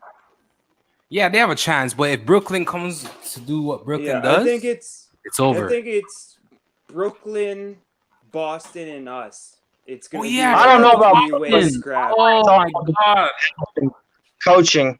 I don't know if Nash, he's like a better coach. Yeah. You don't think that the Brooklyn Nets, I see them winning it, but at the same time, it's just like there's that doubt. I haven't seen these guys play together. Yeah, exactly. That's I could see that's why I said winning it. I could they also can see be them losing in anywhere round from one. 1 to 8 Yeah. in the standings, right? They can be anywhere 1 to 8. We don't know if That's both true. of them get hurt, they could get the 8 seed. KD and Kyrie are in the Anthony Davis situation. If they stay healthy, they could go to a title. If they get hurt, it could be like really embarrassing. Yeah, that's where I'm Yeah, at but like, with how them, will like, KD kinda. come back? We don't know. Yeah, he This could be like year, Boogie though, Cousins. like, Yo, he could play like Tobias Harris if he's not healthy.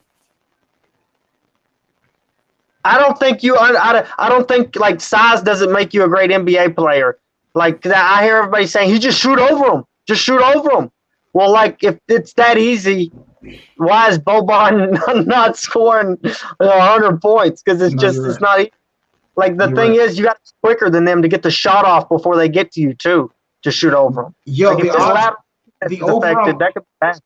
Yo, how do you guys feel about Alex Len? bro, the over on the Raptors is 57.5. Do you guys think they're gonna win over 57 games?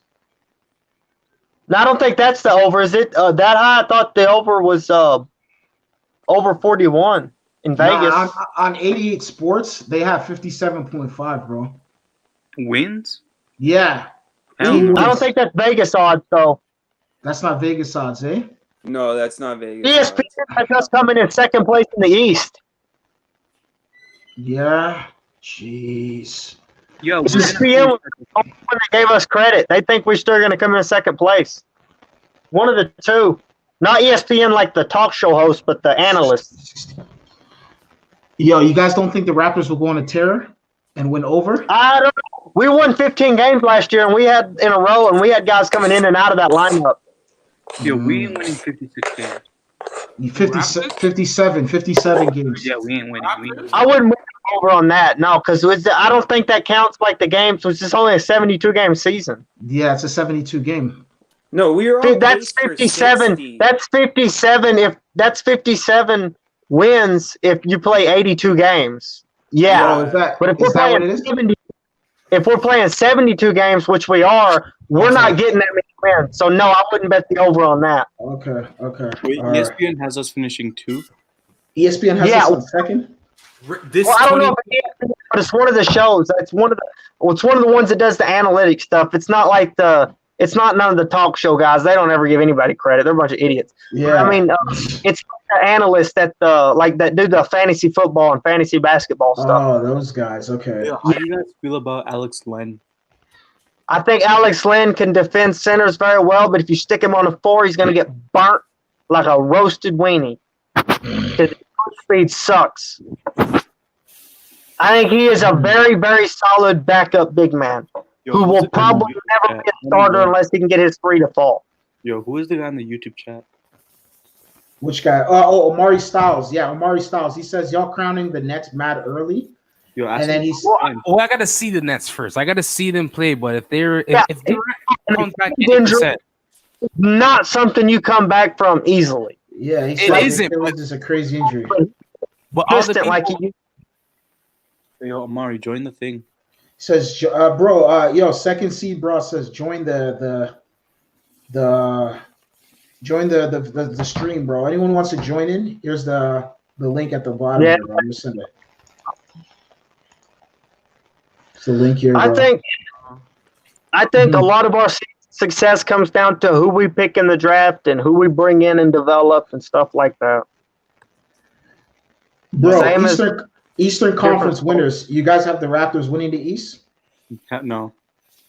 No? I don't know. Depends. If our center position does average to above average and Pascal improves off last year, very well could. Pascal is going to determine a lot of this. Yo, what about OG? I think he has a chance at MIP. Most improved? Depending on usage. Super low usage. No, he has a chance.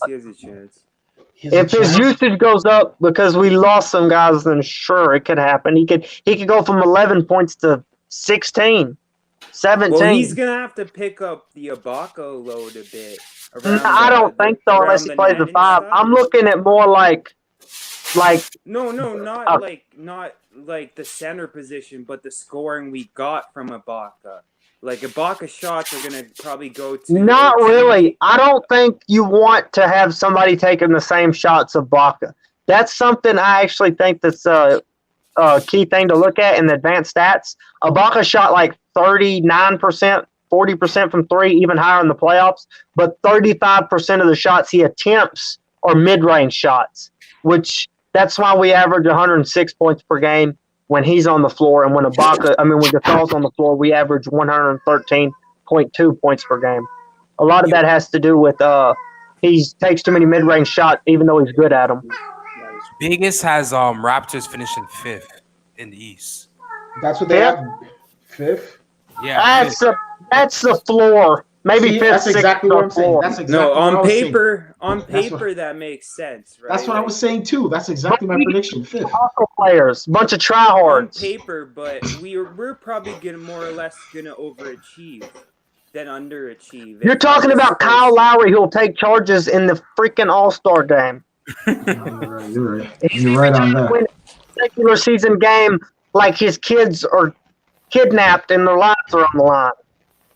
He's ultra competitive. I don't see us being like bombing in the regular season. All right, our ceiling guys like that stand up letting other people stand. Because in the playoffs, they all raise their efforts, but Kyle Lowry doesn't raise his effort. He's 110% effort every day, every week of every year. Bro, you put $200 down on the Lakers, bro. You get a payout of $800 for them to win the NBA championship. What's the biggest payout? The Raptors are pretty huge payouts. I wouldn't put that money on the Lakers, not because I don't think they're going to win it, because Denver gives me nightmares if I'm in the West. If you put 150 on the Raptors, 150 on the Raptors to win it, your payout is $3,150, bro. What to come out the East? To come out the East, let me see that. Raptors are interesting. Let me see that. Eastern Conference. I might would throw $50 or something for the Raptors to come out the East, because that sounds like yeah, I'm just gonna see that right now, bro. I'm just gonna pull that up right now. Vegas has Milwaukee 1st, Brooklyn 2nd, Boston 3rd, Miami 4th, He first and Toronto 5th. Yeah, that's what I said too, bro. I said the Raptors 5th, bro. I projected him to be 5th, bro. This is how much you make. Yeah, but you gotta understand, even though the Celtics, who in my opinion didn't get really any better, beat us in the playoffs, we had a better regular season record than them, and we don't even know if they're gonna have Kemba Walker for the first month or two. Yeah, he's gone until like February. He's like getting knee shots, stem cell shots in his knee. That don't sound good at all. When did he get injured? Gordon Hayward. He played through the whole Boston series with a knocked up knee, and he did okay, but he only had like 8 points one game. Bro, you put $150 on the Raptors to win the East. Your payout is $1,350, bro. That's not bad, man. Easy money. Easy, but I don't know if they're gonna make it out, bro. This is like Not making it up. The Celtics didn't get a whole lot better because they lost Gordon Hayward. The Heat didn't get a whole lot better because they lost Jay Crowder, added a couple guys. Nets could implode. They could completely implode and be trading people by the trade deadline. And the Bucks, we don't believe in Philadelphia. I don't believe in Philadelphia. They have Philadelphia 6 in Vegas. They have them 6 in Vegas. 6 seed. No, I'm sorry. Yeah, the 6 seed. So, we're going to play if we play Miami first round. The Toronto Raptors won more games than the Los Angeles Lakers did last year. They did. Oh, really? We were number 2 in the whole NBA, not just the East. Yeah. You're right. So the Bucks and the Raptors are the 2 best teams in the league. In the league, the regular season last year, yes. Mm-hmm. Yeah, we're the best teams. Yep. Mm-hmm. Yep, he's right. 100% right. But worse over the break, and it made and Gasol did too, and it made our team look way worse than it is. And we didn't. You know what's crazy? We didn't put Matt Thomas, the Chris Bouchers, that really give our team a lot of explosion off the bench. Hey, you know what's crazy? Like, if we don't include Boston, we owned the record for the most bench points scored in NBA history last year. 11 and we didn't. When the playoffs start, the bench disappears. Yeah, but we still should have played the Bouchers and the Matt Thomases because they give a lot of fire off the bench against guys like Daniel Tice. I do think that was a mistake by Nurse. I do too. Because you don't not play your bench when you got the most explosive bench in NBA history. Scored over 100 points, just the bench. Wasn't it like over 80 points something? Almost 90 points? No, just it was 100 against Brooklyn. Yeah, it was 100. We had the greatest bench of all time by NBA records. And we didn't play them. I mean, I understand not going. They weren't defensive enough to keep up with Kemba, Brown, and Tatum. They were getting victimized. When we put people out there, they were getting victimized by those guys. When we put in the game, we went on a run in game, what was it, 4 or 5? And then we took him out. He got blowed out. Oh. We took Ibaka and Matt Thomas out and put Marc Gasol and Pascal in, and we got blowed out. Yes, facts. Yeah, so that was. We were right with them. Thomas and Ibaka, I believe it was, out, and we put Gasol and Pascal in, and we had no floor foot spacing because neither one of them took shots. No, in the regular season, with our starting lineup with Gasol, we scored 116 points on average, right? No, I think it was 113. That's a little overkill. May have been 116, but I thought it was 113. Yo, I think it's 13, and then with Ibaka, it 106. Yeah, but that's takes a bunch of mid-range shots, and Gasol only attempts layups, dunks, and threes, and passes the ball. Bro, I rarely even seen Gasol dunk the ball this season, bro. He dunked once. He dunked once, and we all people went crazy about it. No, we'll stop this. Because Gasol got worse. But our Raptors players, we didn't have dunkers. Our dunker was Serge Ibaka, and he's gone. We're not getting down. Have you seen Norm? Chris Boucher actually was probably our best dunker, Norman Powell. Hey, what about Powell before the Chris Boucher posterized Giannis last year and then blocked him. Mm-hmm. Same game. I thought it was pretty cool. Yo, what about I actually went back about 3 or 4 days ago and rewatched that. Boucher's a rim runner for sure. He's a rim runner. He attacks the rim. He led us in blocks. He had a block a game. Yeah. Gasol and Ibaka didn't even average a block a game last year, and Boucher did in only 13 points. More minutes also. Yeah, Boucher. The thing is with Boucher is just my only concern. Like I said, is can he last, bro? Yeah, he's bulked up. Defense. Hey, he may burn like a short pencil, but he'll be a flamethrower, buddy. To me, just his shot is so unorthodox. Like he needs to. It's technically unblockable. It is. It's Larry Bird. But dude, it's not like. Come on, let's not do that. Let's not start bringing Larry Bird to Let's not. But slingshotted. But even bro, come on. Larry the Great, come on, bro. Let's not do that. Larry Bird's, come on, bro. I'm not gonna put Chris Shea and Larry Bird in the same conversation, bro.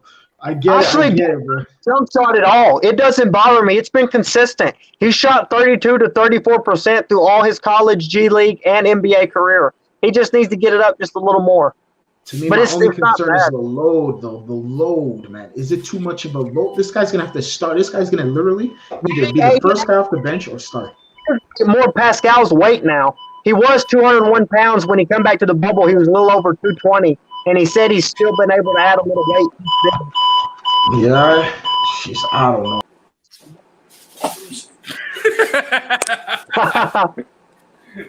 Oh man, it's fire alarms going off. Yeah, it's funny. Anyway, it doesn't matter. Oh well. But yeah, Boucher, I don't know. I never saw him have like a horrible game last year. No, but dude, you got to be honest about how like his health is the only question. He was getting bullied in the post a bit. Like he would get pushed off. He's back. Like on a bigger center can just back him up. Yeah. That's what I'm saying. Again, that was before he added like 20 to 25 pounds. Yeah, and he I want to see what he does now. But that was his weakness before, right? 'Cause his That's why he weight- wasn't getting minutes. Sometimes more weight's not good, eh? They get slower like that because No, no, but not the no, using no. that much weight. 25 and 11 in the bubble, shooting 40% from three. 25 Well, and he 11, was the only game he he was played. talking about building weight, but also still being able to play fast Yeah. and stuff. So Like it's not he about was building talking weight, about that. Yeah, being able to play with your weight. Yeah, I saw that same interview. He said it wasn't just getting big because Giannis put on a whole lot of weight too, but it's about retaining it. Same with Boucher, except Boucher's never going to be as good as Giannis because he don't have the dribbling. The frame. Yeah, the He don't have His the shoulder. No, his shoulders aren't as like big as Giannis. No. But we don't need him to be Giannis. We just need him to be a good starting center or a good backup center. Yeah, you're Or a right good on that. But to good me, though, starting power. like I said, Like- bro, I'm expecting a lot from Boucher, and I don't want him to be like just You like can say that is where Boucher had a little trouble in the post. He had no trouble on guards where Ibaka and Gasol got torched on guard. like I'm Well, no, concerned his for foot Boucher. speed- His foot speed was a little bit. He couldn't guard like the fastest point guard. He couldn't guard a point guard, but shooting guard and small forwards he did pretty well with. Yeah, no, like it depends. Like he can't do the point guard thing, but he can guard. He's faster than Mark and he's faster than Serge. So like, you know what I mean? What are we talking about here? Much higher vertical. Yeah, see, that's the thing though. But like, I don't know, man, guys. I'm just a little skeptical on this guy, Boucher and Serge. He's got longer arms than Giannis. To me, Boucher could either be really good, or Yeah, he could be really bad. He can bomb. 50. But if he's really good, that could swing things for us major. You know who he reminds me of? So I don't me think of? re-signing anyway. You know who he reminds me of? He reminds me of like a kind of like a. I think he's a little bit better than him, but no, you know, there's a guy named what's his name? Mitchell Robinson. Yeah, he's older New than York. Mitch. Yeah, he's older, Yeah, but he's older than more Mitch. explosive than I Mitchell. think Boucher's 3-point shot more, even though it's funnier. Even though it's a twisted corkscrew jumper, I still like the way he shoots the three better. He reminds me of That Mitchell. three goes in when he gets good minutes. Yeah, see, that's the thing though. But like to me, it's just like I don't know, man. Like I don't know, man. I'm gonna wait and see. Even if he gets bullied in the post a little bit, if he can shoot that 35% from three on that 4, 5, 6 attempts a game, I don't give a crap. He's gonna be torching guys and blocking shots. If he does really well this season, his ceiling could be super high. I could see the Raptors giving him a nice long-term extension. We got 2 years with him. Boucher, like they can give him. No, his second year is non-guaranteed though. So yeah, but we got choice of what we want. He could also use him as a trade piece. Yeah, trade base. Because that's the 50-50. It could be good. It could not be. That's what I'm saying. Either way, if he balls out and we use him as a trade piece, that's not a bad thing. Or we keep the second year of his contract and use him, that's not a bad thing. Yeah, either way, if he succeeds or fails, we kind of still have a piece to work in a deal if we want or anything. Like, there's so many options. But realistic though, how? But think about this: if he balls out, could you imagine a lineup if he balls out? If he's really good, can you imagine a lineup of Pascal Siakam, OG Anunoby, Chris Boucher, and Giannis? That'd be a good lineup, man. Dude, that's the longest lineup ever. It's like a bunch of long. It's crazy lineup. That's all over a 7-foot wingspan. That reminds me of that Denver team with that. They had Michael Porter, Bobo, Jokic. Is Michael Porter still on the Denver team or he moved? Of course he is. They had Jeremy Grant in there too. I think. Jeremy Grant. He's a free agent. He signed somewhere else. Jeremy Grant. He signed. Oh no, but Michael Porter's still there. But he was they still got Porter. That big lineup. Michael Porter is really good. Lineup, right? Yeah, that big lineup. When Jokic played point guard. Jeez, Michael Porter's only 22 years old, bro. But be realistic though. Those big lineups, they're not really like suitable for playoffs. Like that big lineup will get broken down by Nick Nurse's offense, man. Thon makers, those kind of Thon maker kind of guys, bro. The big lineup is Pascal. No, we worked some of that double big action in the Philly series. Yeah. The perimeter well. That's why if the forward's not fast, we can do a double center lineup, right? Do you guys remember Andre Berniani? Yeah. Oh God. That guy was a bomb, bro. 2 years away. No, that was the other guy, wasn't it? That was this Bruno Cabello. Yeah, that was 2 years away from being 2. That was Bruno's still in the league. People are signing He's Bruno. still 2 years away. Bro, Thon Maker just got signed the other day, bro. To the Thon Cleveland Maker. Cavaliers. Oh, Maker. my God. Thon Maker's a bust, man. Weirdest name I've ever heard. Thon Maker, bro. He's a bust, man. The guy just signed with the Cavs. Jeez. It's the guy they always make fun of because they don't know his age. Yeah, they don't know his age. His age is in question. He's supposedly older. He doesn't have a birth certificate, bro. Supposedly he's older though. They found him in a yearbook, bro. He's really like 30, but he's really like 30. Watched that series on Bleacher Report of Game of Zones? I think I looked at it. Like I glanced at it. It's kind of funny though. It is funny. Oh, they still do it though? Oh yeah, Game of Zones is pretty funny. They have like this new series called Role Models where they make fun of KD and his burners and stuff. And they made a Raptors spoof where Drake, like Powell, Lowry, and Van Vliet were playing Dungeons and Dragons like Stranger Things, and they had to look for Kawhi.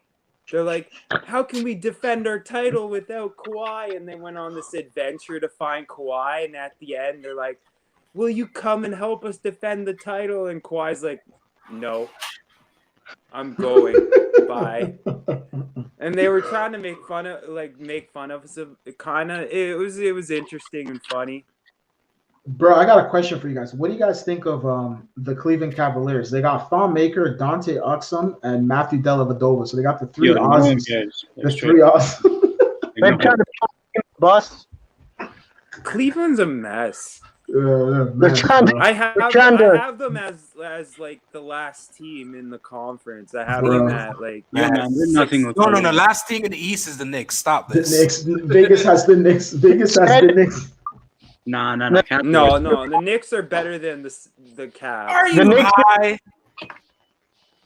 This offseason, the Knicks had a decent offseason. They got a 44% three-point shooter and Quickly, who shot 92% from the free throw line. He was pretty good. No, they got a couple guys. They got Rivers. They got some now. I don't know. Cleveland's like a mess. Love doesn't want to be there. They lost Tristan Thompson, so now the they're best going offseason straight with the Lakers. Drummond. It's not even close. They're going hard on the Portland had the Drummond best train. offseason. Who? Portland. Oh, yeah, they had a pretty good one, I think. But not the best. They did have a good one, though. So, what do you guys think of Utah? Like, what's your take on them? What do you think? Utah. Yo, they got to trade Gobert. Yeah, they should send Gobert to the Raptors, man. That's like the ideal center we need. Well, he's up for free agency in 2021 if we strike out on Giannis and Kawhi. No, I saw him being a He's gonna want a max. Like Denver was trying to get him in the pick and roll with Jokic, and Jokic was burning him up. Gobert. Yeah, I don't like Max and big man. Corner on a 3-shooter. I don't know that in the playoffs. I saw that. There's a lot of other options, like all the depots and stuff that are up. Even though I wouldn't go after Oladipo to me has a good team in Indiana, and he's all like, I want out. Dude, Oladipo doesn't know what he wants, bro. He hasn't done anything in his career, bro. Like, what does he want outside of an All-Star appearance? I really don't like his attitude. I don't even like his game. He's too small, bro. Like, he's too small, man. Like, what are we gonna do with that? Yeah, power small, but are like tenacious defenders. Yeah. To me, it's just like I think he's like a Bradley Beal's better than him. Yo, do you know who I think is like the most overrated player? Who? Karis LeVert. Nah, bro, you're sleeping, bro. He's so overrated. That dude had more impact in the Nets series than Jason Tatum did in the Celtics series. Thank you, bro. Dude, he's so overrated, bro. Karis LeVert, bro, come on. Bro, he's not a future All-Star. We could not shut him down for nothing. Bro. Yeah, but he's a role player. Like, he's Car- not an All-Star. Karis LeVert, let me tell you something. We're in the same division, the same Atlantic division as Karis LeVert. Everybody in our division knows Karis LeVert. Every guy in the Atlantic who has a team in the Atlantic division knows Karis LeVert. He wasn't no punk. Yeah, he's not I'm not soft. saying he's bad. People say he's a future All-Star, and I disagree. I don't disagree with that. I don't agree with it because you got young guys like Fred and stuff coming up, but that can take that spot because they're going to be better offensively. But Karis LeVert is ball handling and his ball movement, passing. Dude, it killed us. Yeah, he's killer. He's a killer. His vision was like. He's been a guy he's been doing that for a few years against us, bro. Karis LeVert's not a new guy, bro. This isn't a guy, some new spring chicken that just came up, bro. He's pretty good. He's pretty good. I don't think he's an All-Star, though. Bro, I think he's an All-Star either, but I think he makes all your All-Stars better. Because he's like. Well, if Harden wants out of Rockets and he's only willing to go to the Nets, then I'm telling you, a trade of Jared Allen, Karis LeVert, multiple first-round picks, and Spencer Dinwiddie is probably too much to give for Harden. I'd say that's not enough. I'd say it's too much, and the reason I say it's because I don't think Harden's a top 5 player. guys, I think. Yeah, but when has he move the needle for any top 5 team? He won MVP that 1 year. That doesn't move the needle for anybody. Giannis won MVP the last 2 years. It's not enough, but if Chris Paul was healthy, they would have won the finals. He simply, Kobe Bryant said it best. He doesn't play team basketball. He doesn't play winning basketball. Who doesn't play? James Harden. Kobe said that about Harden? Yeah, he said that. Yep, he said that. But he won't win a championship the way he plays unless he's the second or third option. Yeah, he's Kobe Bryant speaking facts. That with a straight face, didn't even look like he had any emotion, didn't look like he was mad or nothing. Just said, I don't believe he plays team ball, and I believe you got to play team ball to win championships, unless you're like the third. No, see, that's why where does it matter what other players say? Like Kevin Garnett said, Don Maker's a future MVP. Like 5 rings. Like, you know what he takes to win a championship. James Harden, anything that comes out of his mouth, I don't know if I trust it. No, that's why I brought up that tape recording between him and Curry. That's interesting. He might be willing to give up that ISO ball heavy. Now Harden, the way Harden plays, he could be a championship if he's like the second option. Like OKC days. Your Harden's too good to be a second option.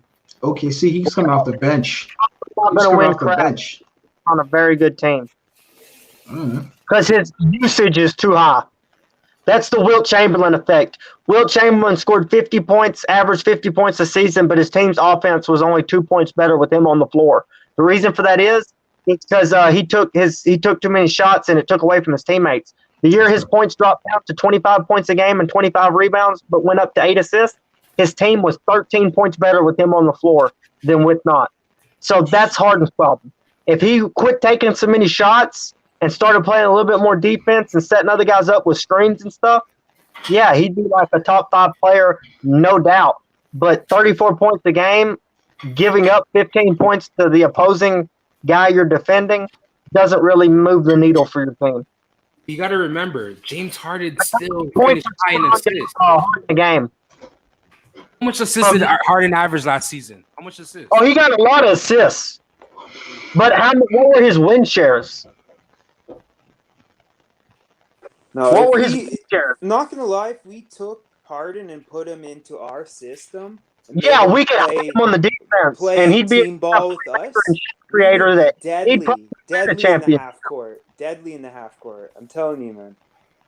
But even if he were a leading scorer, he would still be getting plays set up by other guys on our team, and especially he wouldn't be our number one option defensively. You don't have to be the best scorer to be a number one option. Bill Russell only gave 15 points a game, but he has one of the highest win shares of all time. He could take six shots and close out a game. He wouldn't shoot until the fourth quarter, and he'd just shoot 5 or 6. It's all about Harden's attitude.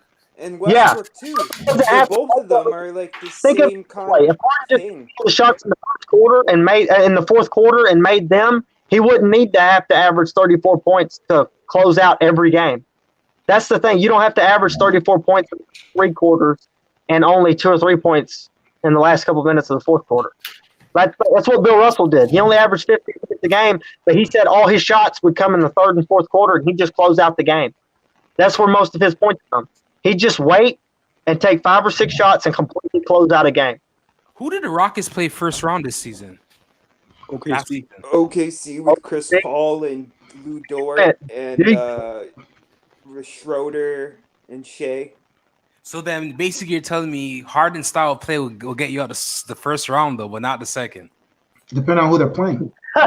He had Westbrook too. Yeah. Yeah, but Harden led. And that OKC No, Westbrook was hurt. Westbrook was hurt. Westbrook only came in the second round. And OKC, boy, yeah, we all know how deadly they was. Not. Yeah, OKC was a good team.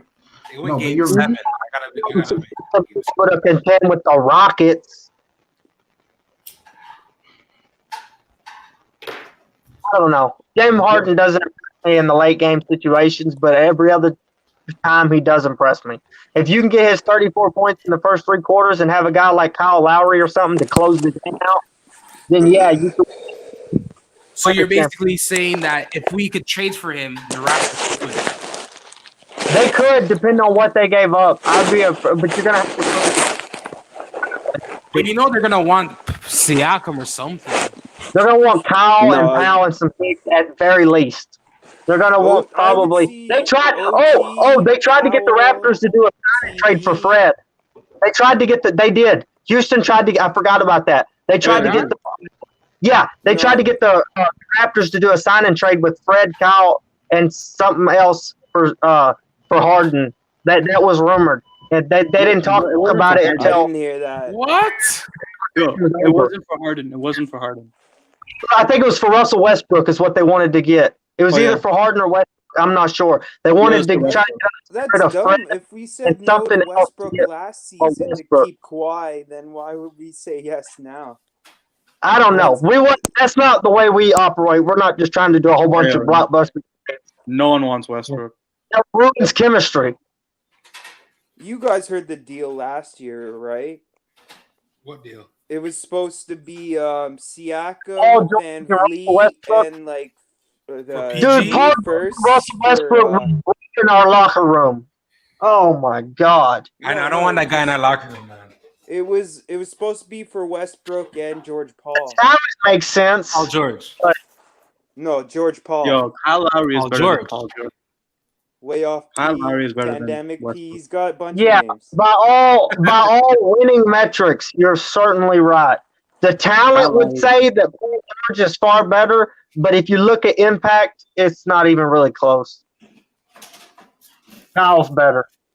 Your Kyle is the definition of winning player. Kyle's better than who? Westbrook. Paul George, not talent-wise, not even close, but just production. And Westbrook. Yeah, I agree. Not talent-wise, but production. I'm not going to bash Pascal because he wasn't able to get in shape and because Pascal had some rough just doing the playoffs. Like really, he improved. Kyle's improved every year, even though he's like aged like kind of like online. He's getting older, but he's still effective. No, I see him playing like maybe 3 more years. Yeah, I see Kyle playing as long as he wants because he's such a good playmaker, kind of like the Rondo. He's such a good defender and playmaker, even if he can't, make the shots that he used to. I still think he could find a good role in the NBA wherever he wanted Jason to. Kidd played for a long time, and Jason got a lot of Jason Kidd game a bit. Yeah, I don't know. Kyle could do whatever he wants. I'm not going to put a cap on what Kyle can and can't do. Do you think Siakam can make second team again?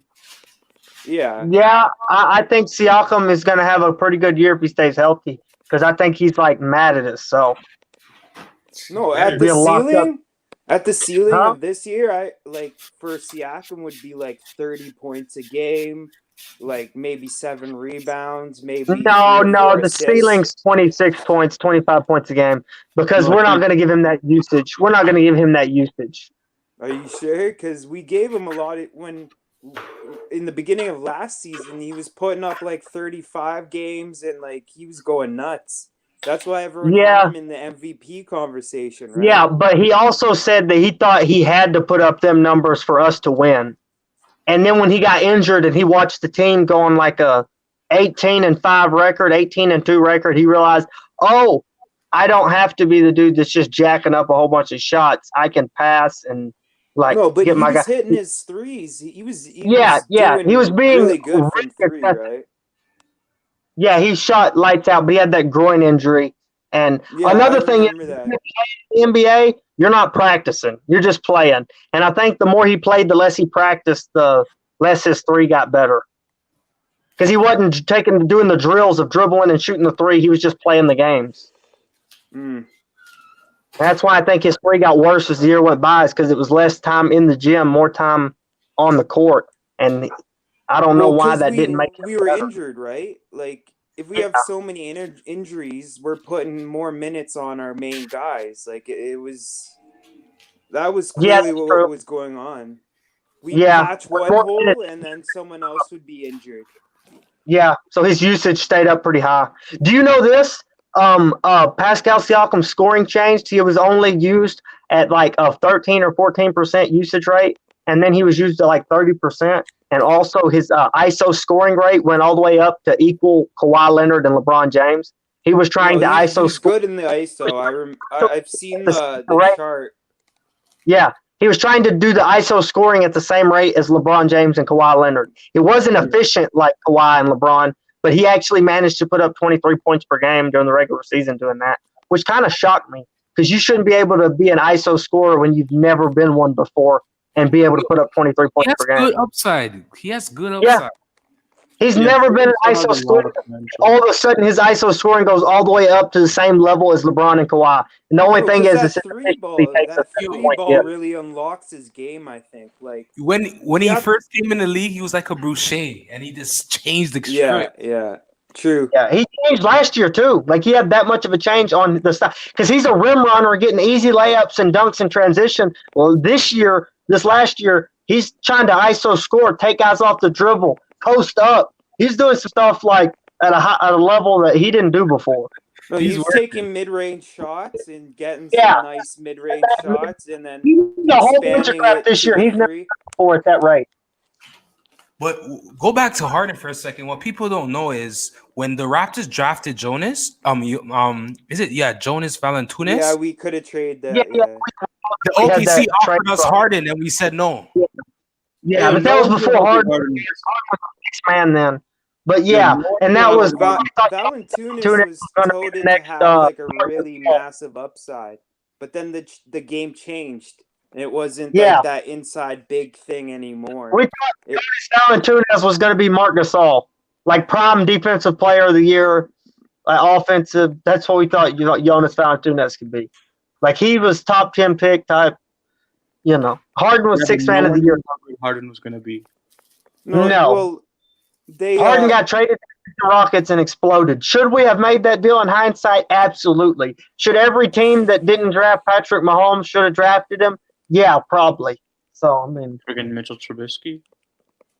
Oh, yeah. Well, let's not go there. But that's the thing. Like, when hindsight's 2020, you don't know what these guys are going to be. Like, even if you go back to the year Pascal was drafted, another team drafts Pascal and doesn't develop him, he never turns into what he does on the Raptors. Same thing with that's Van true. Your mic's mute, El Selector. Your mic's muted. El Selector. Oh, there's some internet issues. Oh no, I didn't even realize that, bro. How's that? Is that the first time that's happened to you? You've been telling everybody their mic's messed up for the last 3 weeks. Now we get the chance to tell you your mic's messed up. Now that's the reverse start. This guy's rebooting every 5 minutes. Bro, what do you guys think of Spencer Dinwiddie? Because he's still on the Brooklyn Nets, as well as Karis. I think his Bitcoin fans got me out. Yo, I love 6 point guards. I love big point guards. He tells everybody, "Hey, you donate to the Bitcoin, and I'll go to whatever team you want me to." And then whatever team that he wants to go to is like, "Nah, bro, we don't want you." Like that'd be the funniest thing. These people donate all that money, and then whatever team has like 80 million. Point guard. He was Like we got no get out of here. He was asking for 20 million in donations. Oh, really? Right? What all them people that donate to whoever had the biggest donation to get the guy to go to their team, watch their team be like, Spencer who?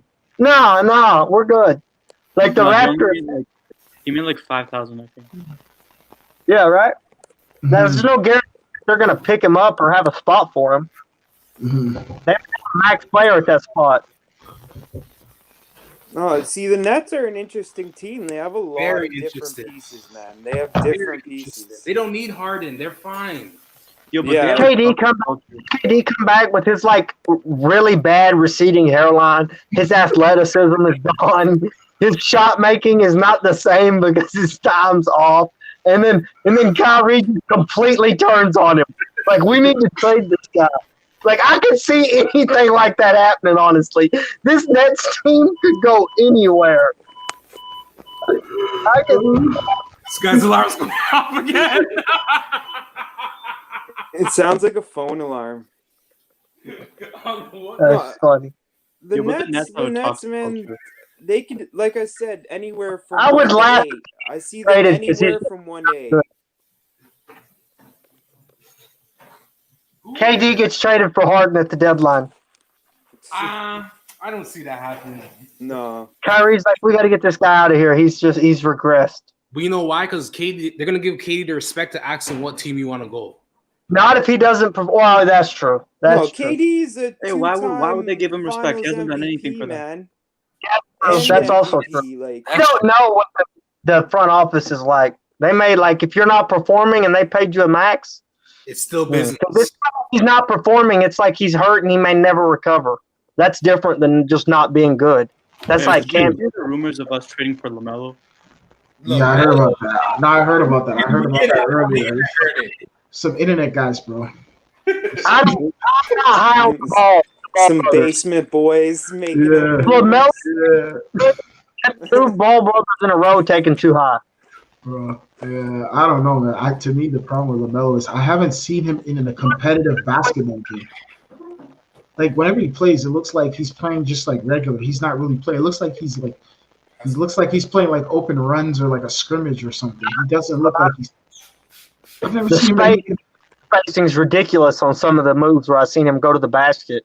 Yeah, like he had crazy open. I think LaMelo's gonna be better than Lonzo. Anthony Edwards, though. The guy doesn't even like basketball. I don't know about Anthony. They're like, he's watch basketball. Is like, no, I don't like it that much. I like football. He said he'd play for the if NFL called him, or if Atlanta Falcons or one of those teams called him, he'd be there in a heartbeat. There to watch. Minnesota's a mess, man. Minnesota has all these like weird ass guys. Malik Beasley. Minnesota should have picked that big man, Wiseman. No wonder Jimmy Butler in the third. Anthony Edwards is going to be playing football, and Cat and Dan Russell is going to be playing with each other. They said that they drafted Edwards because they needed scoring, and he's basically a scorer. So they say. That's true. Bro, LaMelo, what do you call it? Anthony Wiseman said. Dude, the Timberwolves defense is going to be atrocious because Anthony Edwards can't defend either. That's his one question mark. They got Rondé though. Yeah, Wiseman said to defend all five guys. Like poor Rondé is the only one who knows how to defend. Yeah, Wiseman said that he would not go to the Minnesota Timberwolves. He said, "Don't even dare draft me. I have no interest in coming to your organization." Can you blame him, bro? No, if he says because Kyle's gonna run. If he says no, and he goes to Golden State with Curry. Would you rather play with D'Lo or Curry? Like, come on. No, you're right. You're right on that. You're 100% right on that. Yeah. And he thought Klay Thompson would be there too. Like, who would you rather play with, Cat or D'Lo? Like, are you kidding me? No, you're 100% D'Lo. No, I rather D'Lo's garbage, bro. D'Lo's a journeyman, bro. I don't see the hype around him. I just see he still hasn't showed me he could lead a team and do what's expected of him. And he plays too slow. Like his game is too slow. I lost all respect for Karl Anthony Towns when he let Rondé Hollis Jefferson outplay him at center. Oh my God, Rondé gave him the business. Rondé got up in his draws, man. Just put his face in his chest. Didn't let him get to the basket. Rondé outplayed Cat at center. That's like this. Dude, That's so sad. Rondé bodied Cat so bad they gave Rondé a contract. No, but the saddest part was They're like that one game. He'd be the best center this year. One game, he made a contract off that one game where he owned their starting center. Oh man, no, that night, bro. Let me tell you something. The night he got beat up in Philadelphia. Remember that night he got beat up?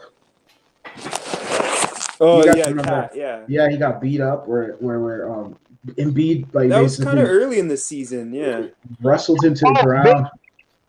Fell and strangled and just choked him. And choked him out. I was like, oh, they basically that night was like that was the night they cut Catch Johnson off, bro. He was done after that, bro. He was no longer a man after that, bro. Once I saw that, I was like, this guy's Johnson is gone, bro. This guy was emasculated. The night he got beat up in Philadelphia with Embiid and Simmons choking him out. And then I don't even care. One dude's 6'9", the other one's 7 foot. They jump on you, whatever. He let 6'5" Rondé Hollis Jefferson body him. Like, Cat's a sore loser, straight up. Yeah, bro, it's sad, bro. It's sad. Cat is not a winning player. Nah, he's not at all, bro. More like a center than he does too, which is weird. Yeah, bro. Yeah, he's not at all, bro. But guys, I'm signing out, bro. We gotta end this year, bro. All right, bro. So guys, next week, bro. What day? I don't know. Next week. Well, I guess, bro. I'm thinking about doing a live stream. The Raptors' first game. Who's Raptors playing? Who's their first game? Yeah. Charlotte. Preseason. No. Yeah, we faced Charlotte twice and then Miami on the last. Regular season. Who's their first regular season game? Oh, the regular season. We don't have one yet. Are you serious? They're talking about. Yeah. They already have like. No, they have 3 days of games, but we don't play yet, and Philly doesn't play either.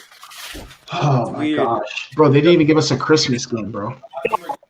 And they were talking about we don't have a Christmas game. Yeah, I mean, give us what's going on with the NBA, man?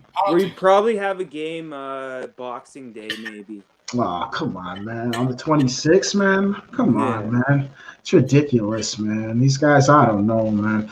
Bro, we're gonna come back live next week. Flip. I'm gonna be doing a couple videos for the boxing fight that's going on this weekend with Earl Spence and Danny Garcia. Also, yeah. Did you watch the fight last weekend? Oh, with the Tyson, Nate Robinson, Jake. Oh my God, the memes are killer. The memes are just destroying Twitter. This Nate man Robinson. broke the internet. Oh what my a clown. Bro, my mom was talking about that fight, bro. What does that tell you right there, bro? That wasn't a fight, dude. That was Rondé Hollis Jefferson versus fucking Karl Anthony Towns. Somebody got bombed. In the Knicks colors too, guy. Oh my God! In the Knicks colors, it's like. Oh my gosh! The thing is, Paul told him he was gonna dribble his head off the canvas, and he did.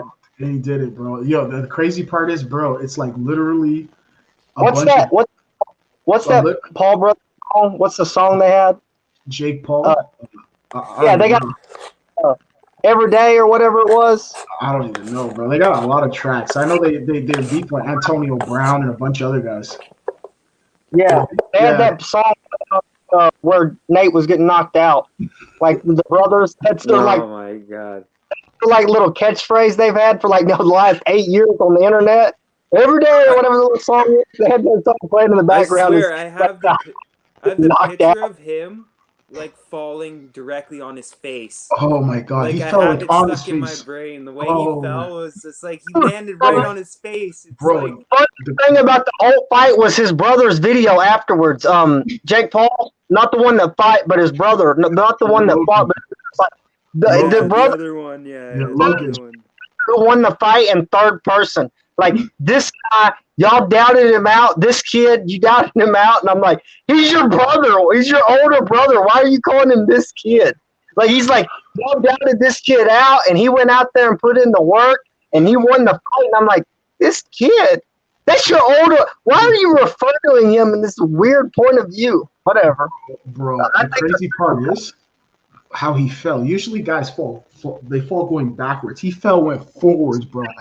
Which guy do you know gets punched and falls forward?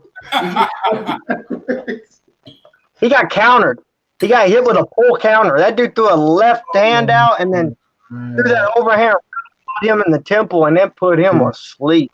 Bro, ever since that, bro, the amount of NBA players that called him out, MMA guys called him out. I see NHL players call him out, NFL players call him out, Raptors call him out. Steph Curry's an old lady sticking up for him, so he'll be okay. She was shading her man sticking up for him. Y'all see that? Steph Curry like clowned him when he got knocked out, and then he hurled his I don't care about the show. I thought it was really brave that he went outside of his comfort zone and all this stuff. I'm like, yeah, it seems stupider than it was brave, but whatever. Put your brain cells in damage. Yeah, I don't know. Nate just like clowned himself forever. It's like the meme that will never die. Nate Robinson's done, bro. Bound to happen. Yeah, bro. Nate Robinson's done. But guys, make appearance since? Like, did he say anything since? Yeah, he went on his social media page and addressed it, saying he's okay and stuff like that. We'll see what transpires. But guys, I'm getting out of here, bro. I'm signing up, bro. So wake up. We'll see you later, Elf. All right, man, guys. Next week, bro. Take it easy. Rock steady. Later, John Doe, Mike. Next week, bro. Yeah. Mike, check. Haha. See you guys.